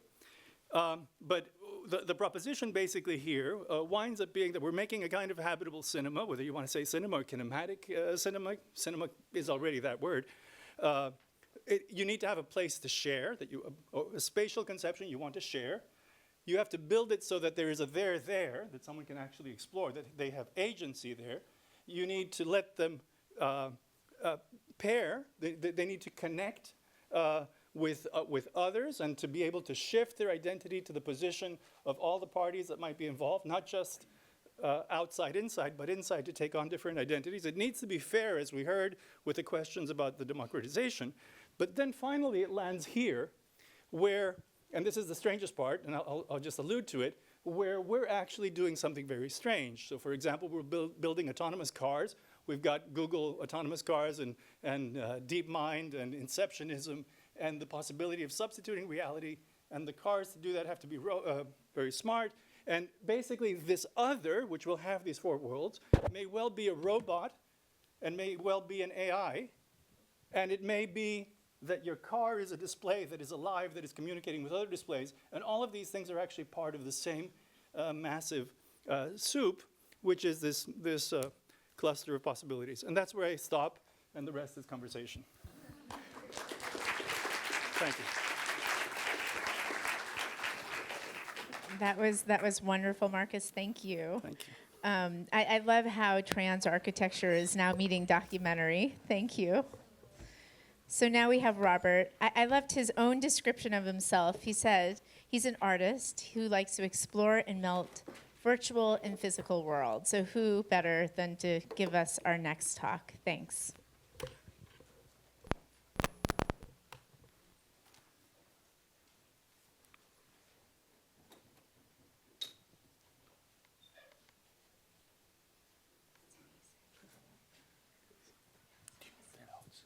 No, I don't have notes. So, hello everyone. Can everyone hear me? Yeah, great. Okay, it's an honor for me to be here. Thank you very much for having me and being in this great company and having heard all of these great stories and seen all of these great VR sort of investigations. So that's me. This is the mouse cursor. Okay, let's leave it there. So I try to, as in my profession, I try to transform large companies like Vodafone more into the digital world. I create a lot of stuff with virtual reality, and I also create my own art. And I started with this in 2007. I was photographing in the virtual worlds of computer games. So this is the end of the world in Left 4 Dead 2. And instead of following the game, I followed my own path and just started photographing. And went fairly well because this took me all over the world, from South Korea to recently Centre Pompidou. In the beginning, everyone was thinking, what is he doing? And now sort of people slowly start to get what I was intended to do. I just saw it as another world where I could take my photographs in. So there you go for melting worlds. Considering entertainment, because one of the questions that was asked was how will our collective experience change? Now, if you look at these two examples, like Henry and Lost, when you experience these in virtual reality, you are there in that world on your own, but you're sort of in that scene, and you're sort of, even when it's boring, you're forced to look at that, and it's not possible to look away. And I really like Kaspar, his earlier points, where he said it's great to have this experience where you are just experiencing the surroundings and experiencing not really a narrative, but the space. And I really like that. But what if you find the space boring? And culturally now, no one has an attention span anymore. Well, you guys still have it a little bit because not everyone is on the phone, but a lot of people are on laptops. You know, when you find something boring, you just switch. So what can you do? These guys from Real VR, they're doing quite amazing stuff, I think. And so they call themselves the Twitch for virtual reality. So what you can do is, together with your friends, you can enter another person's virtual reality game, a stream, and you can point at stuff, and you can experience the other person playing the video game. But you can also imagine this kind of framework, this kind of technology for maybe documentary stuff, so that you are there together with your friends and discuss stuff and maybe point at different things. So for me, it's about the framework, which might be interesting for you guys as well. And this is what we are building ourselves with virtual reality. So we set up 4 cameras next to an actual soccer match, and we record the entire match, and we can transform the match live into a virtual reality simulation. When we do it live, it still has some errors, like 10% error margin, so not everything goes well. But the teams in the Netherlands, they train with these soccer simulations. What is really great about this setup is that the players start to have this empathy towards each other, because normally when you miss a goal, they start arguing with each other, and now they can just switch the headset or be in there together, and they can see it from the other person's perspective. So they can literally look through the eyes of the other player, and that's really interesting. We also create custom scenarios. And those are based on the club's philosophy. So each of the clubs has their own philosophy of how you need to play soccer. And we create like these mini games, and we give them a controller and to train, for an example, their spatial awareness or other tactics they should learn according to the coach. And what I find interesting about VR is that it can give you these insights, and that is what we see with the soccer players, the way how it can create empathy, and also I find it really interesting if you can use virtual reality to make people better, and I'll dive a little bit more into that. So when we first got the DK1, we didn't want to just run headfirst in this new technology, because we thought, well, maybe it might have like a large impact on your brain.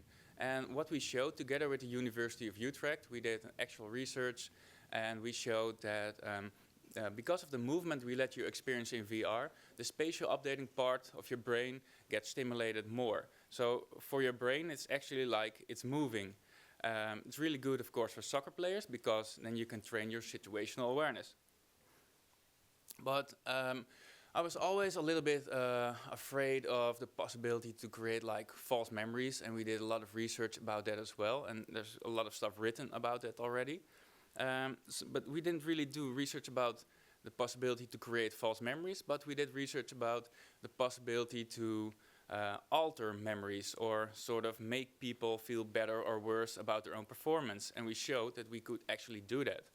So not because we're evil, but because we want to find out what happens when we make errors in VR in training, you know? Can we make people feel, could that harm our players? Could that harm humans? So what did we do? We had a soccer player kick a ball towards a goalpost like 20 times, and then we showed him the replays of his actions in virtual reality, and we edited the accuracy of his kicks. And you saw that people have this self-serving bias that they always think that they're better than they actually are, but we could almost make them believe anything. So we edited like the margin like 1 or 2 meters, and we could actually make them feel worse about their own performance or better. So it's quite interesting that we can sort of manipulate the mind or manipulate memory, and maybe in the future make people better through these sort of tactics. At least that's interesting to me. Another thing what we're doing, so if people have clogged arteries, it's really painful for them. They can only walk normally for like 200 meters, and after these 200 meters they just need to stop because they have like excruciating pain. Then they can do 2 things. Either they can have surgery, which can be dangerous and maybe you don't want to cut open your legs, or you can have therapy and together with a therapist, but that hurts a lot because you need to walk through the pain for you to be able to treat it. Now what did we do? We create a virtual reality world, we put on the headset, put you on a treadmill, and we sort of distract you from your pain because you see beautiful stuff, you see deers and antlers on the side of the field, and that's sort of distracting you. And one thing that we do is also a little bit of manipulation again. The person on a treadmill needs to put a marker at the 200 meter mark, he needs to plant a flag, but we put the flag just a little bit more into the distance without him knowing. So when he thinks that he is almost there, he's actually already went through his normal pain level, and in that way curing himself. Now we're going more into the empathy department. So Clouds Over Sidra, so this virtual reality documentary, you follow like this 12-year-old girl in the Syrian refugee camp, and for me it was quite impactful when I first sort of met her in her own little house. The good thing about this is that this made 1.6 billion more in revenue for the Syrian refugees because they showed this at United Nations and those sort of events. And of course you can't totally say that the 1.6 billion extra that they made through the VR thing, but it quite probably helped. And you have a lot of photographs as well where you see people at the United Nations in their fancy suits, like other people said, maybe also some billionaires, and they can experience this. So that's pretty cool. Some other thing which is interesting is that as a light-skinned person, if you change your avatar in VR into a dark-skinned person, actual research by I think Stanford out of my top of my head, you can sort of turn down the unconscious racial bias for like a week that people have. So it's quite interesting that we can do that with virtual reality. So maybe give people new insights and show them how it is like on the other side, and generate some empathy. So now the possible bad side. So what if Clouds Over Sidra was a little bit more intense? And what if maybe it was too harsh and that I went into that experience and sort of create my own tragic memory because I was in a bad moment, I was in a bad place in my life, maybe a bit depressed, and then I enter this Syrian refugee camp and I get my own traumatic experience. Or the experiment with dark-skinned avatar, it also went wrong one time when they let also Stanford experiment. When they let a person walk in the shoes of a dark-skinned person, it actually activated the racial bias. So it sort of looks like that we don't really know yet what we're doing, and we don't really know yet what kind of effects the stuff we let you experience have, at least to me. Or this recent experiment when they put 5-year-olds in a Sesame Street simulator, like the kids, a week later, half of them had a memory of actually meeting Grover. So that shows how impactful this can be. And this is research being done by Stanford and the Virtual Human Interaction Lab, and really look into their research. Or this one, if you see your own face on an avatar running, you will exercise yourself an hour more that week. So that also manipulates you in performing better. Or what if you make your avatar fatter or skinnier? You know, that all of those things, that they affect you as a human being. And what happens if we do those sort of things in games or in interactive documentaries? Now, do we know what kind of effects these things have? So that's what I was saying. Are we aware of the impact of the stuff that we are creating? And then, so what I'm proposing or asking you guys to continuously do research and constantly see what kind of impact the stuff we create has on the human beings, and also try to share this knowledge and maybe like make one gathering place where everyone can go to and see, these are the new findings, these are the best practices. And so maybe also create like shareable stories, maybe more in sound bites and in bullet points instead of research papers which are 30 pages long and that no one will actually read. And maybe like MIT, and I heard that Frontline was also looking into the ethical part of the interactive documentary. So maybe Frontline and MIT and Stanford and Oculus, you know, can all get together and create like one platform where learnings are gathered and where ethical questions are being asked and answered. And that's it. Thank you so much. That was great, Robert. So we have one more talk from Scott Greenwald. I'm so glad you ended on this because, of course, that's what we have been tasked to do from Knight, and we will be working collaboratively with Nani and others, and hopefully many of you in this room. I'm so pleased to have Scott Greenwald here. He's doing his PhD in Learning and Education in VR. So I'll share a little story as he gets set up, which is that I have a 9-year-old boy. I like to talk about him when it comes to VR. And I was moderating a panel at MIT last year. Some of you were even in the room. And my son was with me. And at the end, everybody asked questions. I said, there's time for one more question, and he raised his hand. So I'm on stage, and I see my son. I'm like, oh no, what is he gonna ask me? So he asked me a great question. He said, Mom, why can't Frontline be more like Minecraft? I would learn a lot more from it. And I thought the room was gonna sigh or groan, but they didn't. They laughed and they loved my kid. And I was stuck with this question. And now I hope you can illuminate a little bit more on education in this space, and thank you. Absolutely. Hi, I'm Scott Greenwald. I'm a final year PhD student in fluid interfaces. And I'm gonna talk today about about some work that I've done in AR for education. My current work, which is new and which I won't be able to talk about yet, is on VR for education, learning physics and things like that. So if you're interested in that, please approach me afterward. So the kind of setting that I work in is real-time. It's real-time communication for learning. So this is, you see on the left, you see an expert who has a video feed of the learner on the right who is facing something looking through Google Cardboard. And so in this case, what this does is it allows the teacher to see exactly what the learner sees and therefore give relevant information. Send markers and things. So you can see live here that the expert is going to do things like send markers and ask the learner to back up and get a different perspective. And so this is a beginning effort to get into what I call Beyond Being There, which is a reference to a paper from 1992 by Jim Holland and Scott Stornetta. And the idea is that with mediation of communication technology, you can actually communicate in ways that are not possible, go beyond what you can do face-to-face. And so that'll be very relevant.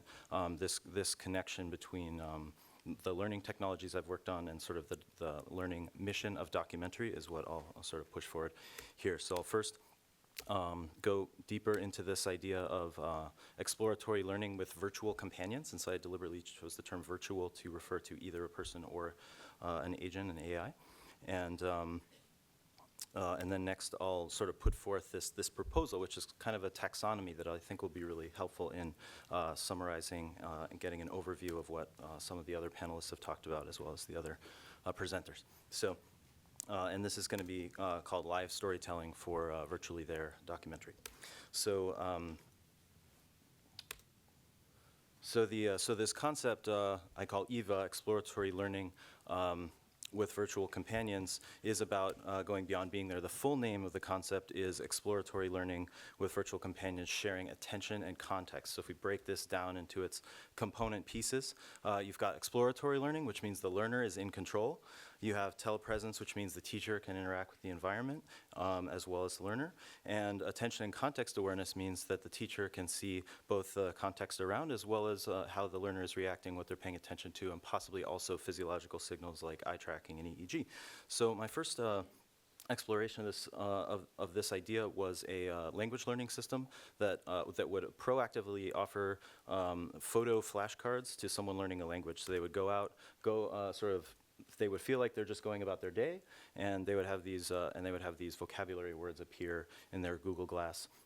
And so this was quite an interesting concept. It worked well, but it also seemed like you had this remote person who has to participate in the process of getting this information. So that's me, and I'm live annotating photos coming from this Google Glass device. And it was pretty laborious, and also it felt like it felt like I was being underutilized, right? I could talk, I could explain, and instead I was kind of locked behind this little box, and all I could do was write words on cropped images. And so the next project was an effort to go deeper into some more interesting and nuanced content, which was learning about artwork. And so we learned about artwork, or the participants learned about artwork by being on a real-time phone call, but also sharing this visual information. So they had a common visual reference point, which were these images from Google Glass, and they would talk about that. And so just one quote, and the takeaway here is actually that you need to be careful about deliberate about the level of presence that you choose for your system. So it says, this person is comparing a face-to-face condition, which we did, with a Google Glass condition. So we want to know, how do these differ? And he said, in the Google Glass condition, I felt a little more like I was watching TV with the glass on, drowning into this painting while she's talking. But there, in person, it felt more like I was trying to entertain, hold a conversation, smile, get a laugh out of you. This was a joint interview. And so the interesting part about this was he was learning more in the Google Glass condition because he could forget about all the social implications of sort of learning from a person face to face. So this is kind of interesting. Keep that in mind. So then the next thing I tried was actually elevating this level of presence even further. So the Google Glass system was based on still images, and this was based on video streaming. So I see exactly what you see through your Google Cardboard because you're seeing it through the camera and I'm seeing it through the camera too. And you could send markers, et cetera, and you saw that. So just a quote, a result, a takeaway from that was that it just says that this concept was really successful. It felt like they were there with me, and et cetera. So it definitely felt like there was someone along with me there. While I was watching, I knew that there wasn't anyone there, but just the fact that they could see what I was seeing was really helpful in answering my questions and also getting the actual tour guide experience rather than just a voice through a microphone. And so the idea here was just that, so first of all, observe that the user was active. In the previous setting, the user was a little more passive, and he liked being passive, like it was like watching TV. But in this case, it's like they're answering my questions. They're coming along, they're answering my questions. I'm in control. And so, okay, so what I want to do now is let's segue into part 2. So the idea is like, what can we take away from this and think about the future of documentary? So I'm calling it the Virtually There documentary. This is live storytelling. And so this is just this is kind of a basic definition that just sidesteps all of the complex issues that everyone's talked about in terms of presence. It just says it's kind of a world and you're kind of there, and it gives the viewer some autonomy. So actually it's most closely related probably to the kinematic concept that Noni presented. So of course, documentarians must be concerned they lose control of the story. So how are they going to control the story if the user explores autonomously? I'm going to skip this because of the limited time. But essentially, I just wanted to briefly argue that there's always this problem of oh, I lose control of the story when we go to a new medium, and then you have to find a new way to control the story. So essentially, I'm going to propose that you tell the story by using a virtual tour guide. So you have a real person there in this exploratory space that is that somehow is going to guide you through it. So the virtual tour guide is a person or interactive system that provides guidance and information in exploring and becoming acquainted with an environment. And so as a documentarian, I imagine 3 questions would come to mind, 3 important questions. 1, what is the nature of this world? 2, what is the nature of this tour guide? And number 3, does the visitor leave a trace, which is sort of the question of like what is the nature of the visitor essentially. And I'm using the term visitor because I think it's better than viewer or anything else in this case. So we've heard. Yeah, we've heard a lot of different takes on this. I think this is going to be a useful taxonomy that comes out of this. Firstly, the nature of the world. So one kind of world is a recorded world. So this is the kinematic VR. We just record everything, and then afterward you can explore it. Secondly, though, it could be live, right? So you could be in another place that you can walk around through just a live stitching technology, and that'd be a very different kind of documentary because you're actually there, and depending on what kind of interaction you can have, you can really interact with some people, and like sort of relating this to the mission of the documentarian, you would then be actually bringing people together as a form of education rather than just providing sort of a dead document. And finally, the simulation. So we've seen a lot of this kind of stuff that involves simulation. It's based on the real world, but we can explore alternate realities or create this personalized version. And next, finally, the idea of like what is the nature. Sorry, I jumped ahead. So now, what is the nature of the tour guide? So there's kind of 3 kinds: people, recordings, and artificial agents. I'm going to talk about a couple different kinds of people. So first could be a regular tour guide, like you know from a museum, someone who's like kind of informed and kind of professional, but yeah, so semi. And then secondly could be an authentic person who has something to do with the context that's being documented. So that would be essentially someone from the context. Thirdly, it could be a documentarian, so someone who has a vision for what message you're supposed to get out of this. It could be someone they train or something like that. Or it could actually just be someone just like you who doesn't really know much more than you do. Someone who's experiencing it with you. And then it could be, so now moving on to like the pre-recorded guide, it could be pre-recorded and it could have some branching depending on what you look at, but it's very basic, or it could actually be very intelligent, react to you in a variety of sophisticated ways.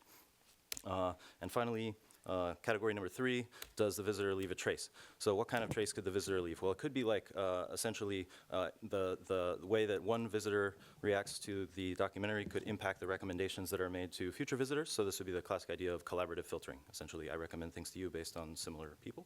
The second thing could be, someone that experiences the documentary with you in some fashion. It could be synchronous or asynchronous, right? So it could be someone that's like really there at the same time, or you could see like an avatar or some kind of shadow or recording of someone who viewed it before. And finally, this could be an environment that is collaboratively modified, so that they're kind of like if someone graffitis on the wall and you go after them, then you see the graffiti on the wall.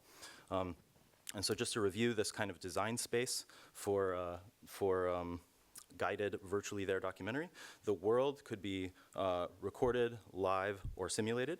The tour guide could be recorded, artificial, or human. And the visitor could be a collaborative filter, someone who's co-present with you, or someone who co-creates the environment. So the conclusion is that sort of inspired by my experience with experiential learning with virtual companions, I propose this design space of guided, virtually there documentary, incorporating a real-time tour guide. So that is it. That's perfect, thank you.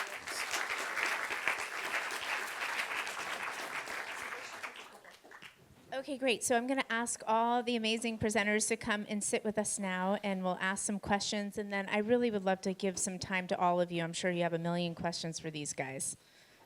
You can sit wherever your heart desires. You too, please? Yeah? Can you do it? Okay, great. Okay, perfect. Well, you know what? I'm going to stand, and you're going to sit. That's awesome. Thank you. I have a standing desk, actually, so this is perfect. So, first of all, I'm a journalist first and foremost, and a filmmaker by training, but I see all of this through the lens of journalism and storytelling. So I have a perspective that brings me into the world of ethics pretty quickly. So I'm right there, and a lot of the stuff that you guys talk about it borders on that and storytelling. So I just have a first question. And I'm going to start with Karam, who's over on our right. Can you talk to me about what keeps you up at night around this, ethically speaking? And then I would love to hear from you all that question. Could you repeat the question? Yes. So when you think about this through the ethical lens, so through the lens of, you know, perhaps the ethical dangers or the part of this that makes you uncomfortable, the work that you're seeing or experiencing or questions that you have in your own work, what worries you or what keeps you up at night? And I really appreciate that some of you are really saying, you know, we have to come together as a community and discuss these ethics. And I would love to start that discussion here. Well, when it comes to my experience, being a war correspondent, I'm very wary of war. And when it came to the enemy, it's never been about bringing people at war, but bringing the people who makes war to you. Because I think I've been on the bomb. I've seen too many dead people for my job, and I don't think there is, for me, something that you learn beside the emotions of what you live there. And I think the medium is way too powerful also in a way that you could easily traumatize people. So I'm wary of that. It doesn't keep me up at night because I didn't took that direction. But that's something I'm concerned to some extent. And then for the rest, it's trying to move journalism the way I'm doing it into this new dimension. And yeah, it's trying to see, can I create a room that doesn't exist and put people in that never been in a face-to-face? That's an ethical question. But so far I've had a lot of journalists going in and nobody has raised a flag and say what you do is wrong. Right. Because I'm doing the same, I've done the same photographically, and I'm just moving this into VR now. So interestingly, The Enemy was my first virtual experience, if we can call it that. So the first discussions I started to have were with Karam and others at the Open Doc Lab, really experiencing this, and absolutely felt that this was a form of very, very powerful journalism in its own right. Nani? I kind of want to also ask a little question, because I've just been taking people in and thinking about the false memory issues. And you know, in investigative pieces, we look a lot at police interrogations and why do people confess, right? We know there's a lot of false confessions out there. What would be the ethical implications? And honestly, I don't know, it's just a question, really, this just occurred to me.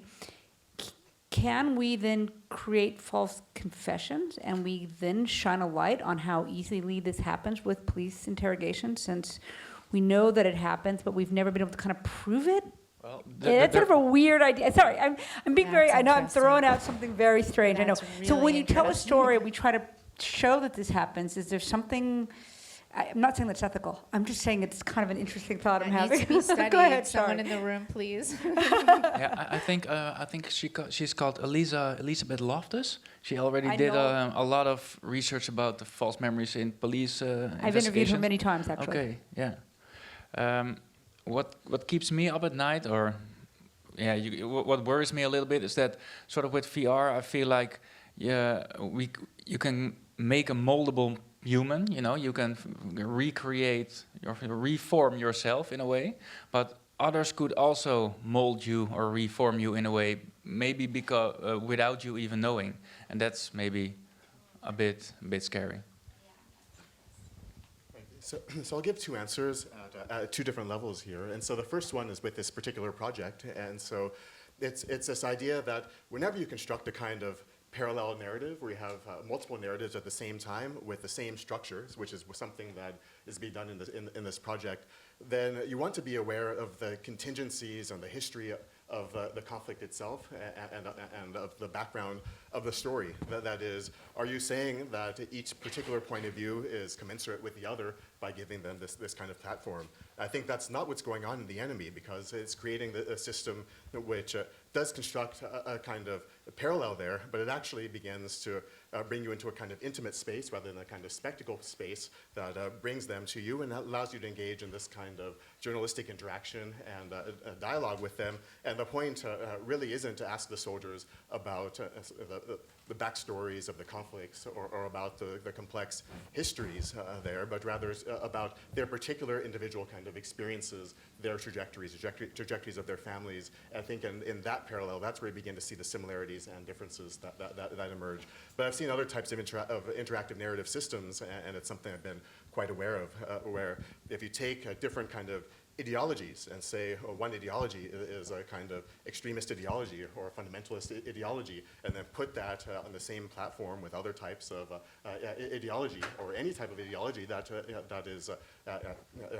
has some kind of contested status, really, then you want to be sort of very aware of the platform and the situation that you're constructing there. And so I think really it's the kind of the fact that Kerem is going there to these places, interacting with people one-on-one as his embodied human presence, somebody who's sensitive to this conflict, that really mitigates against these kind of issues in this case. And then the second thing I would mention is just more an issue that keeps me up, that's say with us as creators of the system, which is just this one that it's the idea that you could actually build a system that allows you to walk in another's shoes, because it's this idea, we're just taking these systems, you're taking everything from the real physical world and the histories and our identities and our bodies and the kind of violence of the real world, and then reducing it through the algorithm and the data structure, which is a very kind of reduced experience. And so for me, the idea that you can actually recreate those experiences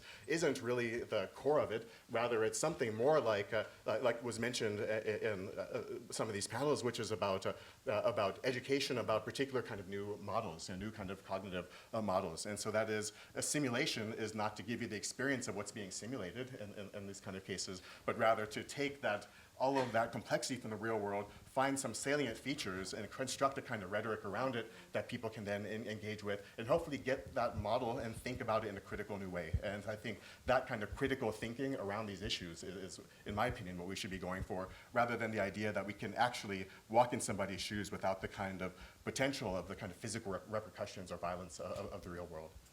That's wonderful. Thank you. Yeah. Great. And when you're looking at this, especially through the lens that you look, what do you see? Yeah, there are so many lenses.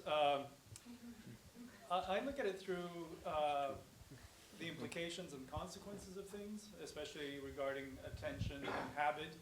Everybody knows what this means, right? You know, this little thing, or what it means to tweet. And you can observe a kind of habit of reducing our attention span, which is in the end a kind of attention deficit disorder on a global scale. It has certain good things about it because we can follow our curiosity. It has certain bad things in the sense that we don't pay attention. If you do pay attention, and I should say here that it's been quite a while now when I decided that the world as presented to me was presented backwards from the present to the roots. It's like trying to understand a tree from the leaves, not the roots. And at some point I decided I had to go back to thousands of years ago and read everything century by century through the West, through the East, through the American Indians, through whatever cultures I could, and get to the present, which in the end can be done, and I've done it. And then what you find, no, I'm saying that's amazing. Because we're told that we can't. And no one tests it, and so then you say, well, maybe I'll die first. And then I didn't die, I did it. It's actually great. It turns out that Elon Musk apparently read the entire Encyclopedia Britannica and decided he was going to save the world, and became Elon Musk. So anyway, if you find this, you will eventually back yourself into Aristotle, who describes what ethics is, and says that ethics is the habit. Actually, ethics is the manner of life of a creature in its own environment. Basically the idea of an umwelt. So horses have ethics, and spiders have ethics, and when you get to human beings, we have ethics too, but we're more complex, so we have to get to our ethics through habits. And our culture gives us those habits. And so then you ask, well, what habits are we building? These technologies, what habits are they encouraging? Are they encouraging a habit of dissociation or association? Not because they're VR, but because of where the vector of attention is pointing. So I can put some of these examples that we're seeing, and through them come closer to nature, come closer to people, come closer to society, or I can escape. And I think that's the difference. I mean, what worries me is that the deck is stacked, that really we have, in the end, as much as I'm an artist and a scientist and I live in highly abstract, strange, mental, poetic spaces, in the end, the reality I'm in is constructed specifically, and you can look up these books, that's why I put them up there. It's constructed strategically to persuade us that there is no commonality, there is no habit that should be built. The only habit is this invisible hand that Adam Smith articulated. And it's scientifically made to persuade you not to have a habit of caring for one another, for trees, for the biota that's half dead since 1970, both the marine and the land biota, and on and on and on. That we're an amazing society, we go to Mars, we have the internet, we have VR, we have all these great, great things. And at the same time, we're probably one of the most unintelligent societies ever made, and we sully everything that could be beautiful. So the balance is really, I have this thing, I look through it, when I'm done with it, have I seen the world more closely, or have I pulled away from it? That's where I would look. That's great, thank you. I didn't expect that. That's not where I would have taken you, so that's wonderful. It's wonderful, thank you. Cool, well, hard act to follow. So what keeps, I worry that, so essentially, there was an interesting thing I learned from a professor when I was in college. It was called the principle of shame. I'm not sure how widespread this thing is, but as the idea was in journalism that if you point the camera at someone doing something shameful, they'll eventually stop doing it. And that was sort of quickly disproven in the modern social media world. And so I kind of worry that another one of those paradoxes is this idea that that essentially now that there's the internet, people can see things and they can't be as isolated and they can't be as misguided. And it seems that that's not the case. It seems like it's actually opened up greater possibilities for isolation, because people, when all the information they get is mediated, then whoever's kind of controlling it or however they control it themselves can really, really isolate their perspective. So I worry about that, but I also see great potential in this idea of connecting people directly, that we can build systems. And I think that what Kareem and Fox are doing, for example, is a great example of connecting people and the potential of that. And so I also stay up trying to be optimistic and think about how we can actually win this game and not let people become isolated. Can I say one more quick word, Rennie? Yeah. Which is just one of my things that that concerns me is with all the power of, I'm not even as worried about traumatizing people, whatever. I think stories need to be told in all kinds of different ways. But I am concerned about propaganda. It's so obviously going to be utilized for propaganda. So how do we give the audience critical thinking in this experience? I talk about in 2005 there was a study being done with it was around 2005, don't quote me exactly, but there was a study being done with students, and they were asked to look at a website that had a newspaper font and to determine whether they thought that this website had veracity or not. And the students immediately reported that of course it was true because it was a newspaper, right? No, it was a fake website. But I would say to you, if you ask students now, they would have the lens of some sort of critical thinking about it, and they wouldn't trust that it was the truth just because it had a certain font. So we just need to think about how do we start, hopefully sooner than a decade, offer people some way to look at this in a critical way so that they can, right now what happened in a beautiful way with web journalism was you could see something and you could Google it or click on a link and find the source documents and have some sense of what was the transparency available. And when the goggles come on right now, the transparency tools are still not readily available. So those are my things about what kind of ethical approaches we need to do to create transparent journalism. That's great, Nani, thanks. I would love people to come up now and ask questions just because we have about 20 minutes, so I want to make sure we give you guys time. Great, thank you for standing right up. That's wonderful, thanks. This question is for Kareem. Can you hear me? Oh yeah, let's make sure the mic is working. I can give you mine too. Is it? Go ahead. Can you hear me okay? Yeah. Obviously, there's a lot of trust that your participants put in you. How did you build trust around the technological aspects of it? Something that they might not be able to fully appreciate at the time, or did you need to build trust around the technology of it? And what do you think was the root of your participants to participate in a virtual reality project in which they could possibly be manipulated even more than a traditional kind of documentary? Well, it's not different than what I do every day as a photojournalist. You meet people. There is this part where they trust you or they don't. They want you, they let you tag along or they're not. When it came to the enemy and the virtual reality and what I was doing, I really, for the prototype, I really spent time before with the different protagonists. I had more than you can see. I had about 7 fighters that I was talking to. Decided finally to go for Abu Khaled and Gilad because they were really well together. It makes a lot of sense for me to have them together, and the answers match a lot of what I was looking. But very much like you would edit interviews, keep people out, and include people into this. Yeah, the trust is super important because once you've captured someone, you can do basically whatever you want with. The easiest thing for me in that case was to go back to Israel and show them the work, and also introduce them to the other. Which they knew through me. It's not so much the protagonist, Gilad or Abu Khaled, because looking at yourself, talking to yourself is a weird experience. I've never done it, but I guess it's a very weird experience. But you have Gilad's wife going through, and she knows her husband way better than anyone else that I know.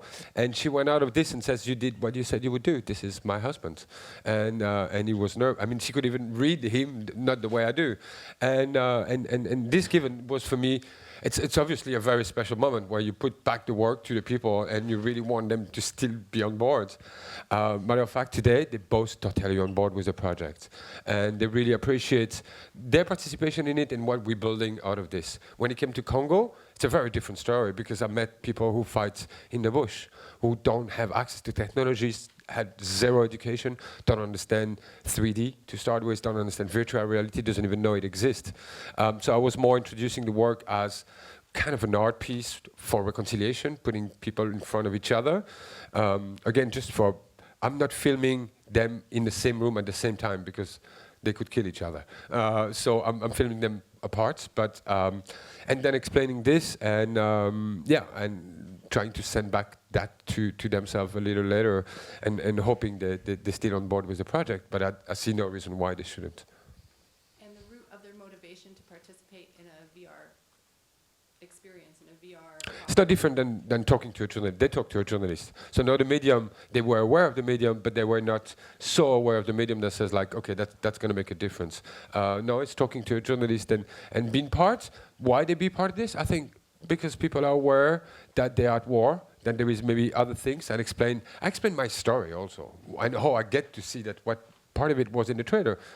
Both sides are human. When I meet them, they're both human with me, and I'm human with them. But they deny that humanity from each other, and it makes sense. Otherwise, you cannot kill each other. You cannot kill someone you've humanized. And so they were interested in that. They're tired of the war. They don't see it going anywhere. They see more and more suffering. They're on the forefront of that suffering, being part of that suffering. And I think it's, in terms of Gilad, it's really a redemption. It's something like, I've killed. And so I need to do something the other way around. And being part of the project was that for him. Merci. Pleasure. Yes, please, sir. Hi, my name is Ashish Kumar. I'm a professor of nonfiction and advocacy filmmaking, and I also co-direct our Center for Civic Engagement at Hofstra University. It seems that part of what's driving our enthusiasm for virtual reality is that early empirical impulse that people glorified in documentary filmmaking, which was this notion that you would be presented an unfiltered view and you'd be able to bear witness in some way. And for many decades, this impulse for objectivity and what eventually turned out to be a futile debate between subjective and objective was settled. And it seems that now we're back to the basics of looking at this #NoFilter idea of the VR camera being able to present the world to us. So my question is, how are filmmakers in VR dealing with their own subjectivities? What are they bringing to the table? Because I'm not hearing as much about this impulse that, or this dual impulse towards presenting the world in an unfiltered way, but also carrying our baggage to the sites of filmmaking.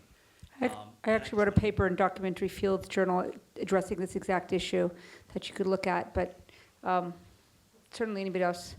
I think, oh my God, I can't remember, I published it a while ago, but if you go under Nani in Documentary Fields Journal and look at subjectivity and objectivity, because of the fact that you are creating a subjective experience for your audience member, but how do we look at the information in a way that provides some grounding, that takes it away from just giving, directorially giving the viewer a subjective, because, they're walking around, yeah, but what they're walking around is obviously constructed by the person like me, right? The author, whatever the author is. So how do we go back to looking at all the journalistic questions that we've had? And it addresses some of these issues in sort of detail and talking about historically what have been some of the key moments of these kind of realizations. But there is not too dissimilar of an approach, really. When we make our pieces with Project Syria, we did extensive Bibles down to the rubble on the ground. And we are certainly happy to provide those and show those. But for me, it's more like, how do you provide those and show those? Rather than, did we do the exact same research? Yes. But then now, how do we give that extra layer? So those are an issue. But I don't think it necessarily means that we're back to square one. We have all those lessons behind us. And when we make these pieces, we need to think about all the ethics and best practices that have been established all the way through. Because it really wasn't that long ago that we changed the word from objectivity to transparency, right? And I think that they really certainly come to bear in the way that we make these pieces. It's the same thing. Research, images, video, interviews, documentation, Freedom of Information Act. As a journalist, these are all the things that I relied on when I was at Newsweek, when I've written for the New York Times, when I've made documentaries, all the source material, and in the projects that we're working with Rainey and Frontline are absolutely grounded in good journalistic practice, even though it's an embodied, subjective experience once you interact or explore or engage with the material. There's a problem in the question. There are 7 billion people on the planet. There will be 10. If everyone captured their entire life, all the lives are important. If everyone captured their entire life, you would have to live 7 billion times as long, or 10 billion times as long to experience everything that happened. To make a world, you couldn't possibly do that. What you're actually making is something in which a person is free to act, which means you're not controlling the narrative arc. You don't know what they're going to see. But you can stack it so that whatever path they take, they will encounter a certain density of occurrences that are potentially meaningful. The really key thing to understand is that everything we do, including this conversation and these very comments, is paid for with our lives. Like we're all mortal and we're paying with our lives for this attention. So the things that we do have to be worth at least that much time. If I see a movie, I give 2 hours of my time, it has to be worth 2 hours of life. If it's not worth 2 hours of life, I'm angry. If it's worth 2 hours of life, I'm happy. Great deal. I'm going to see it again. So now when we're making worlds, this multiplies because the only way to see it is to revisit it and spend time in there. And that's actually a huge challenge, how to do that. And I propose that you're basically making a field, like a minefield of narrative possibilities, some of which will necessarily explode if you go through, and they have to be meaningful. That's a different conception of making. Okay. All right, so taking the time to add a couple of comments after this statement makes me feel like I have a great responsibility not to waste a little bit of your lives. but nonetheless, let me just mention that so my take on the issue of subjectivity and objectivity, there's another kind of another type of subjectivity that I'd like to talk about, and that's what I call subjective computing, because simply using a computing device, which is usually seen as a kind of objective or utilitarian medium in some corners, that also brings a different kind of valence of potential perceived objectivity of this kind of work. And so it's a topic I talk about in my book, Phantasmal Media. In fact, one section of it is called Subjective Computing, and it's about, well, how do we use computing systems, or especially these types of expressive computing systems, to reveal some of the kind of worldviews or ideologies that are implicit in the world that we're not really aware of, these kind of semi-visible ideologies that we have around us when we just see something. For example, in The Enemy, when you see Abu Khalid, and a lot of people have described that they find him threatening because he's wearing a mask. As you listen to him, he says, actually it's because he doesn't want to be recognized because he might face reprisals. So it's actually his vulnerability, not his aggression in this case, which is why he's wearing this. And so after you hear him describe this in this case, then it would say that, well, now I have another kind of worldview from which I can look at this kind of physical appearance and then make my judgment about this. At least I've seen it from these different worldviews, whether or not I agree with it. And so in this kind of case, subjective computing means that we don't see it as sort of objectively capturing and then encoding and then embedding in data structures all the kind of objective experience, but rather the way that we structure our back-end data, the way that we structure all of the kind of utterances that are included, the way that they can be reconfigured is in fact a kind of subjective artistic act in some ways, or creative act, and then we have a kind of responsibility in how we do that. That's actually one of the affordances of our medium.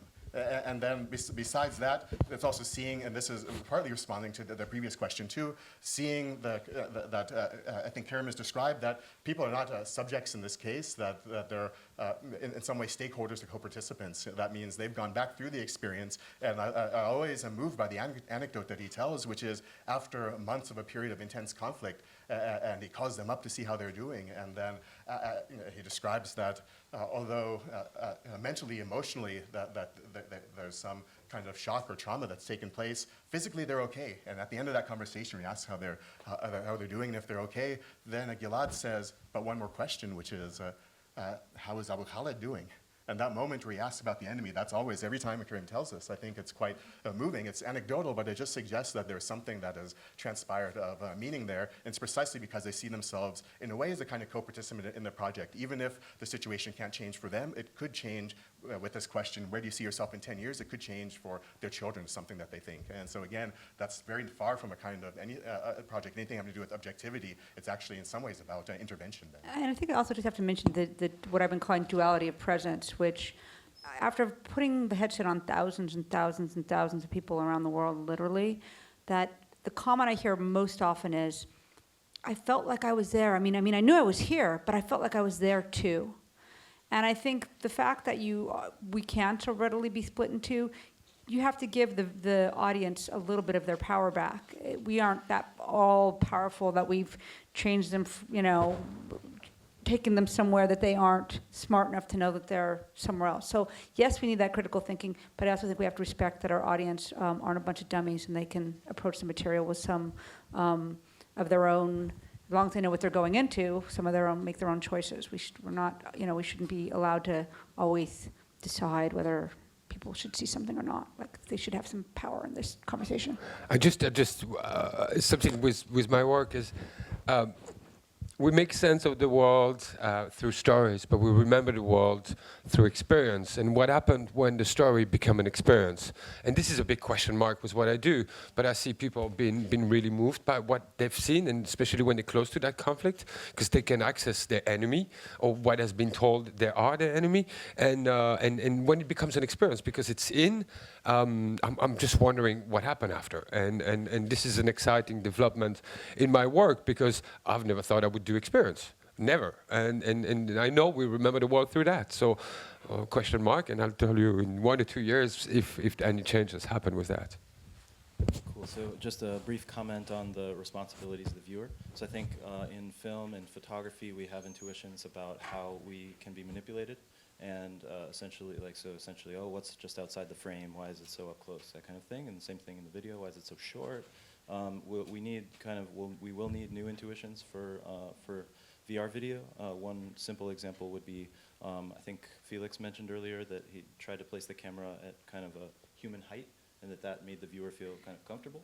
But then, of course, he could have placed it a little too high or a little too low in order to influence how the viewer sees it, and that's an effect that's just not really analogous in video or photography.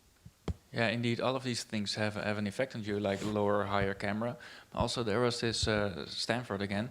So if I take like an image of you, and use a little bit of your facial bone structure and morph it with the face of like Hillary Clinton or another presidential candidate, then you will, yeah, they can do that. Then you will like her better, and you will most likely vote for her instead of because you recognize stuff in the other person's face. And those sort of things are so subtle, and they can happen with like these virtual avatars without us even sort of knowing. So, and if you then talk about maybe some sort of schooling or like critical thinking, it's really difficult to sort of measure or see through those sort of things. So that is still a challenge. Maybe we can use some of your computing to sort of analyze that and see where stuff goes wrong.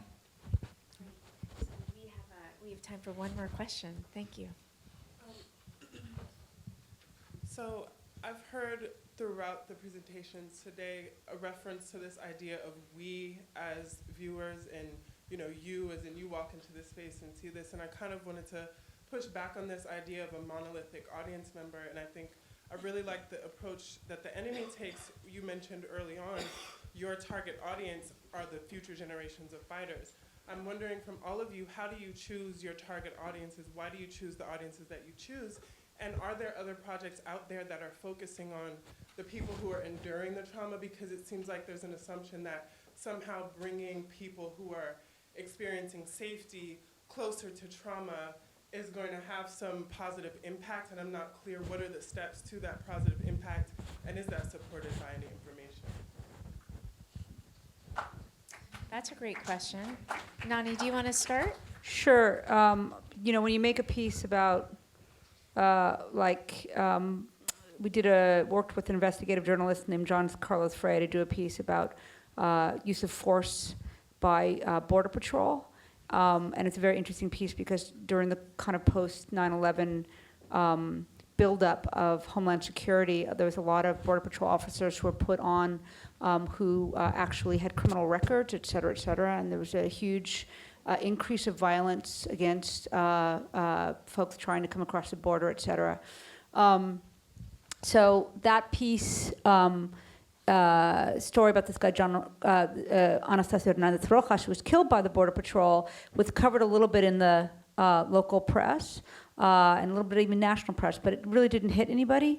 And then we made a VR piece, and we ended up putting it up on BuzzFeed, and now there's almost close to 1 million people who know about that story and all kinds of comments. And since we've published that piece, I'm not saying it's a direct result, but it's obviously part of the conversation.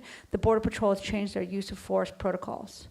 So, getting word out, it can be effective. It can do things. We've seen Gabo at the UN will talk about the fact that donations go up huge percentage, like 30+%, when they show an accompanying VR experience versus when they just try to show photographs or video.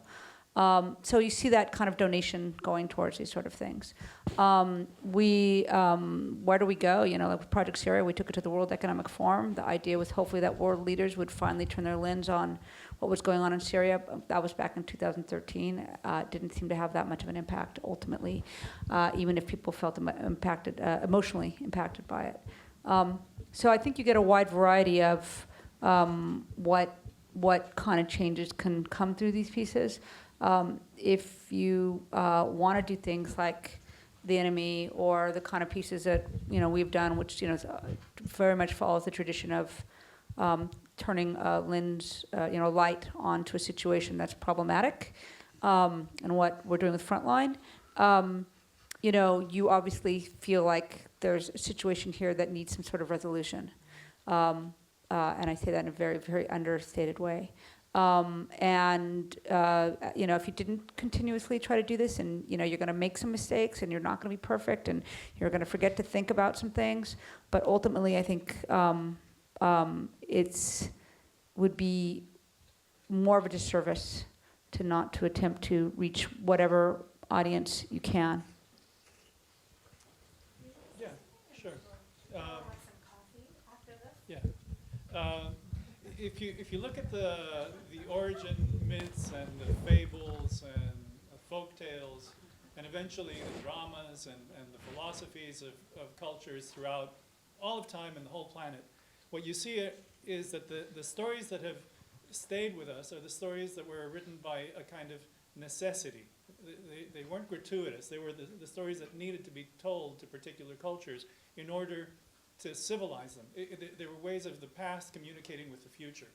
The way we make stories at present is not like that. So there are as many episodes for a TV series as can possibly be. There are as many sequels as will sell popcorn. And so the manner in which we tell stories is entirely gratuitous. Of course, in that big noise, there are always spectacular and important things. I think the answer to the question is really to what audience and in what way can stories be told such that we will make a better planet. I mean, basically, you'd have to figure out what do children need to see, what world do children need to inhabit, and go through all the years and stages of life and figure that out, and figure out the stories that have the weight of necessity behind them. I don't know. The only other thing about that is that, and I think the people in this room are probably the best audience to understand this fully, is that making is actually a superb exercise for understanding this, right? So granting the ability to more people to make worlds and experience the consequence of choices would be the way to do it. You know, just let everyone make worlds and play them out and see what happens. So necessity and consequence would be the criteria. Right, and I want to say something here, just because I think it's such a crucial question, and it's one of the things that we've been looking at from the point of view that when you inhabit these worlds, that self that you become is a kind of virtual identity. And we have virtual identities not just in VR systems, but also in virtual worlds as avatars, video games as characters, social media profiles. So all of these are types of virtual identity. And one of the things we've been trying to understand in the ICE Lab is not just the demographics to target, but also what are the relationships we have to this virtual self that we become within this world. And for example, that means that does that person that is there, is that you or is that somebody else? That means if you're in a video game, do you say that I want this character, I want Lara Croft to move from here to there, or you say I'm moving from here to there? And so that makes a huge difference. And so we've actually found is that it's not just the diversity of within demographics, but it's also people relate to these kind of virtual selves differently. Some people see these virtual selves as a place to explore their identity, or their identity blended with that of somebody else. Some people see it strictly instrumentally, that I just want to encounter a news story, I just want to get from point A to point B, and that's a different type of relationship. And so what we've actually been doing is running a number of different studies, both so even with children, that means going into public schools to see how their virtual identities impact their performance and engagement while learning. And that means if they use one that looks like them, or one that's very abstracted, or one that looks different than them, or one that looks like them that took a lot of effort to create versus an instantly created one, how do they respond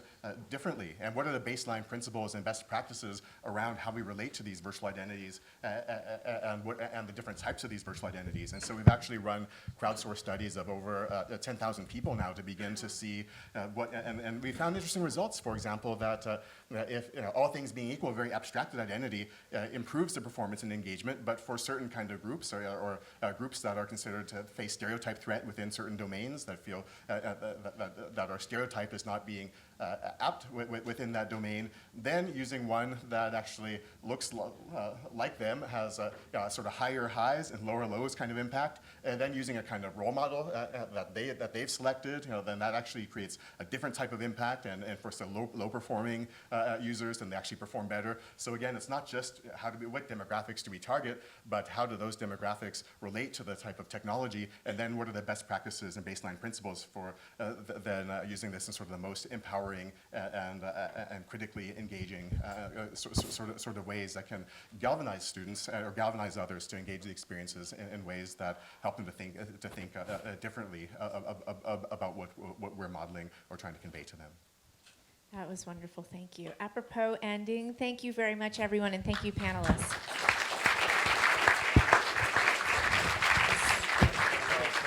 There's now a coffee break, but it's quick. It's only 10 minutes, so please come back in about 10 minutes. Well, I know this is a very, very short break. I'm going to start, so maybe the sound of my voice will bring in the sheep.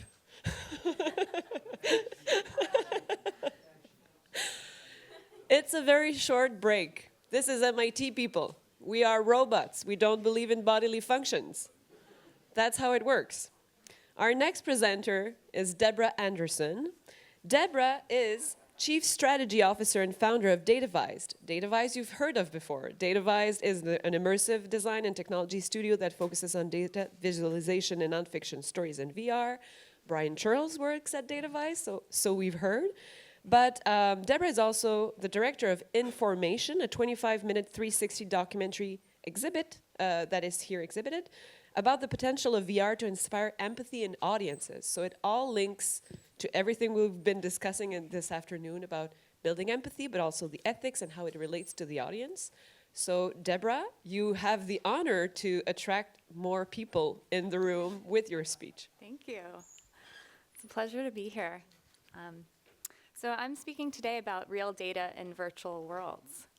I also teach at the New School for Public Engagement in New York, a big data consumer research course. So a lot of my thinking over the last few years around data visualization and data is now coming into immersive media.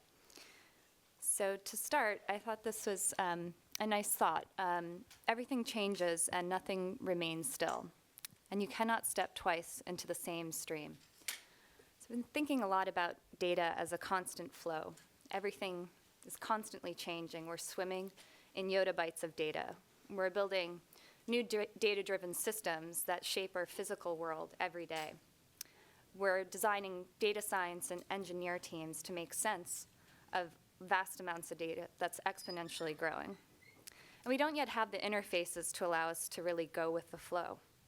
How we make sense of it all in the wake of virtual reality probes entirely new questions about real data in virtual worlds and the impact on our physical worlds.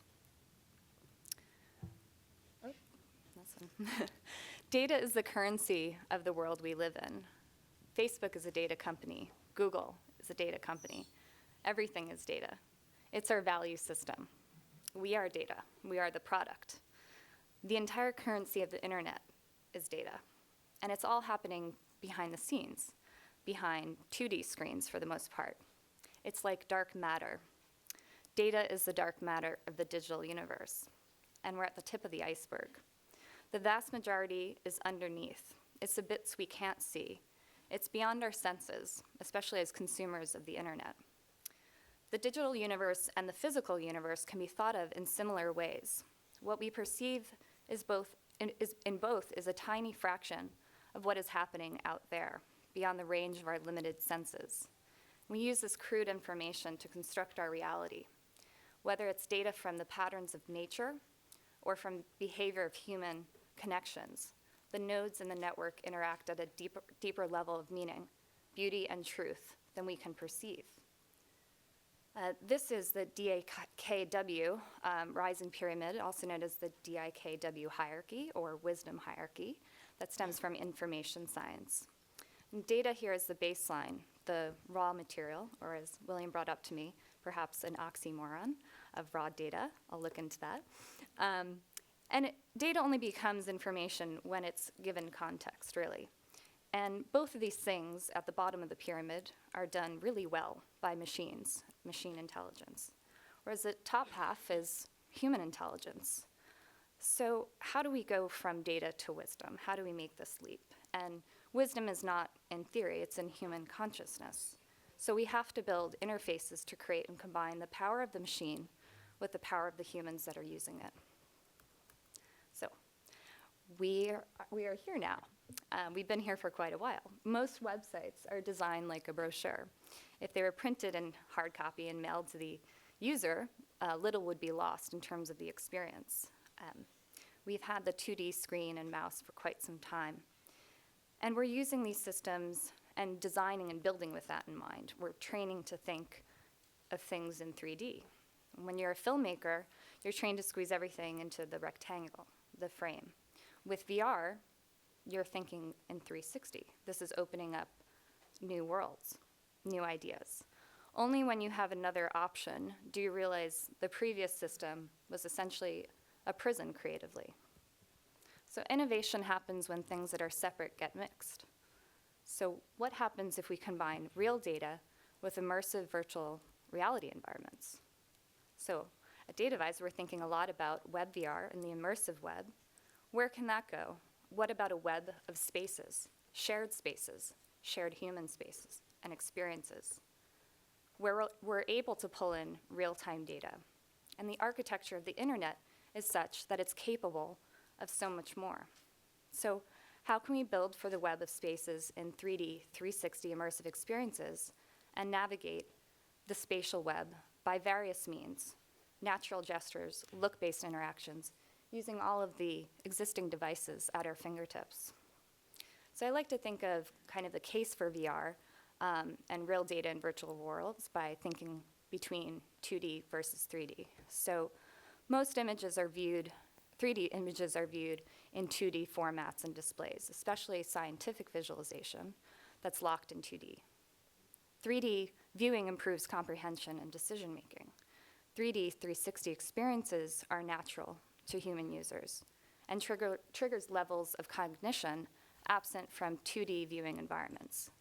Spatialized environments have been shown to improve decision support, education, and in identifying patterns and outliers.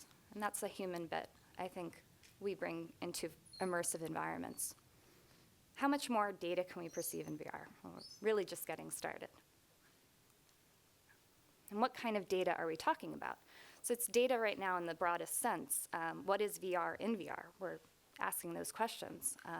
So in data capture, we're thinking about inside out and outside in with 360 3D cameras capturing the world around us with the user as the camera and navigating, and photogrammetry and scanning and capturing physical 3D objects and the hybrid of bringing those two together. We're thinking about what is human-centered design, what is emotional data in these environments, and what is creation of empathy or building empathy and autonomy or agency, and the dichotomy there, the tension that is kind of at play right now. We're also talking about multiple perspectives, point of view, asymmetrical designs, and multi-dimensional data in 360 environments and what that could look like. And really looking at kind of the disruption of human-computer interfaces and pushing human perception forward. And I think a lot of VR right now, we're also putting a lot of testing into, getting users into the experience, onboarding users into VR, and taking great care and attentiveness in that onboarding process, going into a virtual space, and perhaps then coming out of that in the real world. And this data can be kind of right now thinking a lot of things around geospatial, biomedical, civic, open data, the list goes on and on. And virtual reality is a wearable. It's, I think this is not simply a Fitbit and a headset that we're looking at. We're looking at all aspects of human physiological data, biometrics, what is our heart rate? Are we excited when we're in the experience? Are we apprehensive? All of the data that can now be kind of tracked in these experiences. And then the potential of aids such as artificial intelligence and machine learning, and really seeing the whole system as a feedback loop, kind of the responsiveness in real time. And I think William mentioned in his talk, responsive documentary, which I think is a very apt kind of term for that. Tell me and I'll forget, show me and I may not remember, involve me and I'll understand. Research shows that learning via VR is dramatically boosted because the user is being and doing rather than reading or remembering or being a passive observer. So what does data visualization in VR look like, sound like, feel like? Data visualization, for the most part, has kind of policed itself into aesthetics of charts and interactive graphs, interactive data visualization. And data, and the process of visualized data is to ask better questions. So asking what immersive data visualization, especially the audio as well as visual component, what does data sound like? And thinking about complex multidimensional data that is updated in real time, that is over time, that can be expanded and potentially become better ways of exploring information and very complex information in a more intuitive way. I'd like to go in just briefly into my project information, which is in the exhibit here as well. And this was my VR, not just my VR directorial debut, but just directing as a whole. And I really thought a lot about, this idea of empathy and building, a shared experience and the potential of VR. So this was last year during Tribeca Film Festival for about 4 days. I interviewed a lot of the amazing pioneers that are here today with us, Karim Ben Khalifa, Nani de la Pena, James George, who directed Clouds documentary, Jacqueline Ford Maury, who was one of the VR pioneers and is currently writing the history of VR and was one of the first female filmmakers to show at a film festival in the 90s. So it turns out into 2 parts, a 25-minute piece, and the second part also dives into documenting installations at Tribeca. Karim Ben Khalifa is the enemy, so we can actually see what the experience is like at the debut of the project at Storyscapes, and The Machine to be Another Lab, which is embodied narratives and a kind of performance piece that the users swap, are able to actually feel oneself in the other's body. So it's a pretty profound experiment. And this shows a bit of kind of what we're looking at. How do people watch cinematic VR? So these are data visualizations that are showing these heat maps. So this is Nick Fortunga on your right from Playmatics, and thankfully no one's looking at me in 3D.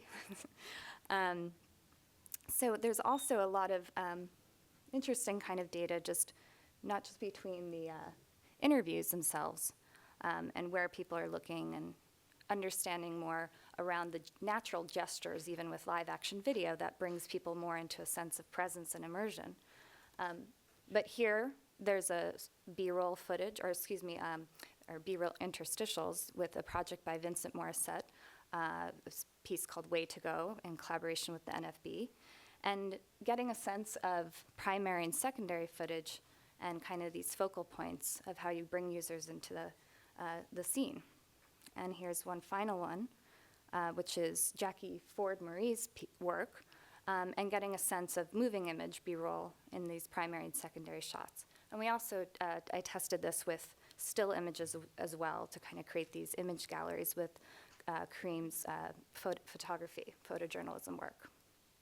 So what can we do with data capture and virtual reality to solve the world's biggest problems? Build smarter cities, save lives. How can we advance human perception in this broader sense? So I'm really interested now in kind of looking at real-time data capture around humanitarian response and kind of disaster management and relief. So this was data from Patrick Meyer and the UAV network and We Robotics with Pix4D that's capturing all this with UAVs and bringing that into a software environment. And this is Sketchfab. So we're beginning to understand, how can we take annotation in these 3D models in 2D display that you can then open up and view in VR and process this into a web VR environment. So it's completely open. And then we can take open data sets for real-time response. And you may have seen Brian Charles's data visualization for VR cities, which he developed while a technology fellow at POV. And this work really, I think, for me, was the first piece that I saw that showed the potential of immersive data visualization. And the first data set you saw was population data from the 2010 census, US Census. And these data sets are police injury claims. So the prototype, which was on GitHub, allowed you to go into both a bird's eye view of this data in VR, as well as a kind of street level. So really playing with different points of view and that cinematic approach to data visualization. And while this is historical data, census data, we can easily repurpose that for real-time data. And finally, we're working in partnership with Yale School of Medicine, Cinema Microscopy Lab by Dr. Derek Tumra. And they have been taking all of the data around human cells and imaging that at the microscopy level and viewing that back on kind of Dell desktop 2D monitors with kind of off-the-shelf visualization software and doing all of the research and annotation in that process as well. So we're looking at how can we explore data research and exploration, data explanation, collaboration, and annotation in VR, and open that up for both a research purpose and utility, as well as using the same model to educate and inspire the public. So I think through a lot of that, we can take discoveries and delight audiences by looking at the nanoscale as well as the kind of macro scale of data. So there's just some thoughts around what real-world data could be in VR, and I look forward to all your ideas that may come out of it. Thank you. Whenever I hear about data, but maybe that's my do not track participation, whenever I hear about data, I hear ethics, questions about what are you going to do about this data. Last winter, in February, if I'm not mistaken, Michael Mattery and Thomas Metzinger published a very important first code of ethics. Now, documentarians and journalists have been building, reviewing, writing codes of ethics to guide their work. How do we use that in VR? Michael Mattery and Thomas wrote the first code of ethics for research and personal use of VR. We're happy to have at least one of the two members of the team today, Michael Mattery, to introduce us to how we think about ethics in virtual embodiment, but also robotic re-embodiment experiences. You'll tell us more about what that is, right? I will. Thank you, Sandra. I'd like to thank Sarah and William for having me here. It's a pleasure to be here. And it's been a really exciting day. We've heard some great talks and discussions today, so I'm really happy to be here. So I'll start off with a little background. In 2010, I started as a postdoctoral research assistant on the project VERA, which stands for Virtual Embodiment and Robotic Re-embodiment. So virtual embodiment involves giving individuals the illusion of being embodied in something like an avatar, in something in a virtual environment.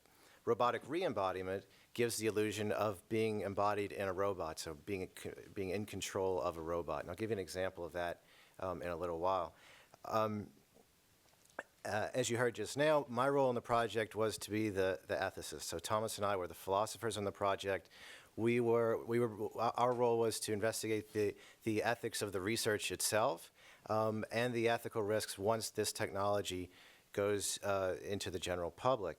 And it was a great privilege to work on this project. So we were the only philosophers. Everybody else in the picture are engineers, computer scientists, roboticists, and so on.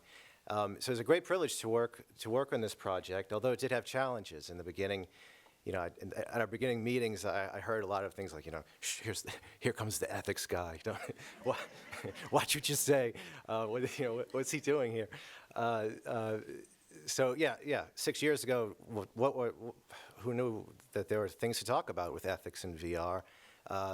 The scientists on the project didn't really know why I was there, and I didn't really know why I was there. So it was a nice opportunity to explore really a new field, and that's what I've done over the past 6 years.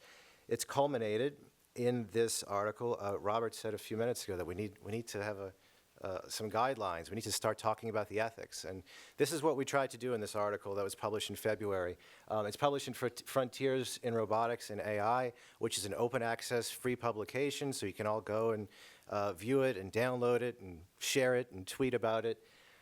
We tried to identify, as you can see in the title, a comprehensive list, a first list. We know there's a lot more to talk about. The technology is changing very quickly, but this is just a first list of possible ethical concerns. Now, as Robert also said, nobody's going to read a 30-page paper, academic paper. So we know that too. So at the end of the paper, we included bullet points.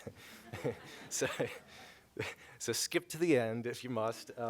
There's a table at the end where we have our concrete recommendations. The first half of the table is for research ethics. The second half of the table is for consumer use.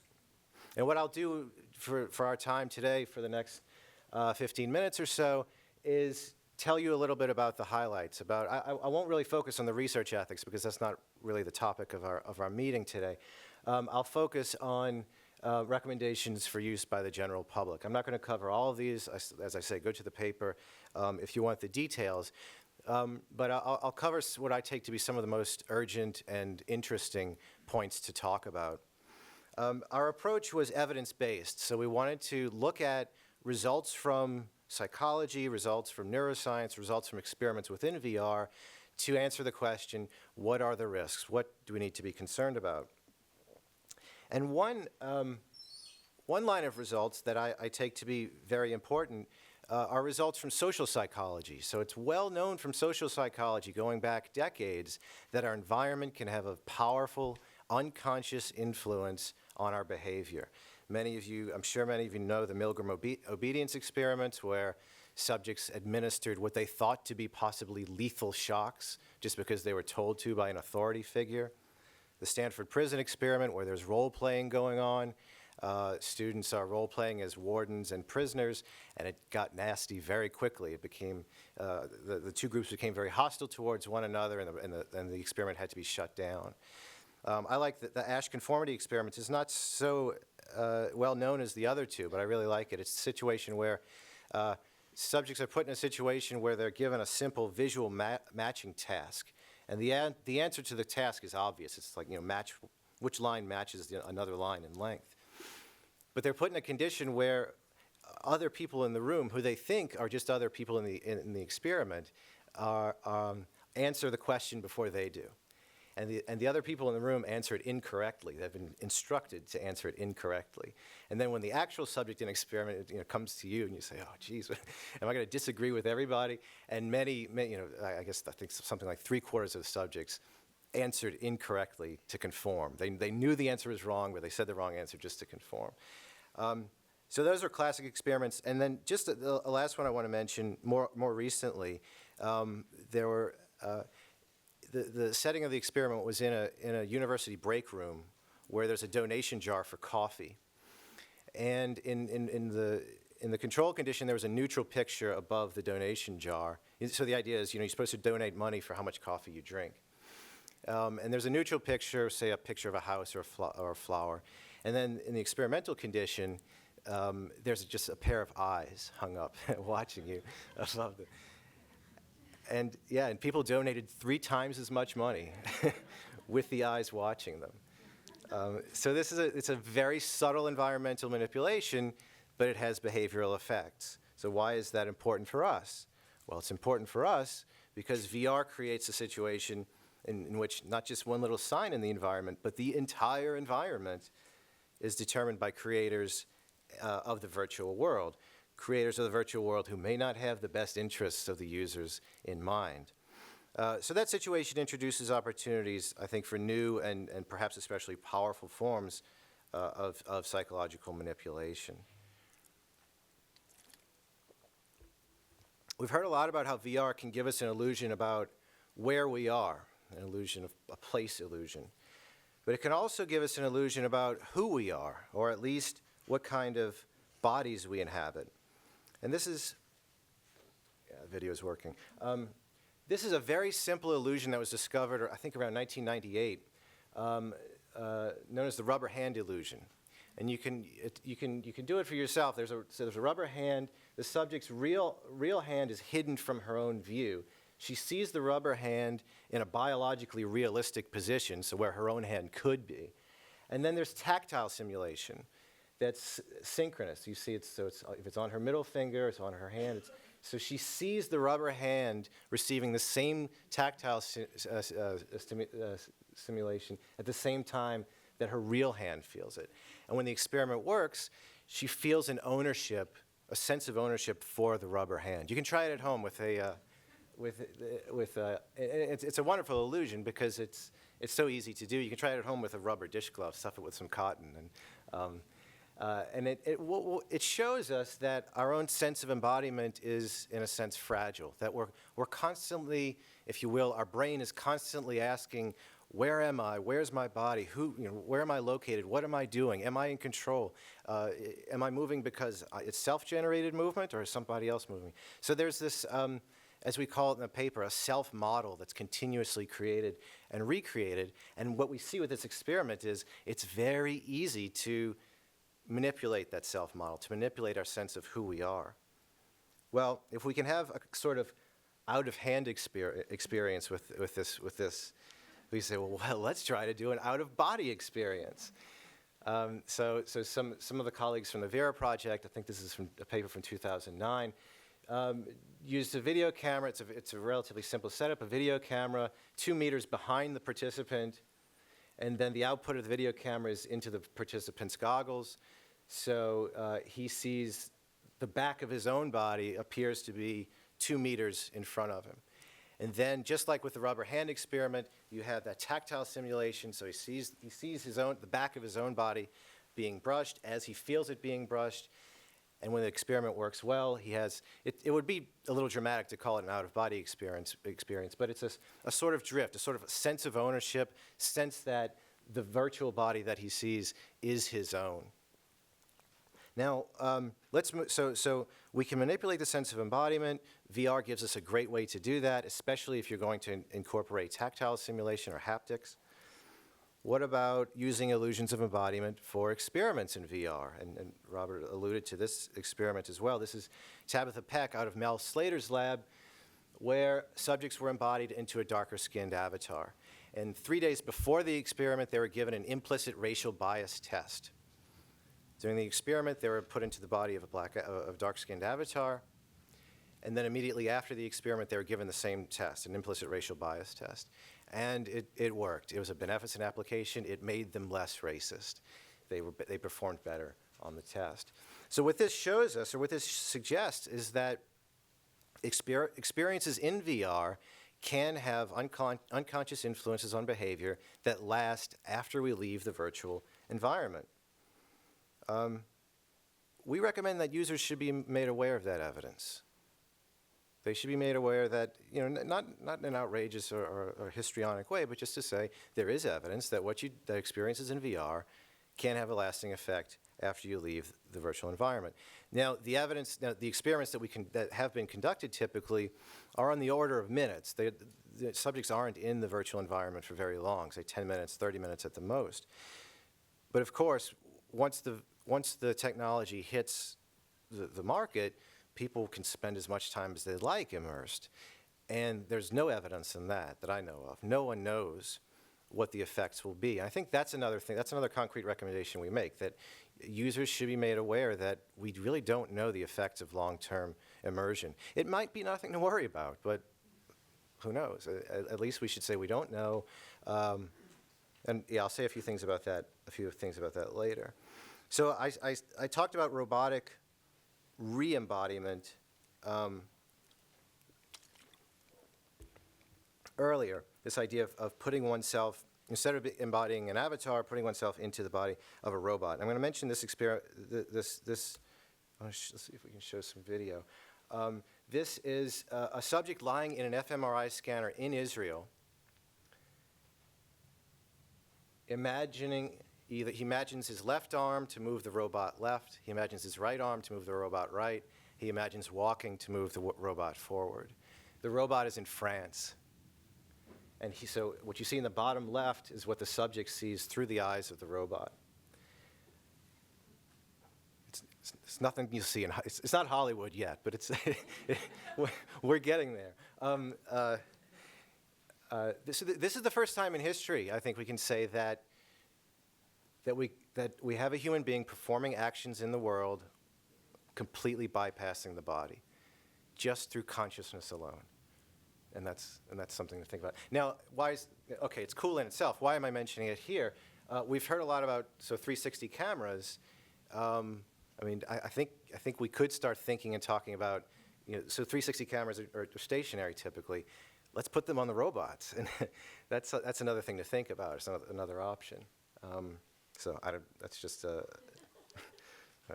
to think about. Okay.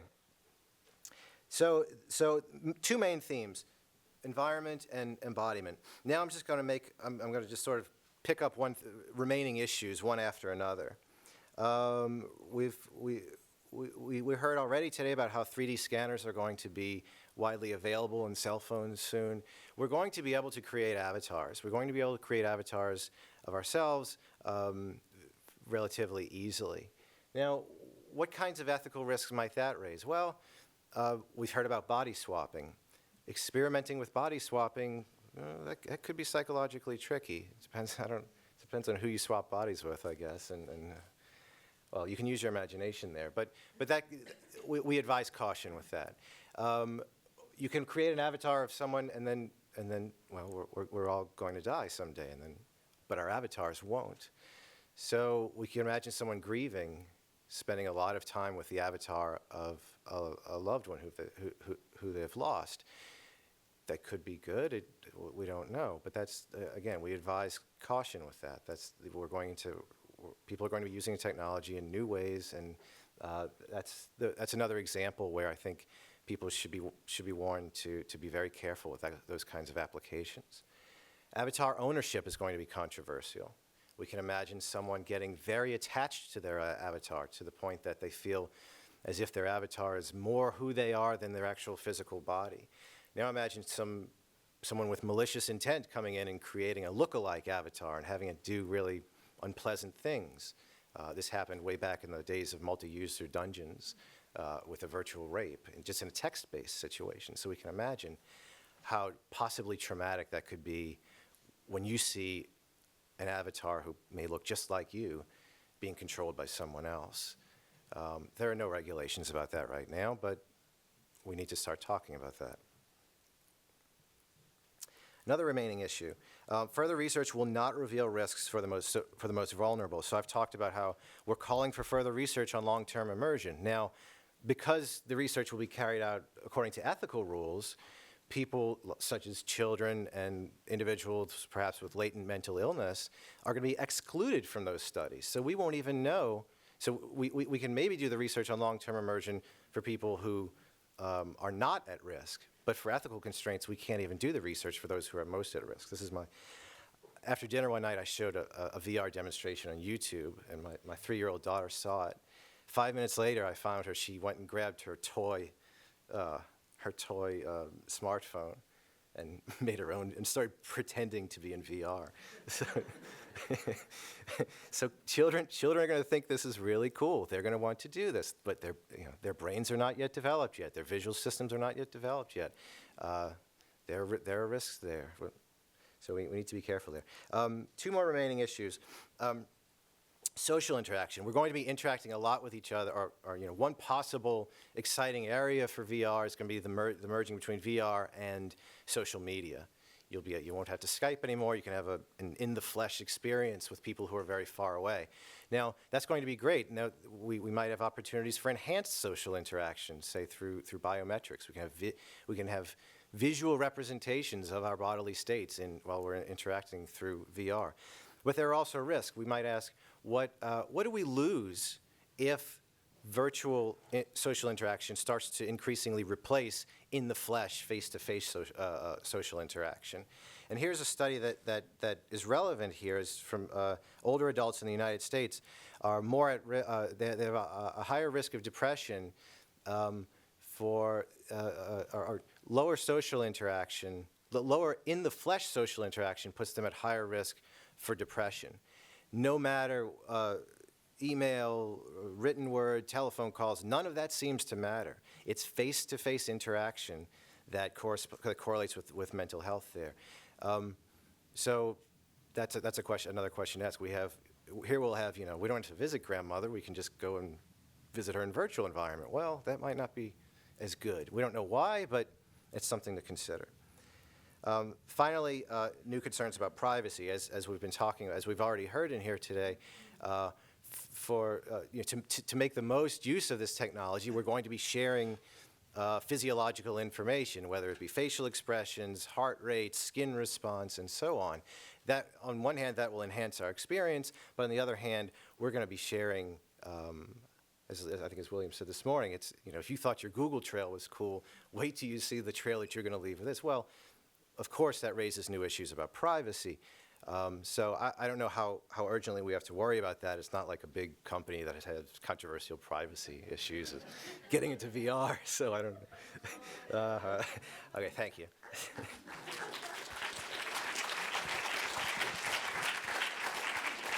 Okay, I've got a really good ethical question for Michael.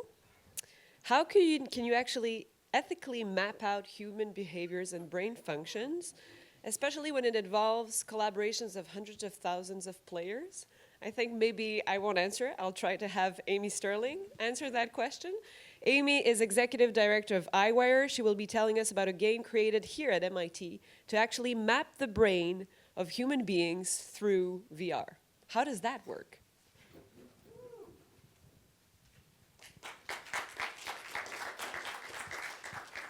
Awesome, thanks. Happy to be here. So, well, first it's a brain of a mouse. It's technically a retina of a mouse, which is a part of a brain, but it's okay. We're getting to human brains. Actually, we have a new project being announced on Monday that's mapping large-scale MRIs of human brains. So super stoked about that. But before we get into it, I just want to kind of reflect with you guys a little bit kind of on the story side of VR. You know, I was out in the lobby area trying the Gear VR from Mythbusters, right, where you're swimming around with sharks. I don't know if any of you guys, any of you guys try that one?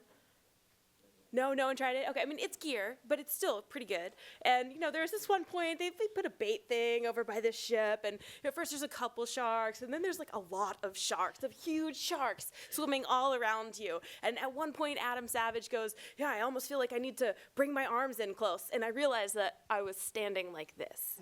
And I think it really illustrates this really powerful piece of VR that, I know I wasn't underwater and I know I wasn't really in danger of sharks, yet the immersivity of it makes there be a discrepancy between what I know and what I feel. VR, as you guys all know, is this new medium of storytelling, and you're not really telling a story, you're now an agent, right? You're not even a viewer anymore, you're a visitor. It's incredibly exciting and engaging, not least for, the cinematics and the exploratory experiences, but for something that I'm personally very passionate about, which is complexity. VR is an incredible medium for showing the huge, right? Those VR experience where a gigantic dinosaur comes walking by, or a huge alien spaceship comes and lands right in front of you. Things that are way too big for any 2D screen, things that you have to look around to even take in. And in the world of complexity, and particularly the world of the brain where I work and where I love, we're dealing with a huge several orders of magnitude of layered intrinsic complexity. And we need really, frankly, all the dimensions that we can get. And VR is taking us away from the 2D screen, and it's immersing us. The brain is this complicated object. It's something like 80 billion neurons. There's 100 trillion synaptic connections, junctions between those cells within it. It's crazy complicated. These are just a few of the branches of 17 different cells. And if you lined up the branches of all the neurons in your brain end to end, they would stretch from the Earth to the moon 10 times. It's crazy. It goes all the way from the cantaloupe size-ish, of your whole brain down through macro circuits and individual circuits all the way down to the level of the synapse. And it's the activity, the electrical and chemical activity flowing through these circuits in the brain that allows you to do what you do, to recognize the words that I'm saying and to understand them, to appreciate an incredible virtual reality experience and remember it, and then relay that memory to another person who can then somehow understand it without ever even being in it. Not to mention things like not falling asleep, hopefully, or not falling out of your chair. This complexity is pretty incredible. And so a couple of years ago, when we tried the first DK1, we got really excited. I got tremendously excited and started imagining, what if we took these neurons from the nanoscale and we made them gigantic? We made them extend far out in front of you, and synapses that were these teeny tiny little, just almost negligible dots suddenly became these giant 3D structures in front of you. So we created our first VR experience for the TED conference back in 2013. It was so early that it was pre-Oculus acquisition by Facebook. And over the years, we've been really interested in how can we use VR as a visualization mechanism. And so I'm pretty excited to share with you guys that 2 weeks ago, we created the latest iteration of our virtual reality experience called Brain VR. And we debuted it at Tribeca Film Festival. And it's actually upstairs. So let me show you guys a really quick little snapshot of what it's like in the brain.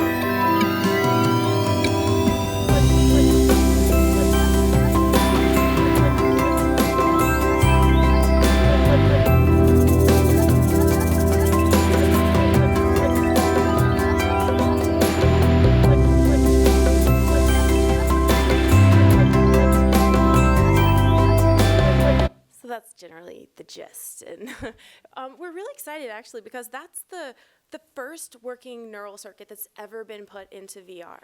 And it represents a significant step forward in the visualization of neuroscience. We have learned more about the brain in the past couple decades than in all of human history combined.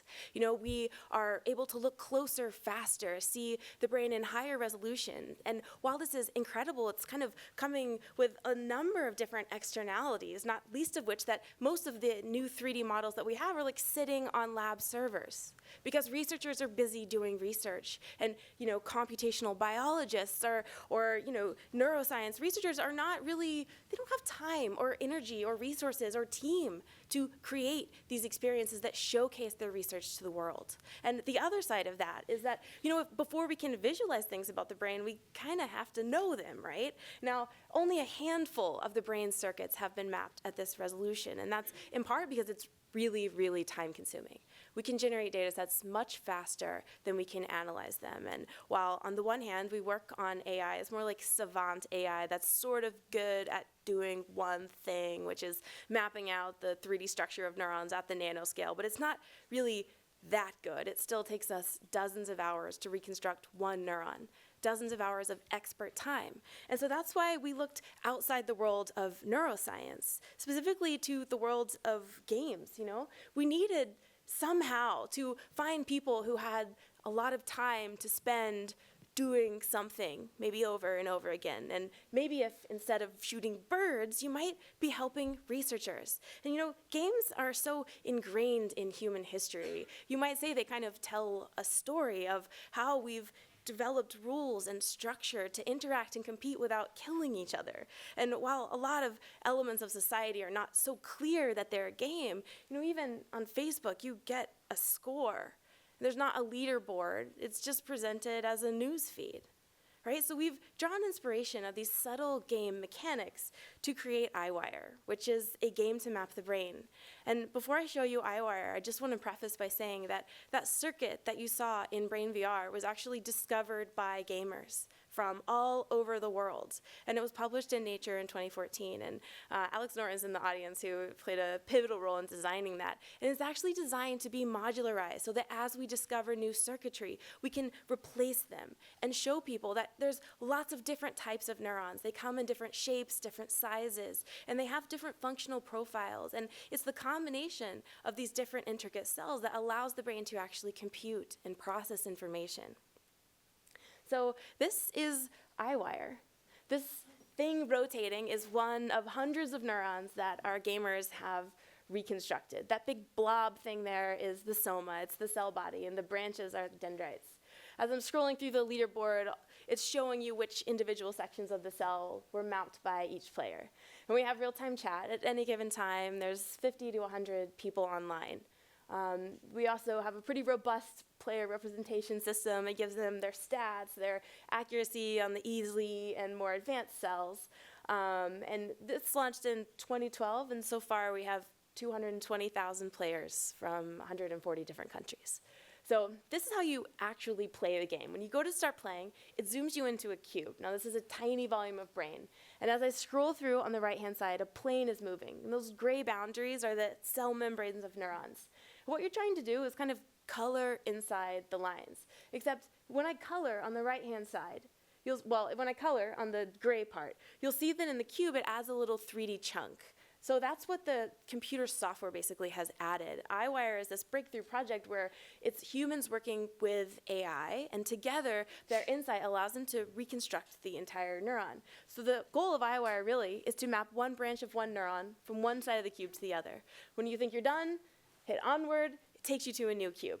And there's all sorts of kind of advanced roles and actions that you can take as players level up through the game. They stop interacting purely within the cube and they start interacting in the overview. They actually have a sophisticated consensus system and a set of checks and balances. So in this cube, everything that's orange has been done by some of our advanced players, and they team up to actually edit errors from the overall majority of EyeWire. Now, it's not a singular project, in this field called citizen science, where researchers are crowdsourcing data analysis or data collection. There's a number of other projects like this.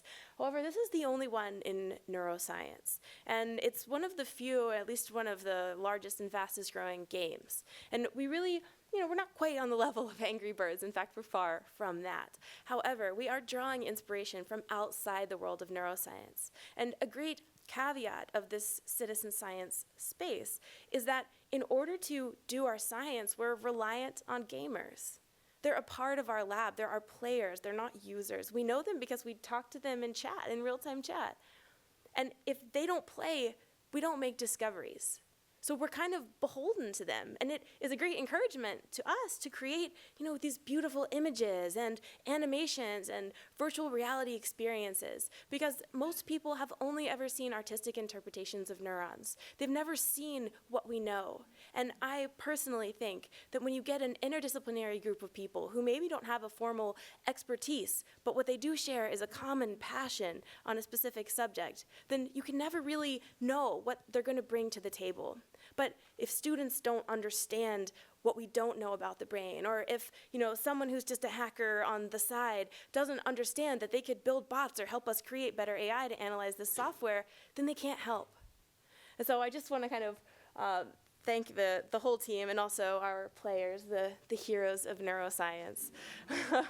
And we've got a number of other projects in the works, and so I hope that Brain VR expands from the circuit level. And I think what we'll see in the future is VR becoming a regularly used medium for neuroscience and other fields of science to spark curiosity, to catalyze ideas, and to just get people stoked on the wonder of understanding the world.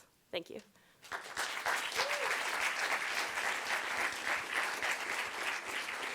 That's kind of amazing. So we're learning to learn in VR. We're learning in VR. We're getting inspired in VR. But how do you actually teach VR?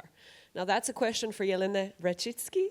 Jelena, you are the creative producer and head of education at Oculus Story Studio. Yes, Oculus is getting into education and film schools. You're presenting Seeding the Virtual Future. I'm very happy to welcome you on stage.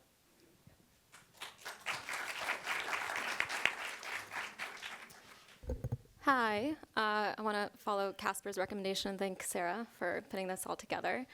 And I also want to thank all of you guys for sticking it out. Good work. I saw a little bit of sun outside. It's there. It's waiting for you after everything. So I'm with Oculus Story Studio, and for those of you that don't know about Oculus Story Studio, it's a content creation company that's funded by Oculus. So we've been lucky enough to experiment and figure out in our own way how to tell stories in VR, and all of it is, CG, live rendered, positional tracking, And we made 2 projects that have finished so far, Henry and Lost. You saw a picture of it earlier. And we're working on one right now called Dear Angelica. And usually I talk about the learnings of Story Studio, but today I wanted to talk about something a little bit different. Virtual reality. I wonder how many times we've said that word so far today.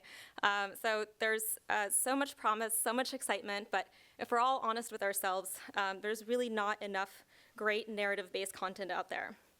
So I know it's just the beginning, so we shouldn't be judgmental, but I think it's also important for us to really think ahead and ensure that the future of VR is what we want it to be. I know what I want it to be is something that's emotional, impactful, beautiful. So a little bit about my history. I actually come from traditional documentaries, so this is all really interesting to me, coming full circle about 6 years later. So I came from participant media, so I was there during the time of An Incommune Truth, Food Inc., Waiting for Superman, and I saw firsthand the impact that documentaries could have, and they've gone to a stage where they can just be incredibly beautiful and impactful. But then there was that frustration with everything fitting into this traditional format of why make everything 90 minutes, the archaic distribution system. And then I also started really thinking about that word participant and what that really meant. So at that time, since we already talked about this, I went to Burning Man. And there you really learn what it means to be a participant and to be full of awe. And so you come back, and I was trying to think, how can we take this forward, this concept of creating content. And at that time, technology was really kind of tinkering away. Thankfully, I came across one of my inspirations, which was the National Film Board of Canada. And they have been putting money towards the raw experimentation of interactive storytelling for years now, which is incredible coming from the US, you think. Just putting money towards experimenting without thinking of a financial outcome. So that was incredibly exciting, and the project that really touched me was Welcome to Pine Point. Minimal interactivity, beautiful, fluid story. So jump ship, I left participant, and I went on this discovery and exploration of what is this? Where can we find this stuff? And I ended up at New Frontier, where this is from Marshmallow Laser Feast, we already showed this, but explored all the fun things, so projection mapping with Kinect sensors and interactive installations and multi-screen projections and narrative-based games, and I don't know, does anyone want to throw things out? Data art, multi-platform, transmedia, all of it. So it was an exciting time. Everyone was kind of tinkering, but it was kind of isolating. And everything was kind of on the verge, and we were always kind of the weird kids in the corner. This was actually taken a few weeks ago, so we're still kind of the weird kids. But now we're in the spotlight. So, and this is all because of VR. VR has gotten this interest, and this mass interest in a fairly short time. And I think of VR as dog years, so 1 year in VR is like 9 years in real life, or how quickly everything is gone. And so I think with that spotlight on us, and I think everyone in the audience as well, since you're getting into it pretty early, there's a responsibility because we get to really lay the foundation, and we get to think about what we want this medium to be. And right now is really the time to start setting those seeds. So as far as the VR side, I think you're all familiar with Nani de la Peña. She brought her project to Sundance in 2012, Hunger in LA, and then there's the Oculus Kickstarter campaign that launched, and when I went there, I think it was a few years ago, and it was a small Irvine office. They had one little demo station in the corner. I think the first thing I saw was VR cinema. I don't know how many of you have seen that, but it's basically you're in a movie theater by yourself in VR watching a movie. So that's, not that long ago, and these are the ideas that start coming into a new medium. You just port over something that feels kind of obvious, and now you look back on it and it feels kind of silly. And then when I was at Sundance, we had that first year, it was, I think it was 2014, we brought 4 DK1s. There's, I think in that picture you have Clouds and you have Sound and Vision, which were all originally actually web-based projects and got brought into VR. So then I went over to Future of Storytelling and did a bunch of stuff, but one, we released the Glenn Keane video using the tilt brush, which got over 2 million views. So this is just kind of resurgence, and now we're here. There's been over 2 million hours of video watched in Gear VR. And I don't know how many hours have been watched in YouTube or Google VR. And then obviously there's the Rift and Tilt Brush and the combination of it. So people are looking. There's hundreds of meetup groups all over the place. Facebook 360, people are watching 360 videos by the millions as well. There's a VR-based event, not as great as this one, but like every other week, I would say. So it's exciting. People are hungry. And here's a little seeds. So these are little seeds. This is us right now. So how do we take stuff and how do we plant it so that we can fertilize it and create a beautiful, diverse landscape of work in the future. So at Story Studio, I do a few things, and one of the initiatives I run is called Story Studio University. And I think a lot of us believe that VR is going to be taken to its potential when it's the native generation that grows up with it and is introduced to it that hasn't yet been fully institutionalized by gaming or by film, using those tools, and they step into it with thinking about 360 from the beginning and a world from the beginning and interaction from the beginning. So how do we create those worlds where they can create the type of work that will make that landscape beautiful? So I don't know how many of you saw this, but USA Today had an article that said, virtual reality, the next big thing for college creatives. So I think that's a clear sign that obviously VR is not going to go away. I've been around to a bunch of schools, and the hunger and excitement for kids, or students, is mind-blowing, and everyone's already starting to get into it, which is incredibly exciting. And part of what I'm doing is working with, I think we're going to work with about 10 schools over the next year. We're going to help implement programs, support creators with equipment, and the point of it all is to really share best practices and creative insights from the institutions that we work with to the larger creative communities, and also learn ourselves.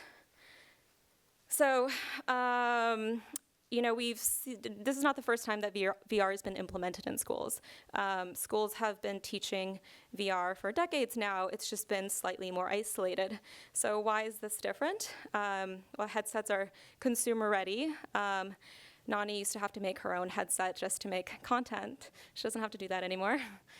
They're cheap enough, they're fast enough, computers are high quality enough, and I think most importantly, creators finally have an audience. So it's coming from all directions right now. So then what do we hope to see in these programs? A big thing that I think a lot of creators are seeing is the need for interdisciplinary programs. VR is not just one space. It includes theater, film, animation, user experience, computer science, dance departments, and include architecture and everything you can think of. So within these programs, you bring in an interdisciplinary group. Give diverse communities access to equipment. And so that's also what we're really hoping to do in that seeding, that diverse landscape, is that you have to have content created from the ground up from a variety of voices. And another big thing is students and teachers learning from each other. So we're at a space right now where there are no experts. And a lot of what I'm seeing right now is actually students knowing more than their professors, which is incredibly exciting and kind of a new way of teaching or unteaching. And then prototyping. You can theorize about VR for a very long time, but you just have to make. I think for anyone that's tried VR, you have to recognize that you don't know if something works until you go inside it and it feels right. So the quicker you can make something, the quicker you can know if it's right. And these are the questions that we're hoping to investigate throughout this upcoming year. One, and I think everyone wonders this the same way as well, is can you tell a story in VR that's inherently interactive? A lot of what we've seen in narrative-based games, it has interactive portions, but mostly the narrative stuff is passive. So passive, active, passive, active. Can you make it where the interactivity is is really fluid and part of it. Can you motivate with emotional agency versus strategic agency? And what I mean with that is in strategic, I think, and going back to games, because I work a lot on the interactive side, but games motivate people through kind of a level up system or points. I think storytelling will get to a point that's interactive and work if it's motivated emotionally, if you can make someone go somewhere, pick up an object or interact because they're drawn to it in some emotional capacity. And that's really what stories are, emotional. How do genres work in VR? So same thing with emotions. Really get down to the core of why something's funny. Why does our human condition think something is funny? And you build up from there. That's how film got formed. Fast cuts. Quickly, something became funny. The close-up felt intimate. That's why the close-up came to be. So it's really going back to ourselves and to our human condition. And then what does it mean to create stories from a human-centered design? And I think that's the biggest obstacle for traditional filmmakers is they've never really had to think of the person on the other side. I recommend the VR book, forgetting who it was by, but if you go to thevrbook.net, it's really comprehensive. So many people have created studies on actual human perception, and this is a very vital, vital thing to read and to understand in order to create projects. And how does presence work with story? And so the gimmicks are all going to fade. I think a lot of us have tried VR where we go off on a ledge and it's all very exciting, but we're starting to learn that our bodies are adapting to those kinds of gimmicks. Soon we're going to be able to jump off the ledge, not worrying about it because our bodies know that it's not dangerous. So what's left after the cheap tricks and the thrills is the heart. And I think we really want to see beauty and awe and masterpieces. And another way to go about that is just sharing, continuing the spirit of openness. I know that VR is becoming an industry. I work for Oculus, which is owned by Facebook, but and I know a lot of things have to be kept private, but I think as far as the creative insight, it's important that we continue the spirit of sharing, and we're doing that. We put all of our information out on storystudio.oculus.com/blog. Everything that we're learning, we put out there. We're also creating community and groups. And then Facebook also has a community site around the 360 group, put out a bunch of videos, put out all the information. And then, of course, Facebook is coming out with their camera in a few months, which is going to be open sourced. So I want to leave you with something that I find to be beautiful, and I think our first step into the direction of how to create natively in VR, which is part of our project Dear Angelica, which is creating in VR for VR and painting in it to create sets. So this is Wesley, our art director for Dear Angelica, using the touch controllers, where she actually is painting the sets of Dear Angelica while she's in this space. And it's hard to see flat, but when you're in it, you know that it couldn't have been done outside of VR. And I'm hoping to see more of that from this generation, but also incredibly excited about what's going to come up for the next generation. And I also want all of you to give me insight into how you think that could work as well. So thank you.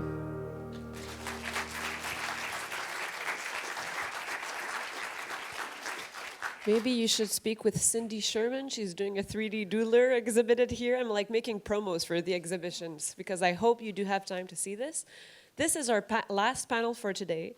It's a very important panel. We've had all day to talk about how we see the future of VR, where we come from, where we want to go next, what we're worried about. We've started digging a little deeper into the neuroscience of VR, the ethics, but now we want to talk also about the impact of VR. So I'd like to welcome on stage our next members of this panel: Dan Archer, Sam Gregory, Janet Murray, and Michael Mattery. The panel was supposed to be moderated by Kate Cizek. Kate is sick. She has laryngitis, which is a disease that turns her into me. So I'm going to be moderating this panel. I am Sandra Rodriguez. You've met me before. You've heard me talk all day, and you may be a bit tired about it. But I am studying here while I am at MIT doing my postdoc here and visiting scholar and fellow at the Open Doc Lab. I am studying the consequences, how we think of impact, and of course, how we think about critically reassessing the impact of our work. So maybe I can have a little couple of questions. Because this is a panel, I'd like you all to sit down, just to feel a little less formal. I know you have, yes, hi, nice to meet you. Do you all have chairs? I would invite Dan Archer to start with his presentation. I can sit.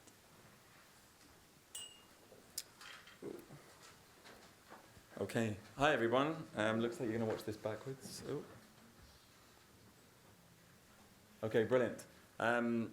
It's a pleasure to be here. Thanks for the invite, and great to be part of this panel. In the interest of time, I'm going to move quickly, but Kat, before she fell ill, can you all hear me? Great. She invited us to present a case to try and sort of thematically, I guess, organize our arguments around something. So my case is against this blanket approach to empathy. It was also part of a challenge I set myself to represent to include as many mentions to empathy in a single slide as possible. So there it is.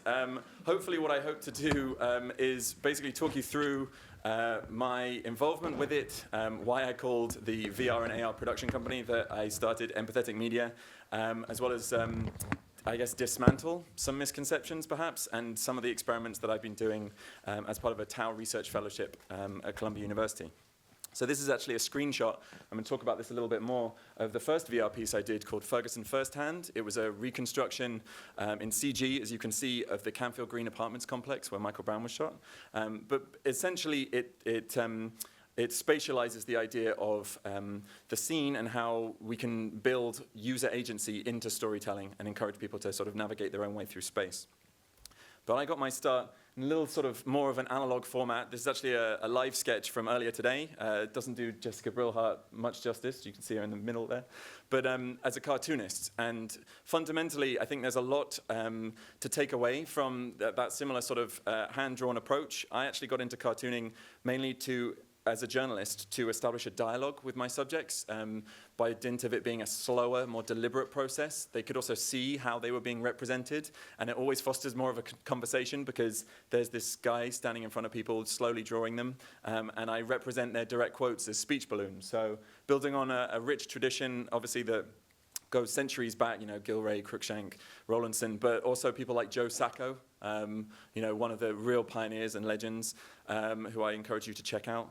But fundamentally, there were always issues around representation as well when it came to comics, and particularly VR, obviously. Sometimes subjects were so sensitive and traumatizing for people that they didn't want to be in front of a camera, or they didn't, there was stigma attached to, for example, some of the survivors of human trafficking that I've interviewed. So comics became that way of preserving their identity. So at the level of form, however, really what was interesting for me and comics is that fundamentally they allow the users to, it affords the user a great deal more agency in the sense of how they understand a series of sequential images. And that really was when the barriers to technology became much more accessible for VR, I sort of saw the translation as much more sort of organic. So in terms of Ferguson, I was a Reynolds Journalism Institute fellow in 2014, and I arrived in Columbia, Missouri, like 10 days before Michael Brown was tragically shot. And I immediately, from all the sort of controversy and the coverage of it, I immediately realized that fundamentally what was at stake here was the sense of space and how that was a critical part of understanding this series of events that happened. And so I went down there and took a great deal of photo references, spoke to people, obviously, and then converted it using the Unity game engine, we've heard a lot of talk around Unity, into this area that users can explore. The idea being that by traveling through different beacons, you can effectively unlock pieces of eyewitness testimonies from the grand jury trial, and obviously getting around the question of the Uncali Valley because the testimonies were submitted anonymously. So it was building on FOIA request evidence, photographic evidence, and as you can see here, this is probably the best way for you to see. This is just a recorded version, if it plays, of the spherical video. So I just saved a spherical video inside, walking through it. Soon after Michael Brown was fatally shot by police officer Darren Wilson. Your goal is to explore the environment by walking into 3 different kinds of beacons. Colored beacons will display comics of the eyewitness testimonies that were broadcast by the media immediately after the shooting. White beacons will display photos of the evidence gathered by forensic investigators. So and you get a black sense of beacons will how the play scene is audio of the comprised, eyewitness the statements sort made of the during relative grand jury space, trial. as well as giving users fundamentally the ability to make their own sense of the scene. So we didn't crowbar a narrative into this. We just said, this is where all the evidence is. It's up to you to explore, spend as much time as you want, and try and construct a narrative that way. I'm very aware of the sensitivities around this. You know, Damon brought up an interesting point around effective rank outsiders like myself coming to these places and representing the spaces in this way. But for me, what's interesting about a game engine build, particularly in what pertains to journalism, is that in a 3D space, rather than just slapping a coda or an addendum or a corrective after the article's been published, you can do a new build. And so now that I have the assets, you know, I hope that it fosters a sense of sort of collaboration, and we can repurpose the assets and sort of build a sense of how this location isn't defined by an incident that happened 2 years ago. So moving along. This is, again, a work in progress for a piece that I'm doing on restorative justice in Colombia, situating the user inside 3 different perspectives: a former paramilitary, a demobilized FARC guerrilla fighter, and a civilian, recorded in Spanish. Again, I understand there are constraints because we're deploying to Google Cardboard and Gear VR, but that's with the express intention of taking these headsets back to Medellin or Cocorná, just outside, and having a Spanish and an English version. You know, it's really important, as we saw, you know, Felix showing those versions, but doing what we can to try and bridge that, and hopefully leading workshops so that people can understand the means that we're telling these stories and how they can be shared. The idea was that by letting people experience other perspectives, that it might foster more of a sense of dialogue. In what pertains to empathy, you can see here these screen grabs. The idea is that it's fully interactive in the sense that, as interactive as you can be with a mobile, you can pick up objects. And as you pick up these interactive objects, it cues different pieces of media and encourage that greater sense of sort of engagement in the scene. So just quickly to try and define empathy, though, and I feel sort of nervous about doing this in a room full of, you know, maestros and specialists, but forgive me, those of you that do. This is old hat to you. It first actually was mentioned in 1909, the sense of a translation from Einfühlung, the German, the sense of feeling into, and that was Edward Titchener. But what was interesting actually is Novalis actually built on this idea. He actually perceived the idea coming out of this sort of philosophical aesthetic approach as a process of poetic identification. So it was railing against this sort of the scientific nature of deconstructing reality into a series of empirical elements. And I think that's really interesting in light of the conversations and the presentations that we saw earlier today. And then last there you can see Lips. Again, he brought it into the realm of understanding it as a basis for recognizing ourselves and others. And I think that's what's really fundamental as well, particularly when we move into dismantling the sense of how we conceive of this umbrella term of empathy. Everyone talks about, oh, well, VR and empathy are sort of, they go hand in hand. But there are actually different levels. So moving into my study as a Tau Fellow at Columbia, effectively what we're seeing is there are, as I mentioned, multiple layers. And these aren't by any means sort of cast in stone. They're more just ways that I've been thinking about to reframe how I'm approaching the results. So you can see here on the left, sometimes in terms of no empathy, it can actually be more operationally efficient to have a distance from the subject, right? Jumping over to the far right, people say, well, empathy equals good all the time. Actually, we found that complete empathy with a subject, particularly in traumatic storytelling, can actually create a sense of sort of mortal salience where people enter almost like a distress terror mode, and that only reinforces, their only way back from that is to effectively eject themselves from the situation, which can reinforce a distinction between us and the characters in the story who we're trying to foster a connection with. So in the sense of what is most, as I say, effective, this idea of emotional convergence, and people being able to physically understand other people, but at the same time, be a little closer to them, I think is sort of the sweet spot that people are aiming for. In terms of how we're measuring that, this is a screen grab from one of the videos we're using. It's called, it's by Riot, a VR sort of predominantly 360 company.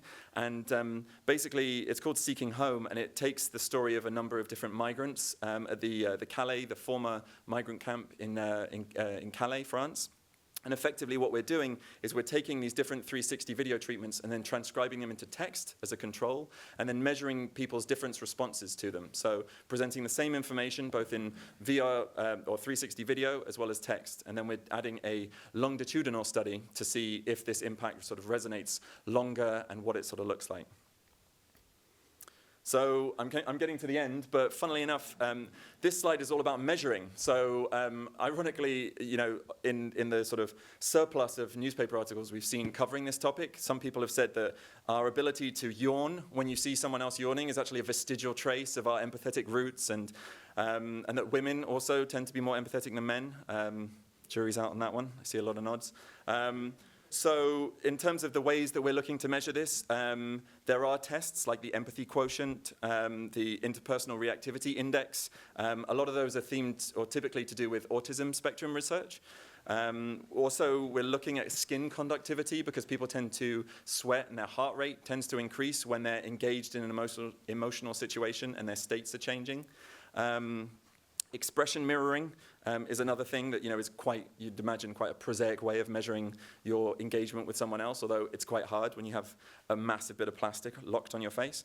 And MRI scans, we've also seen, you know, that can play an important part, but again, challenges when you have something on your face. So in terms of my last slide, all I wanted to show you were some of the factors you want to be aware of as you're thinking about empathy in your experiences. So what I've been trying to do is create almost like a baseline, a baseline for how you might measure empathy in these experiences, and throwing in a lot of cool transitions in the process. So politically, you know, it's been mentioned, I think, once earlier today, but a lot of these experiences do tend to err on the liberal side of things, and you do have access to, like, what's it like to be inside a Trump rally, for example, but it's not always the most objective. So that's something to be mindful of. Psychologically, when you're creating these narratives, personality types obviously influence the way that you navigate and negotiate space. So some people might find it extremely claustrophobic to be trapped in a room with someone when you're trying to foster an intimate connection with them. Physically, I still find it remarkable that, you know, there is this one-size-fits-all HMD format for people, and especially people who wear glasses as well. So, you know, I'm sure obviously we're in the early stages, but these are things to be mindful of. Interpersonally, for those of you, for example, that have tried The Enemy, I was very struck by the height difference, just relatively speaking, of myself to the characters, and how that can play a huge role in our understanding of like the power dynamics that are unconsciously happening as we experience sort of reality and story. And so I wonder if that's something that might need to be negotiated in terms of influencing our unconscious biases. I know that 360 videos, for example, if you just arbitrarily place them at a certain height, it can have completely, again, that opposite dimension of looking down on a person, which creates that power structure that I mentioned. Paralinguistically, this is a really interesting point, and I encourage you to look at Katie Newton. She did a study, she's a Knight Fellow from Stanford, and she did a VR UX study looking at the amount of space available to users inside different experiences and the experience that connoted. So, for example, if you give someone a 360 freedom of reign inside a room and you ask them sort of what they're picking up on, they tend to drill, and this isn't, you know, fixed, but they tend to appreciate atmospheric input and stimuli, sort of picking up on things that might not be quite so tangible. Whereas if you narrow their focus deliberately, much like, you know, you see some of the config demo scenes inside these HMDs, to a single object or a table, then people find inherent meaning in the most insignificant object. So anything that's in front of them, like the Chekhov's gun phenomenon of, oh, there must be, this is in front of me, so it must be the key to unlocking this whole scene. So those are things to think about as well. And then last but not least, the chronology point is just the longitudinal aspect of this. So how long does empathy actually last? What does that impact look like? So what we're doing is we're building in a week and then a month-long check back with our subjects to see exactly, you know, if VR or 360-based videos, and then later CG experiments, which I'm also going to be comparing and contrasting, do foster that sense of long-term engagement. So if you're interested, please email me. And I look forward to hearing from you. Thanks. Thank you, Dan. So obviously we like speakers. I thought we would all be here and maybe discuss and have this conversation. I'd like to invite Janet Murray. Yes, you. Associate Dean and Professor at Georgia Tech. I really hope she can talk about her book, Hamlet on the Holodeck, especially because as we're revisiting, the past, the present, the future, maybe have thought about this. How do we actually conceive of interactive narratives back then and today? Thank you. Thanks for mentioning my book. Out in revision, and there is a slide about it. Okay, so here's my take on being invited at this very early stage in commercial virtual reality to talk about whether we should worry about whether it's going to be used for torture or not. So I think, and I think that there's been a lot of anxiety expressed today. It's been of three types, and I'm going to offer you the solution for all of them. Some of them you've already found. So one is journalism ethics types problems. One of them is verification problems. How will we know that it's the difference between the Drudge Report and the New York Times?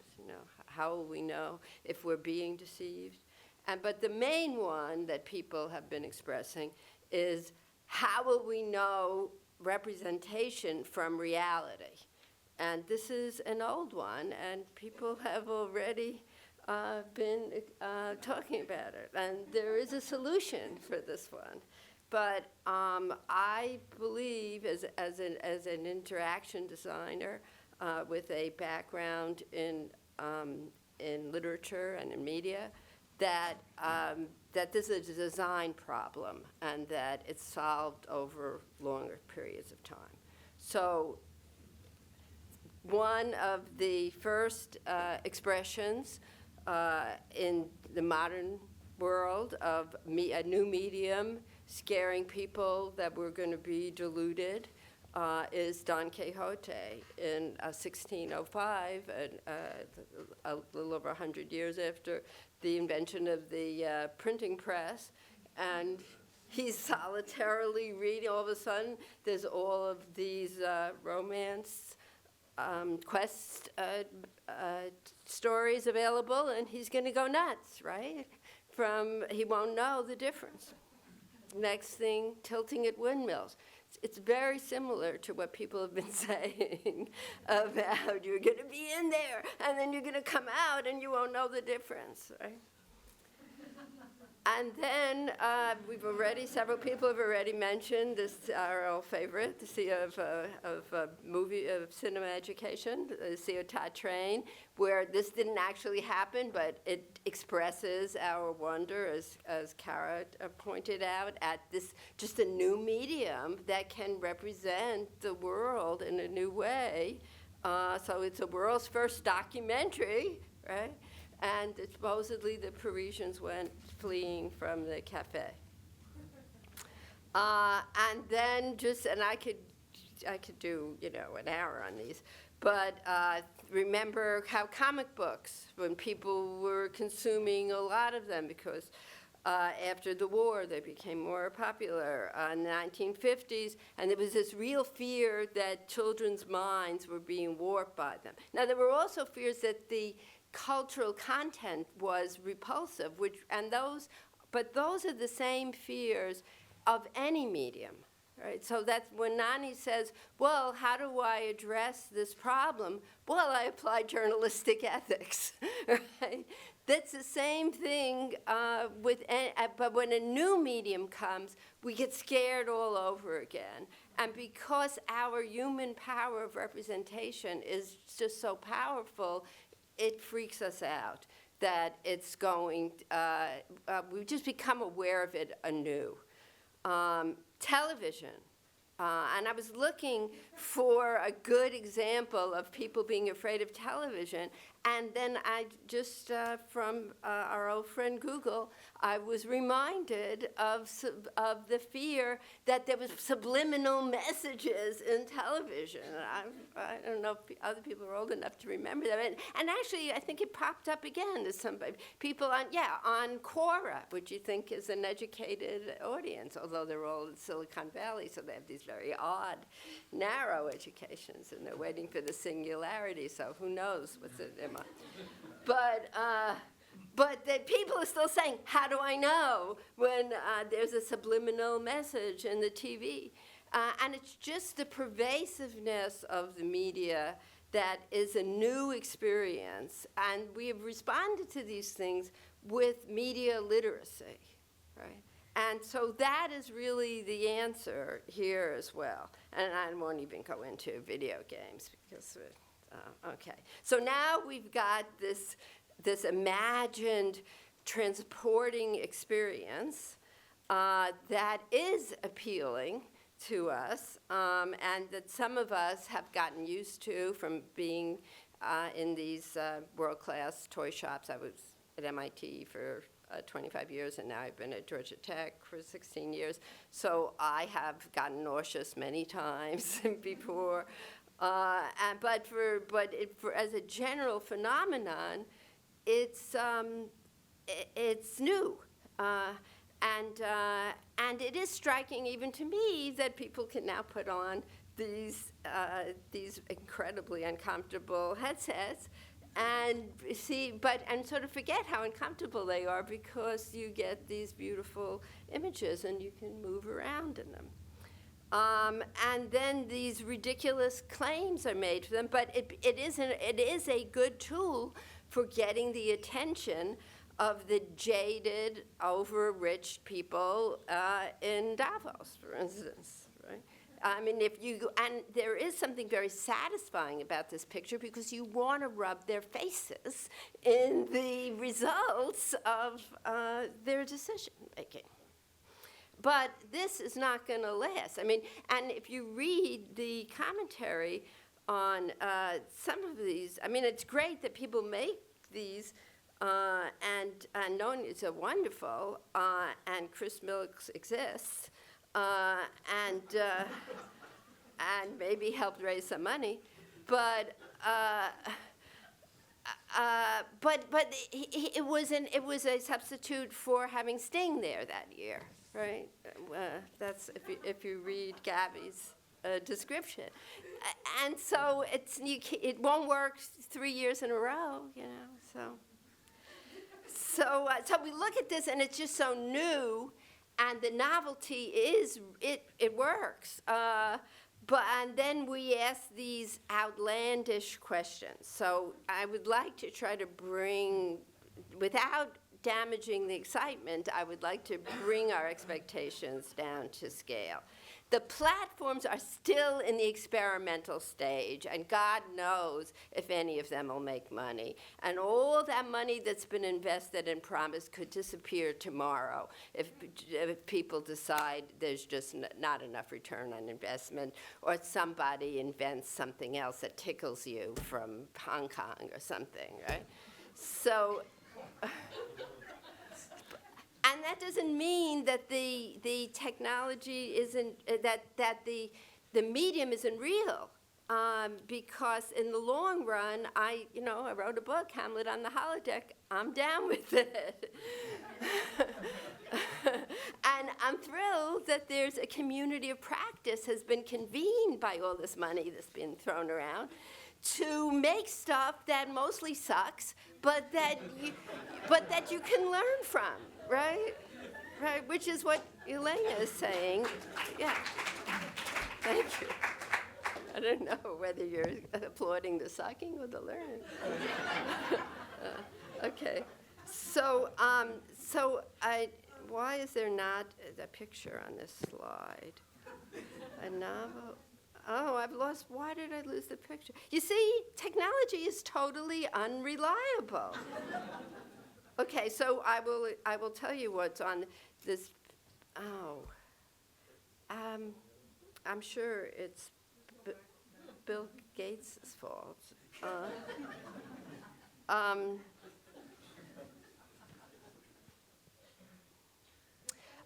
when people do, if you would look up virtually better, if you've got your phones, you'll see that we have experience with VR for therapeutic uses, and what works is not the real.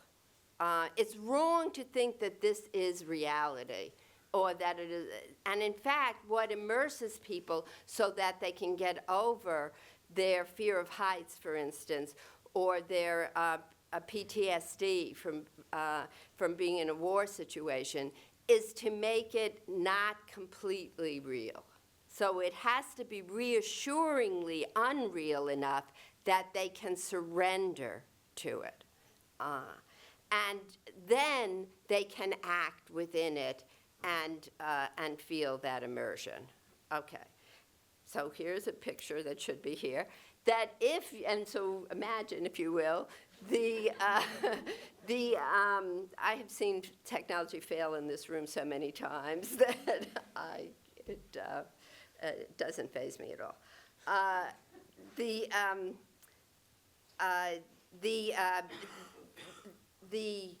walk. So it's a picture of the photorealism of that VR environment, where you mirror the walk of the lunatic who went between the twin towers, right? So, and now you do it and what happens if you look at the YouTube videos, that there are at least two, because I went back to look for the one I wanted and I couldn't find it, but I found another one, where the person falls. We have to go faster, I'm almost done. And and so if you don't give people the fourth wall, if you make it too realistic, they don't become confident until they grab an arm, until they fall. So it's up to the designer to make the conventions that make for the fourth wall. Okay, this is a picture of my second book, which is Inventing the Medium. And this is my main point, that we're all engaged in this collective process of exploring these affordances, and that what we have to do is look for what are the coherent conventions, and those establish the fourth wall. So when we know what we can do in environment, then we are at ease. And games offer a rich palette of this. So I hate to say this to people with a background in film, but it really is not a filmic medium, although it can, film is one of the contributors. It is a interactive medium, and if there isn't interaction, you're not using the digital. That is what is if we're in a space that's defined by bits, we want to do something, we want it to respond to us. So the direction is clear, that we will get someday to something like a holodeck, but you can't tell what the pace is. And this is my final slide. But the thing that will bring it is the collective activity of inventing that fourth wall. That, when we invent the conventions, then when we're on the World Wide Web, we can tell the difference, it turns out, between the New York Times and the Drudge Report. But people got very scared about this because it was new. And we do know when we're in a movie, we can surrender to it. We don't think that something is coming at us, but we can pretend that we're there because we know we're in the movie. And when we have that reassurance that there is a wall there that we can get out of, that is when we can have that alignment of sympathy that Dan was talking about, that builds up empathy. Because you don't get empathy just by putting on a helmet and looking at another person. You get empathy by being in a structured story environment, which you can only surrender to when we built up those structures of coherence. Thank you. Wonderful.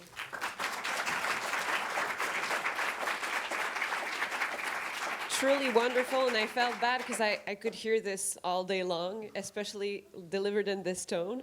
But I also wanted to I also wanted to hear what Sam Gregory has to say. Sam Gregory is program director at Witness. You've probably already heard of Witness. Witness is a very famous organization for helping millions of people use video for human rights. So how do we kind of start even thinking about this? So first, I'd actually a shout out to Kat Cisek. You're very much missed, Kat, if you're watching the live stream, someone who's really been, I think, a pioneer in some of the 360 video side as well. So I approach this topic from a slightly different angle. I am a human rights activist who works with citizens who create human rights media. I'm someone who's constantly trying to think about the question of how do we engage people to impact amid a flood of media. So I'm coming from that perspective as I think of where we stand in VR. I'm also tremendously interested in immersive media and have been for a number of years. I'm not a VR maker, and I recognize that just to start off. So some of the people that I work with are, oops, someone's, yeah, we have to do it on this side.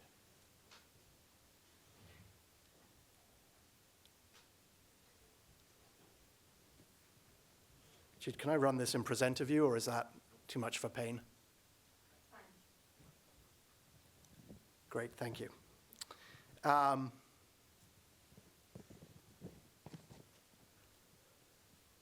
Great, so these are some of the people I work with. I typically work with frontline activists, these types of individuals. And most of the time, the key challenge they're facing is how do we engage people, how do we compel them to action, and what is meaningful action? And I'm going to start from my assumption, I'm going to make some critiques here. I'm going to start from the assumption that as VR creators, many of us have that aspiration to action that is present, and that we're not aspiring to the sort of National Enquirer of VR, where we're looking for attention, but we're not looking for impact. And I wanted to start with a picture that I first came across when reading the work of Stanley Cohen. And I want to talk about, the first topic I want to talk about is the question of denial. Why is it that people don't want to watch our stories and listen to our stories? We're in a strange phase in VR because everyone wants to watch and listen to our stories. Everyone is desperate to be in the experimental phase, to be in that room outside. For most media on tough topics, people are desperate not to watch our media. And Stanley Cohen uses the example of Bruegel's picture here, The Fall of Icarus, and he cites Auden's poem. So again, taking a historical precedent here. About suffering, they were never wrong. The old masters, how well they understood its human position, how it takes place when someone else is eating or opening a window or walking dully along. I.e., there's always suffering out there, but our own issues are always more important. So how do we move people into that space? Philip Larkin, he's very famous for another quote. I won't quote that one, but he does say this, which is, yours is the harder course I can see. On the other hand, mine is happening to me. So with those in mind, how do we think about challenging denial? And how do the affordances of VR help us there? So Stanley Cohen, again, who's written a lot of the most important work in this area, talks about three kinds of denial. Literal denial, it didn't happen. Interpretive denial, that wasn't ethnic cleansing, that was population exchange. If we look back at the Balkan Wars of the 1990s. And implicatory denial, that's got nothing to do with me. And we can deny that on a moral ground, we can deny that on the ground we can't emotionally respond to, we can deny it on the grounds of action. When we look at what motivates people to act, there's a lot of research on bystander acknowledgement and intervention. And these are the circumstances when it's less likely. When responsibility is diffused, we don't know if someone else is going to do something. When people are unable to identify with the victim, when people cannot conceive of an effective intervention, and when distant bystanders lack the texture of rich personal experience and direct risk. This gets interesting, because you think about VR, we have that opportunity with some of this VR we're creating to address some of this. The embodiment, the place illusion, the sense of agency we can have. So there are opportunities here to use VR to address some of this bystander risk, this bystander intervention challenge. The second thing I want to note is around attention and VR. And again, I'm looking ahead, and I somewhat echo Janet. I've spent time at Davos. I know what it's like.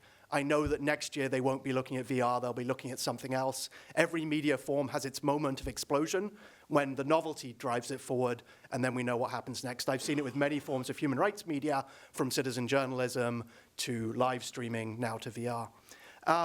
We're competing in a climate of images where the image on the right is the image that breaks through that people are looking at. The image on the left was a version, I'm not showing the original version, of the rare image that did break through. I see thousands of images every year of all the human rights stories that no one paid attention to, all the refugees who died on the shores of Europe, on the shores of Libya. So we have this question of how do we engage people beyond denial, and I think VR has an opportunity there. The second risk I want to address is one that I grapple with in activism. And it's something that Lily Chulieraki, who writes a lot about spectatorship and suffering, talks about, which is how do we go from part of the culture of activism now, which is about self-expressive activism. Wow, I watched something, it made me feel bad, I did something, I tweeted about it, to something that is witnessing in solidarity. I'm using the slightly ironic here of the Barbie Savior Instagram account. For those who haven't seen that, a real gem of exploring exoticization and poverty tourism. And again, poverty tourism is the other area we have to look at.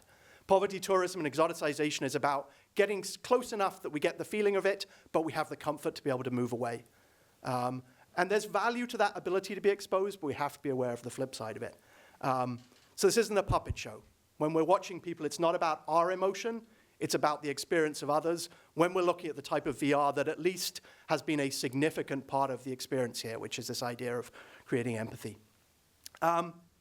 Let me question the question of whether empathy is really what we're looking for. And again, I'm speaking from the perspective of someone who's trying to think about moving to action. There's a fair amount of research that looks at empathy and thinks about the consequences, and we looked at some of it before. What worries me about empathy is it doesn't move people to action. So I would ask you, and I'm going to put this out as a question, how do we think about solidarity and compassion rather than empathy? And I'd be glad to talk about that in the conversation, what it means to think about those. Compassion is seeing something, stepping back, doing something. Solidarity is standing beside someone, not walking in their shoes. And I think those are equally important possibilities of VR that we haven't yet fully explored. And I think we could explore them to tremendously powerful effect. One more challenge, then I'm going to talk about an area of VR that I'm very excited about to finish. This is a challenge that is true across all human rights media. How do we communicate structural violence? But I think it's particularly true in the case of VR, which is we have these intense, and at the moment they're 4 or 5 minute, experiences of a reality. And Fox put it very well earlier. He said, you can walk in someone's shoes, but you cannot understand their own history or their cultural context. And so if we take an example like the work that many of my colleagues do in Cambodia, I can drop you into the middle of an intense moment of a forced eviction. That doesn't tell you why Hun Sen has been in power for 30 years. You have to understand that.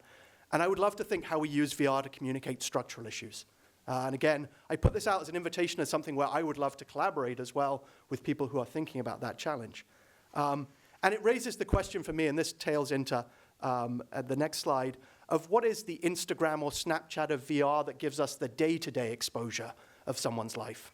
That's what I really look forward to, is how do I feel what it's like to be alongside someone in Cambodia facing forced eviction? James Agee put it very well. I can't remember the quote in my head, but he talks about the wearying hours of work of the cotton worker that he documented when he was doing his photographic projects. How do you understand those wearying hours, those wearying days in VR? Then there'll be something very powerful. Let me talk about something I'm super excited about. This is a quote from Mark Zuckerberg when he launched the Oculus Rift, talking about this incredible possibility of standing next to people who are facing injustice, experiencing it live, being able to stand with them. Actually, I'm joking about the second part. He didn't say that. But it's interesting, when I read his quote, I thought he's kind of describing, stand by the baseball court, basketball court, stand in a classroom. Why not stand on the front lines of a protest? As we think about Oculus, we think about immersive experience, we think about live immersive experience. So I want to talk about the area that I'm most excited about. It hasn't really come up here, and I understand the division between 360 video and live and constructed virtual reality. What is interesting, and I was watching the NAB announcement of 360 live video on YouTube about 2 weeks ago, is you can increasingly do 360 live.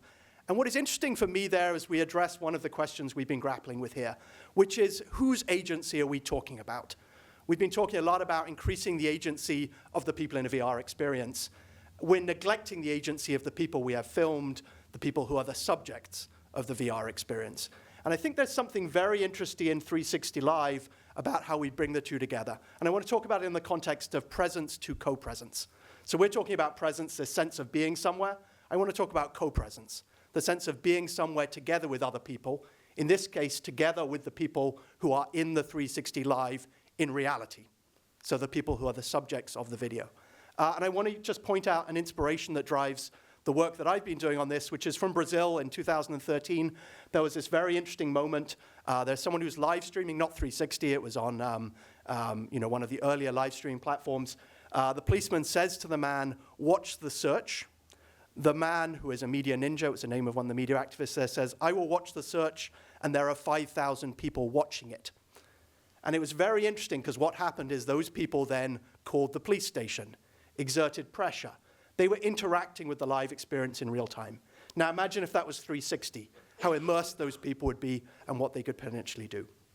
So we've been working, I'm going to just mention a project that we work on at Witness called Mobilize Us, which is looking about that idea of co-presence to action. So when you can have immersive live video, what can you do with that? So some of the things we've been looking at are, how do you bring people into iconic spaces and turn that into mobilization, like the Capitol of the North Carolina State Building? How do you turn it into pressure on site? So we built something that enabled people to show how many people were watching live to prevent violence. It's called Witness With Us. We looked at how you could bring it behind closed doors. You might only let 2 people into a room meeting. This is the Ukrainian Central Bank. It's my favorite door picture because it is the most imposing door ever built. But how do you bring people behind those closed doors of power and say, we can be represented here, we can interact in support of people? How do we do rapid reaction? How do we make that happen? And there's a really key idea that I think is important here, which is I was talking about our denial and our lack of caring. The people at the other end also kind of believe that most of the time. So this was someone who was a sex worker in Macedonia, talking to a colleague of mine or someone we'd trained, and she said the well-fed never believe the hungry. And it really stuck with me because there is a genuine belief often by the people who are our subjects of our media making that we don't actually care. And so I think there's something tremendously powerful about co-presence when we can do that in a way that people think we are walking beside them and taking action in sites of struggle and sharing their joy when we succeed. Saul Alinsky talks about the power of joy. That's equally important for us to share in a co-present experience. And of course, as we think about haptic technologies, which is touched a little bit here, I'm more interested in the haptic technology on the activist on the front line feeling we care than us feeling his experience, if that makes sense. I think that's when we start to think about solidarity as a really powerful emotion. Thank you.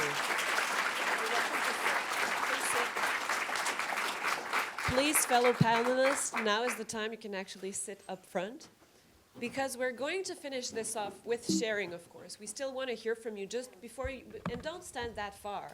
Really, you don't like me. I might smell or something. I've been talking all day, but come on. I am likable. Okay, I hope. I think we've pushed back today, hopefully, on the idea that VR just promises to be there, that it's just being virtually there. We've played with the name a lot today, but I think we've pushed back on this idea that it's also thinking about who's creating what we're seeing. And what we're seeing, is it real, or should we think about how it's being created by somebody? And that's their depiction of reality. So how can we think of these new affordances in a light that is not necessarily dystopian? I think we've had a great talk today to remind us about how we always have these dystopian views about technology. One of these dystopian views is diffusionism. For those of you communications theory, in the 1950s, there were these dual views. You know, TV will break the brains of our children, but also if we could just bring TVs into the homes of everybody else, they will just start to want to drink Coca-Cola, and that is fantastic. So I'm not saying that's my views, but diffusionism had this idea that you could actually use these tools to diffuse a way of thought into other cultures. And of course, we're back again with this dystopian views. Can the technology bring something new, not just in the contents, but in the way we feel about the contents? And how do we respond to that responsibly? Thinking about notions like ethics, but also solidarity. Is empathy the only keyword we can use? We have so many questions we could ask about this. So I'd like to maybe ask the panelists to start off and then open it up to questions. How do you feel about the claims of VR? A lot of the VR claims we're hearing are taken by scientists, but they're actually taken by those who build them and try to sell them. So it's a bit like you're listening to the person selling you this great medicine that will cure everything from, not having enough hair to ingrown nails. And we're using this discourse as scientific discourse to then make scientific studies that prove that we're right, that it does have an effect. How do you feel about that? And which side of the dystopian future would you like to position yourself? And do you believe we need to have a position on that? Should I start? I'll start. Yeah, I mean, I guess that there's a danger here where if there is an overreaction and overreporting in the media, then I guess it's tempting to lump anyone who says anything about VR into part of the hype. So it becomes difficult then, yeah, I mean, and that's one thing that we address in the paper as well, is that especially with regard to medical treatment, that there's, there are hopeful possibilities of VR. We've heard about PTSD and pain management already today. But it's going to be important not to generate false hope in the patients. It's a well-known issue in bioethics. So I mean, I guess what I'm saying that it becomes difficult it's our challenge to be as honest and as clear as possible about these things, and to speak and to address when the media does blow it out of proportion, to address that and to make sure that the public isn't getting just a false sensationalized message. I guess I can follow up by by saying, as a creator of the content as well as someone that is doing the research, I feel great. I guess, obviously we will release the research, so I'd like to think all the trials and tribulations we're going through and it will be peer reviewed. So it's sort of, in a lot of ways, it reminds me, we've just done a study as well measuring the impact of different forms of visual media in lower literacy communities, and that was actually using comics. But similarly, we found that one narrative strategy for letting things resonate longer was an empowerment narrative rather than necessarily what we call a danger or negative environment. And I think we have to be very sort of mindful about how we're framing this in terms of this. Look at the poor victims, empathize with them, obviously what Sam was saying, that sense of solidarity. And I also think in terms of where the audience is coming from, it can be very well and good to engineer these incredibly powerful situations, but if the audience is only prepared to dive into it for a minute and a half while they're waiting for something else, or briefly on their magic window, without even putting it on there, then similarly, there needs to be other ways that we can think about how we can optimize for that experience, because there are going to be different levels of engagement. Well, I think that it's premature to make these claims. And if you think about the aversion therapy, there's a whole protocol that people use in VR that they developed in life situations, and so and so that is like the kind of slow development of media conventions that lead us to make coherence in newspapers or in video documentaries or in anything else. So the thing that's distressing about the current climate is that the claims are so outlandish and they're magical. And we respond to that because the presence is magical because we're not used to it.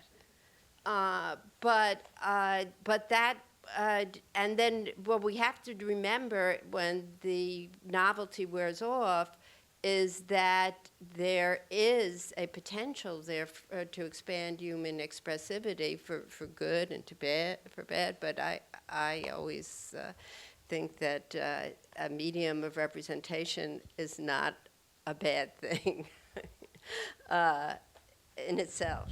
So then we have to keep working at at inventing the medium, at domesticating it. Yeah, my perspective is very much, in the particular sort of genre that I work in, which is how you mobilize people to action, is there seem to be some affordances of VR that are tremendously useful in particular contexts. How we mobilize them and who we show them to, and the actions we propose, and how much they are based in the needs and the wants of the people who we depict, and how much they get to participate. Those seem like the key questions to me, and that's in the hands of makers to think about that, and in terms of the companies, in terms of the affordances they allow with those systems. And I think that's a really important dimension. A big part of my work is advocating to companies about what they do and how it helps support things like high-risk media, human rights media. I think there's a real question here now that Oculus, Google, YouTube are all in this space. How do we make sure that the systems they build reflect some of our ethics questions, some of our representation questions? I don't know quite where that leads, but I think it's a really interesting topic for us to think about, and how do we engage them in terms of thinking how our concerns might be reflected in those, in the tools that are being created right now and that will be used by millions of people. Right, and I think it also talks, when we talk about representation, to something very important from Live Aid in the 1980s and the role of being there in the presence of camera televisions and how do they actually influence people to action or not, to the role of social media during the last Arab Spring, where again you have the same dystopian views. Is it going to lead us to action? Is the machine leading us to action? Well, no, but then you take away the machine and you don't have the action that you need. I think we have some questions similar to this with our panelists today, and I think it really worked out well, thinking about all these ideas of how your representation, the ethics in the representation, how you choose to represent human stories. And after all, we are here storytellers. This is a panel about documentary. And as storytellers, maybe we need to believe more in the stories. I would like to ask you more questions. I have a list of questions that Kate had prepared, but we also have little time to discussions, and I know there are some questions in the room. We've impeded you from, yeah, thank you.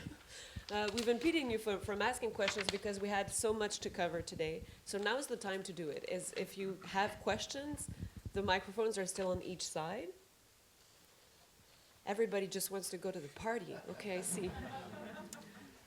But maybe, do you have some questions you think are not being addressed enough in VR, and that maybe we should open, or close this conference by thinking of where should we actually focus, that perhaps we shouldn't expect Oculus, not that Oculus wouldn't, or Facebook to think about these issues, and maybe creators or directors and documentarians need to focus on.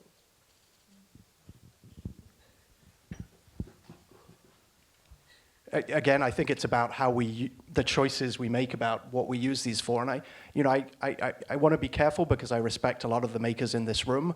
I think a lot of the first VR pieces fall into the gaps and the mistakes that many other documentary filmmakers have made in the past.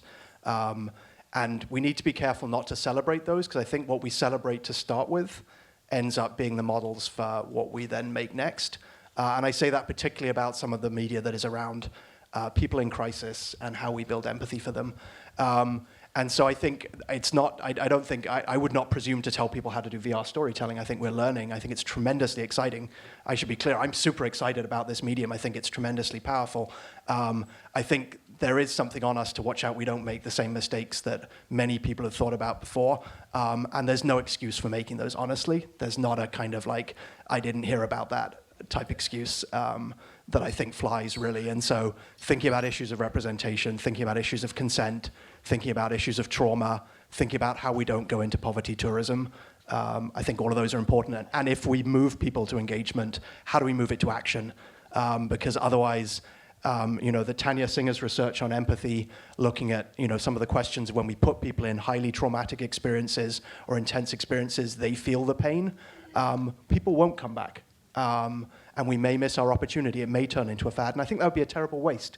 I think it would be a terrible waste of an opportunity to really engage people in compassion and solidarity and meaningful empathy. So, yeah. I also think, embracing like the embryonic nature of it, it's always a challenge with, I think, some legacy media outfits to try and encourage and foster that sense of experimentation and have things fail. I think that's great. Well, at least the community and the sort of climate in VR is proven very robust in that sense, and a lot of leading organizations, obviously Frontline, Washington Post, AP, are playing around with that. And so I think that's really important. Otherwise, we will fall into that trap of, leaving it to a sort of a more homogenous kind of voice, and then having to catch up in a couple of years' time. So I expect things to be breaking or whatever, and I just hope that audiences are tolerant enough. And similarly, like I mentioned, this isn't. I think the danger is as well, like having these too high expectations, like saying once you do this, everything's golden. Like I think there is a high capacity for this, for fostering unwillingly maybe a sense of slacktivism, and that sense of, oh, I was there, it's great, and I liked the experience, and now I'm sort of done with it, and I can move on. I mean, I think we need to be thinking about almost like an episodic or serialized approach to this. How maybe if I go into the same experience in a month, it's like, oh, welcome back, you were here last month, and how did you enjoy it? And instead of like, have you done the insert name experience? Isn't it amazing? What's their next one? Like straight off. So I think maybe establishing more of a continuous narrative might be interesting. Very interesting. We have some questions from the room. Yeah, thank you for these very rich and thoughtful perspectives. I'm enjoying them very much.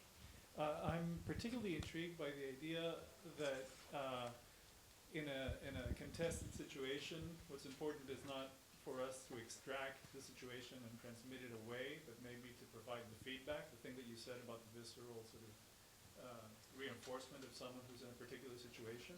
I think that's a really interesting perspective.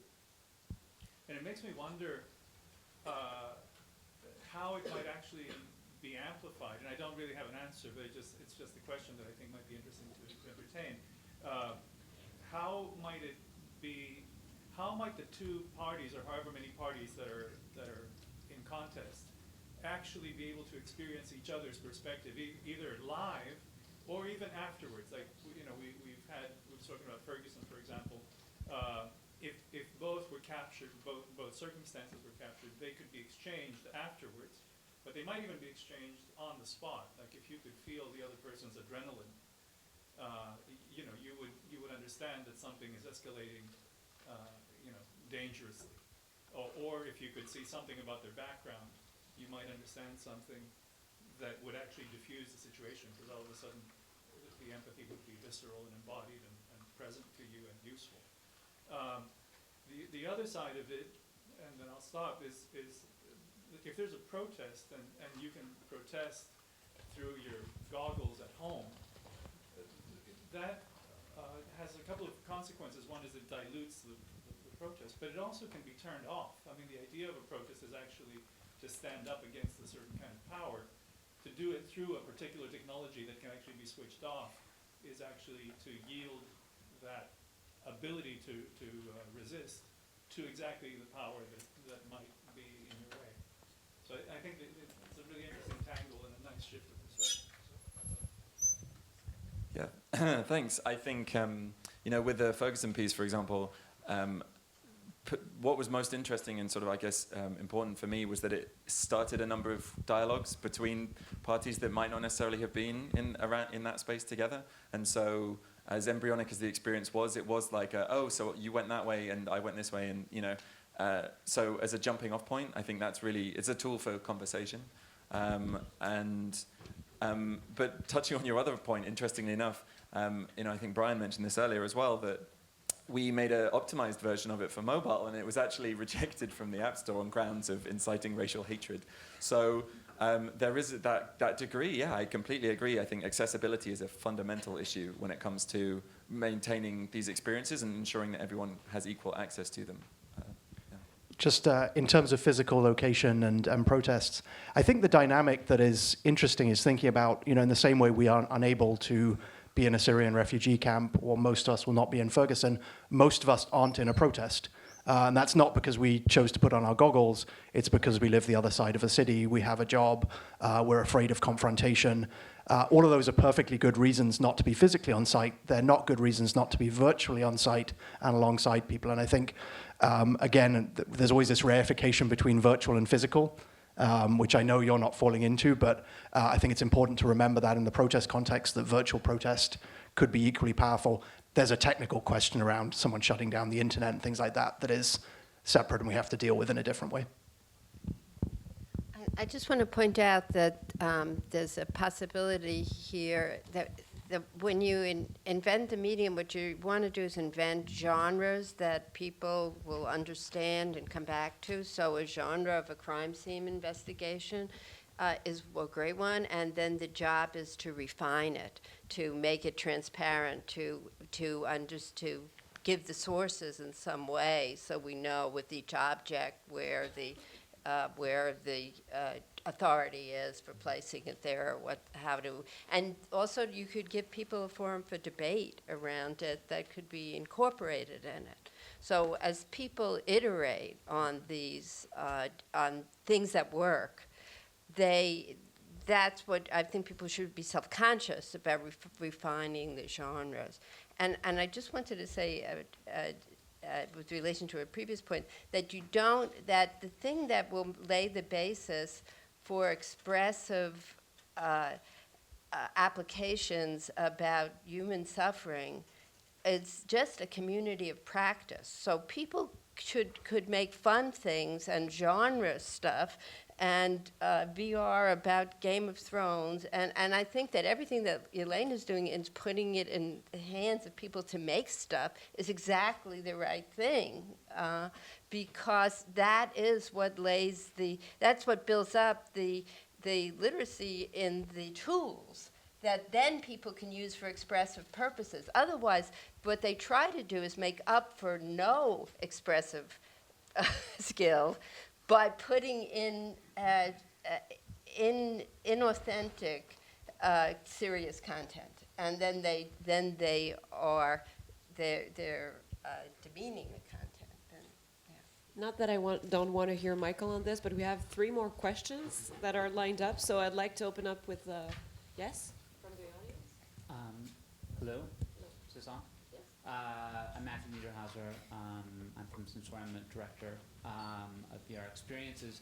And to almost right at the point of you talking about the literacy and dissemination of tools, as important as I feel sort of these discussions and discourses are occurring right now, I think if we really want to call it a new medium in some sense, it's going to be really unprecedented in terms of how quickly people are going to have access to these tools before professionals have really made any established, as you said, genres or best practices.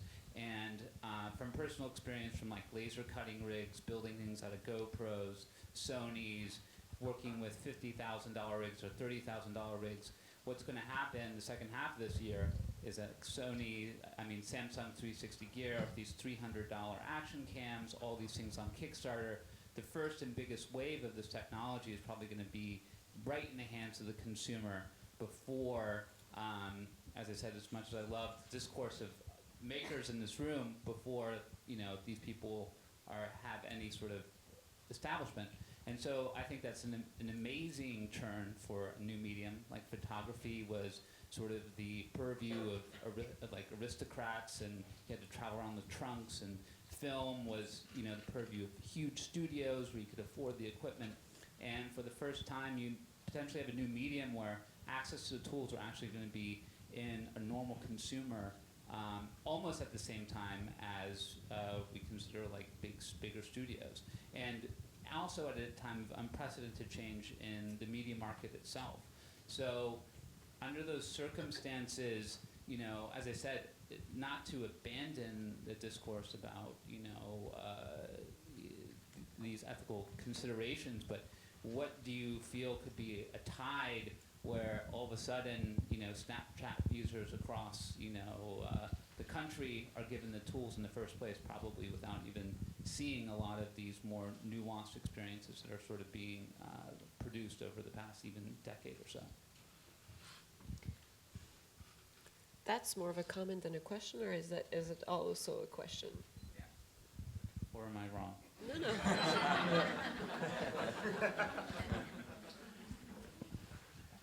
I'll give a 30-second reply because I know there's other people waiting. I think conversational VR, I'm fascinated by that. Episodic VR, I think that's a lot of what people will create that I think is super interesting in terms of some of the empathy, compassion type approaches. It's what people do on Snapchat, is have conversations in media format. in visual media. And so I think there's something very interesting there that we shouldn't deprecate. I think there's probably people in the room who'd argue there's been like 25 years of VR before, and so we are kind of like the heavy film cameras. We've just jumped into sort of the cell phone era more rapidly. It's just that sense of identity has not been so widely shared. Michael, I gave the answers to somebody else quickly. I'd like to hear your thoughts on that. Okay. Yeah, I mean, I guess we'll see. I don't know. It's exciting times. We'll see. It's kind of democratization of the art form, and I think there are. I mean, what we're calling for and what we're suggesting is clear communication from the research to individuals to say, we know you're going to be able to experiment with this. It's an experimental medium, perhaps unlike some in the past, and there's be widespread experimentation. No one's calling for outlawing experimentation. Experimentation is great, but people may not know what they're getting into.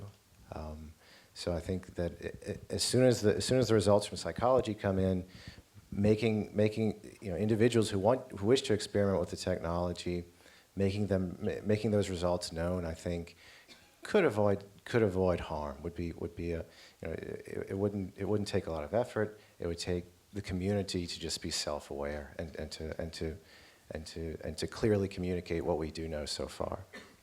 If I could just bolt onto that.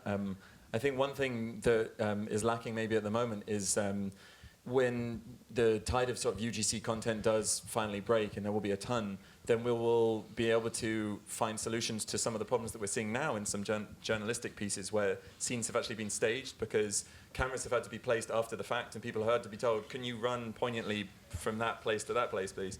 And so, but then obviously that brings up the concomitant challenge of this incredible way that we will just be encouraged to surveil ourselves constantly, and cameras will be placed in all quadrants. So, I mean, that's a whole other issue. But at least, capturing 360 of a news event will happen more when people are sort of casually doing it. What worries me, though, goes back to the ethics we were talking about with the gaze. Like, having a 360 camera in one place means that, and I've been in rooms where people are like, deliberately looking at something they shouldn't, like singling out someone, they're like, wow, check her out, or, whatever. And they're, so this does say a lot, and I think the analytics might be really interesting in terms of like the exploitation of this and actually seeing behavioral response to this where we think, oh, we're framing it this way, but people aren't looking where we expect them to. So.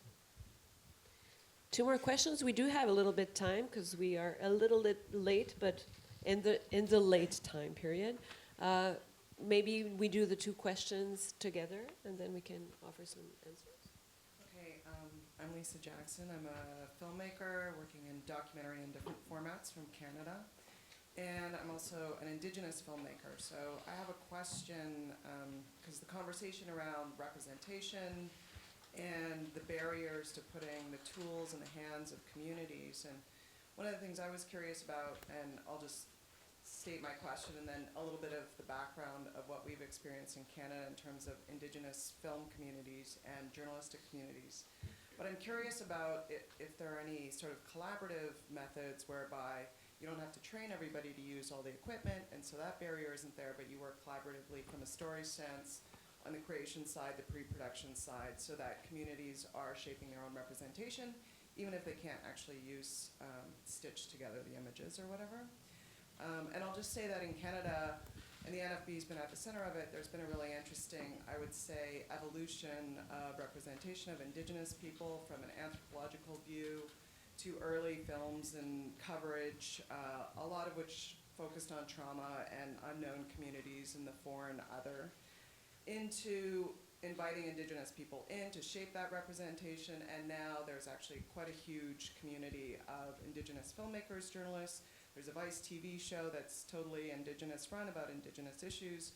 And interestingly, not only does that give us insight into the trauma and all the things that have drawn interest from the beginning and totem poles and things like that, but there's actually a different worldview, which I think people are surprised how interesting and rich and unique that is. And so in a way, I want to stand up as a sort of, to say that I think, film festivals are starting to really program a lot of Indigenous work. There's a there's a recognition that this work is really unique. And Berlinale has covered it, the Toronto Film Festival. So I think people not only got an insight into trauma and how can we make lives better for those poor Indians, but also that there was more to these people than met the eye, and that happened when people were invited in. So that's my sort of rallying call to invite groups that are misrepresented often, especially when we look at a flashpoint of trauma and use that as the point of engagement for an outside audience, when there's a lot more to these communities.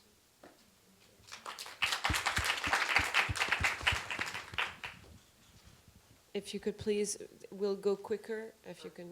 Hi, my name is Simon Gessler. I'm from Paris. I'm a student in film and new media, currently a visiting student at Columbia University. And so I have a background in traditional film originally, and part of the reasons why I love traditional documentaries is that we don't see everything. There is always this frame and the off-screen, and I'm thinking in particular to documentaries that deal with violence. What I like about them is that there is this kind of share between representation and suggestion. And we talked a lot since this morning about the transparency of VR, the unfiltered view that we have on the world. I'm just wondering, how do we make a VR documentary about violence, about a murder? Are we forcing the viewer to see the corpse, for example?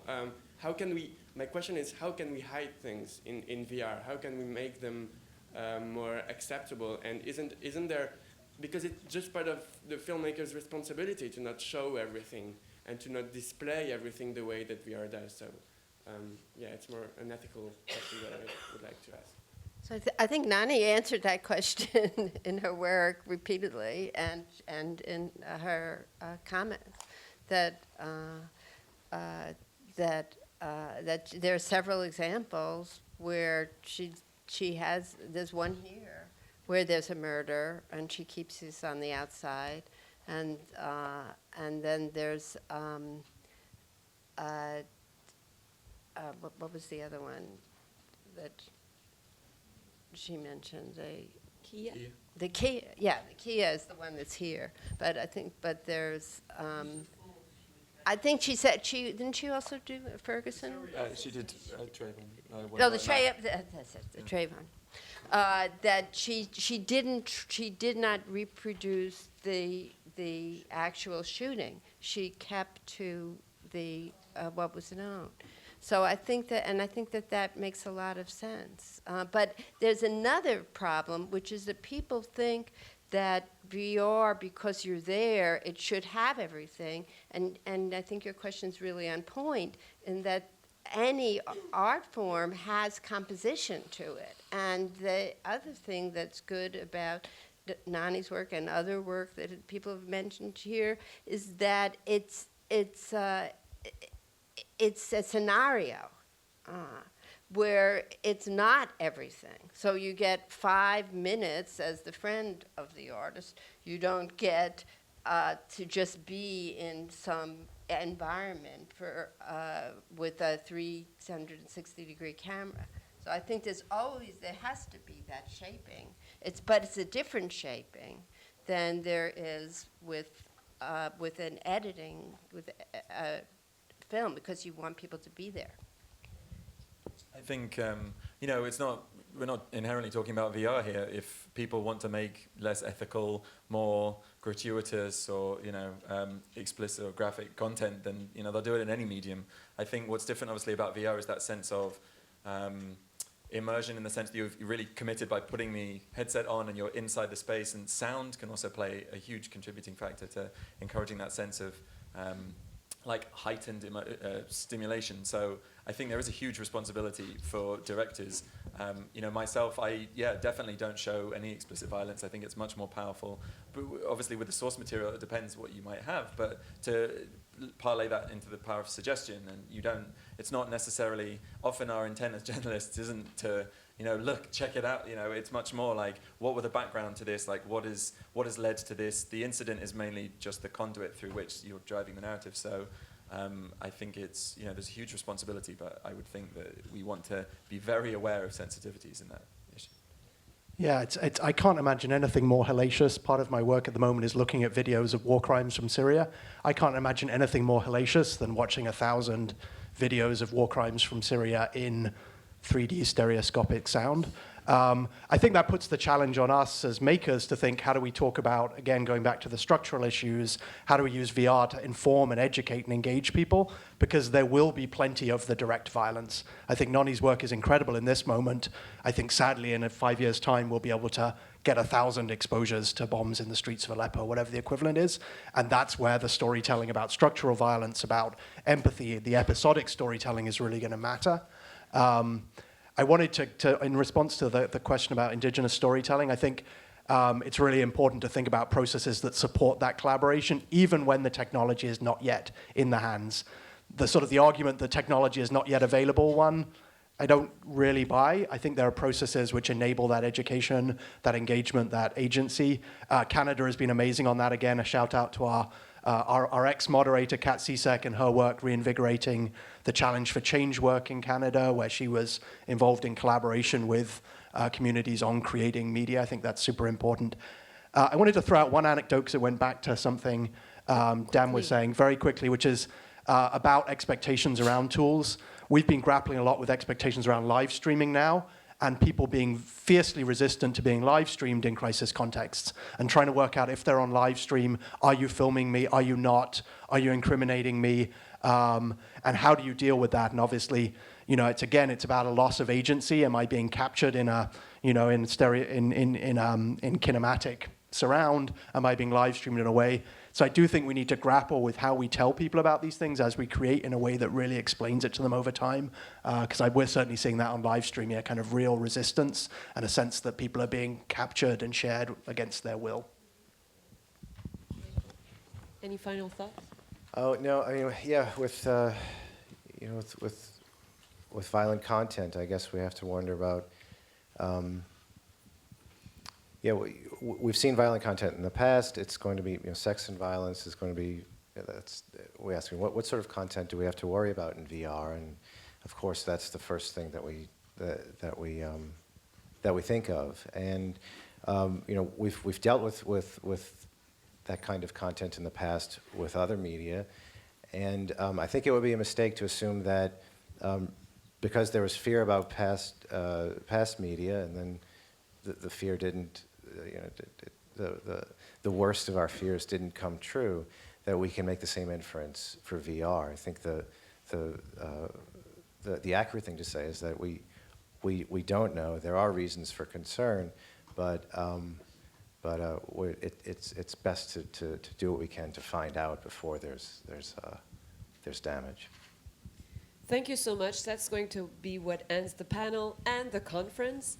I'm going to invite William Uricchio for some final remarks. So thank you so much, guys.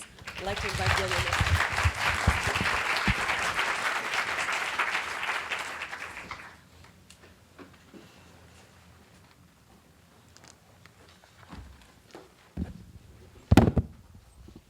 Wow, that's a really hard act to follow. What a great panel. Thanks very much. I teach a course here that's kind of on the beginnings of various media forms, the book, telegraph, photograph, film. Those first few years when there are a lot of ideas, a lot of different technologies, tons of different ways and ideas of deploying this stuff. But after a few years, what you see is it's kind of whittled down to just a few things. And those strands there's usually power behind those strands. There's usually control behind those strands. And there's a lot of other possibilities that kind of wither away and pop up again with the next new medium.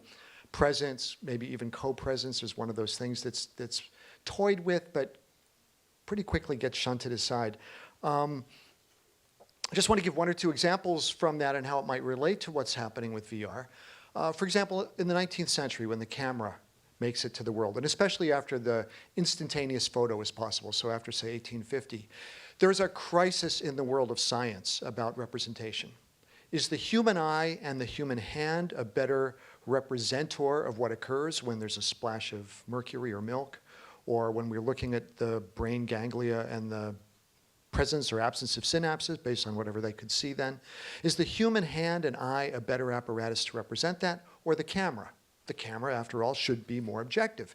Huge crisis in the scientific community across the West about the alleged and assumed objectivity of the camera against what the eye sees. The eye imposes things like symmetry where there in fact is none. The eye imposes order where the camera finds chaos.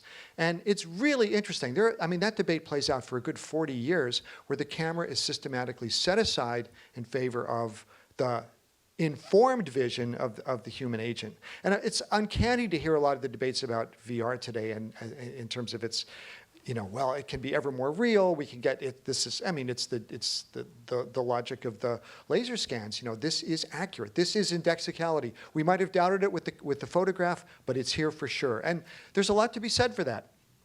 But I think the real trick is to turn that question around and maybe think about how VR can help us to reflect on the limits of our own perception, or not the limits, the structures of our own perception, the ways in which we process the world around us. VR can be as a mirror, it's an incredibly interesting instrument to reflect on our own perceptual capacities. So, there's a really interesting, and it will remain a pitch debate about how real is real and how real can we get. But I think the really interesting one is to hold that thing up as a mirror. Another debate pops up, 1935, one of the very first texts written about television.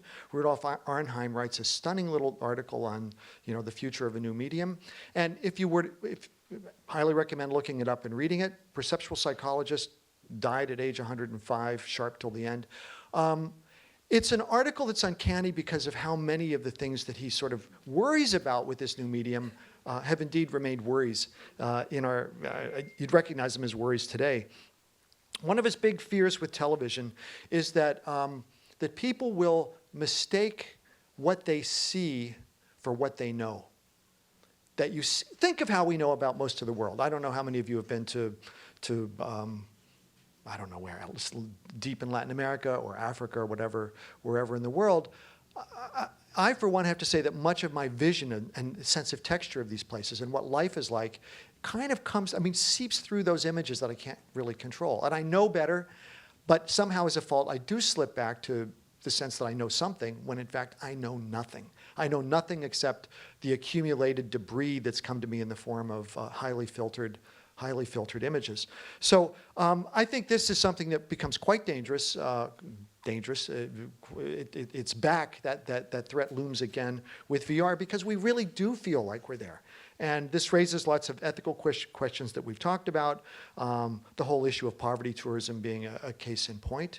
We can go there, we can have our 3 minutes of empathy, we can know and get back to what we're doing. So it strikes me that here the question is really, how can we exploit, how can we creatively tap that tension between being somewhere where we do feel, we have authentic human feelings, but absolute helplessness because we're like thousands of miles away and we're sitting in our living room in this brief moment.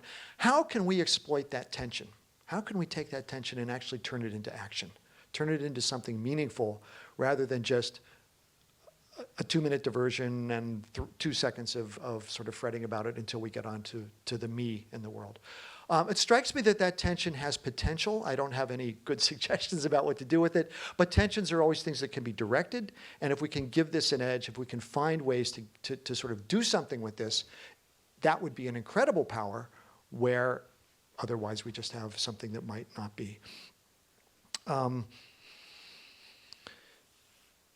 That said, I don't want to make it sound like we've learned all the lessons in the past and we need to sort of retrofit the past onto the present to see where we're going. A lot of things have changed. Yes, we're going to have the usual panic round. Yes, we're going to have the capitalization of this stuff and all the control scenarios. But we still have Moore's Law. It's still with us. This means that processing power is basically doubling every 2 years. That continues despite all the predictions that it's not going to. And that means that whatever technology we have right now in 2 years or in 4 years or in 5 years is going to really be different. So it's a moving target right now. Whatever we're saying, it's changing under our feet. That's a relatively new condition. One of the questioners mentioned the fact that these are products that go pretty much straight to the hands of the public. bypassing the usual heavy-duty filtration and shaping in the hands of industry. Again, a really interesting and new condition, and one that really introduces quite a new dynamic.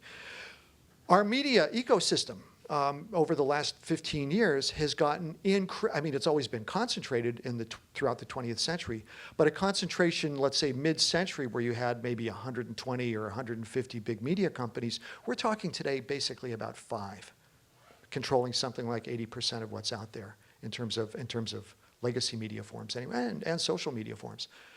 This is a really interesting condition, and on one hand, it's generated a lot of interesting stuff in terms of cross-platform work, but it's something we really need to think about when these technologies emerge. They're entering an ecosystem that is a profoundly different one from most of the historical precedents we have. So again, something really to think about. And finally, I think the condition with VR, whatever the claims of its immersion and 360 realism, the thing that is on the horizon with VR that makes it a really intriguing medium and quite a different one from any that we've had before is its ability to respond to the user.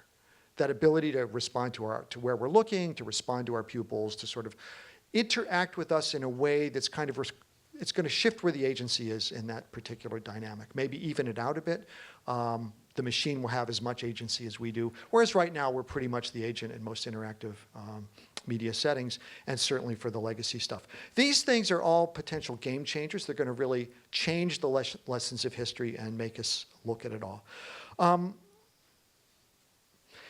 The one thing that's come out today, and in a lot of the, not just today, but whenever you look at the discourse on VR, like it or hate it, for the moment, it has the power to attract. It has the power to bring viewers to topics they normally would avoid seeing, to bring viewers into worlds that they otherwise wouldn't know about. That ability to attract is, in all previous media, it's been a pretty dated commodity. It's got a shelf life of 5 to 7 years. Who knows what it will be with VR, but I think it means seize the moment. Carpe diem, because we can do a lot with it right now. It's crucial. Brian Winston has written eloquently about what he calls the law of the suppression of radical potential. The law of the suppression of radical potential. That, media forms have incredible potentials that get beaten to a pulp and 1 or 2 things survive. That has not yet happened with VR. Seize the moment. It's rich, it's pluriform, tons of things are possible, and it really behooves us not to settle into orthodoxies or into genres or into technological fixes, but rather to keep exploding this thing, to keep it going, to find those radical potentials and make use of them. It's really crucial to develop critical literacies as this goes along, because if it just happens, it happens in a meaningless way. Critical literacy, both for production purposes and for reception purposes, is really, really important. Things like co-presence, things like embodied montage, new concepts, new ways of thinking are essential to this.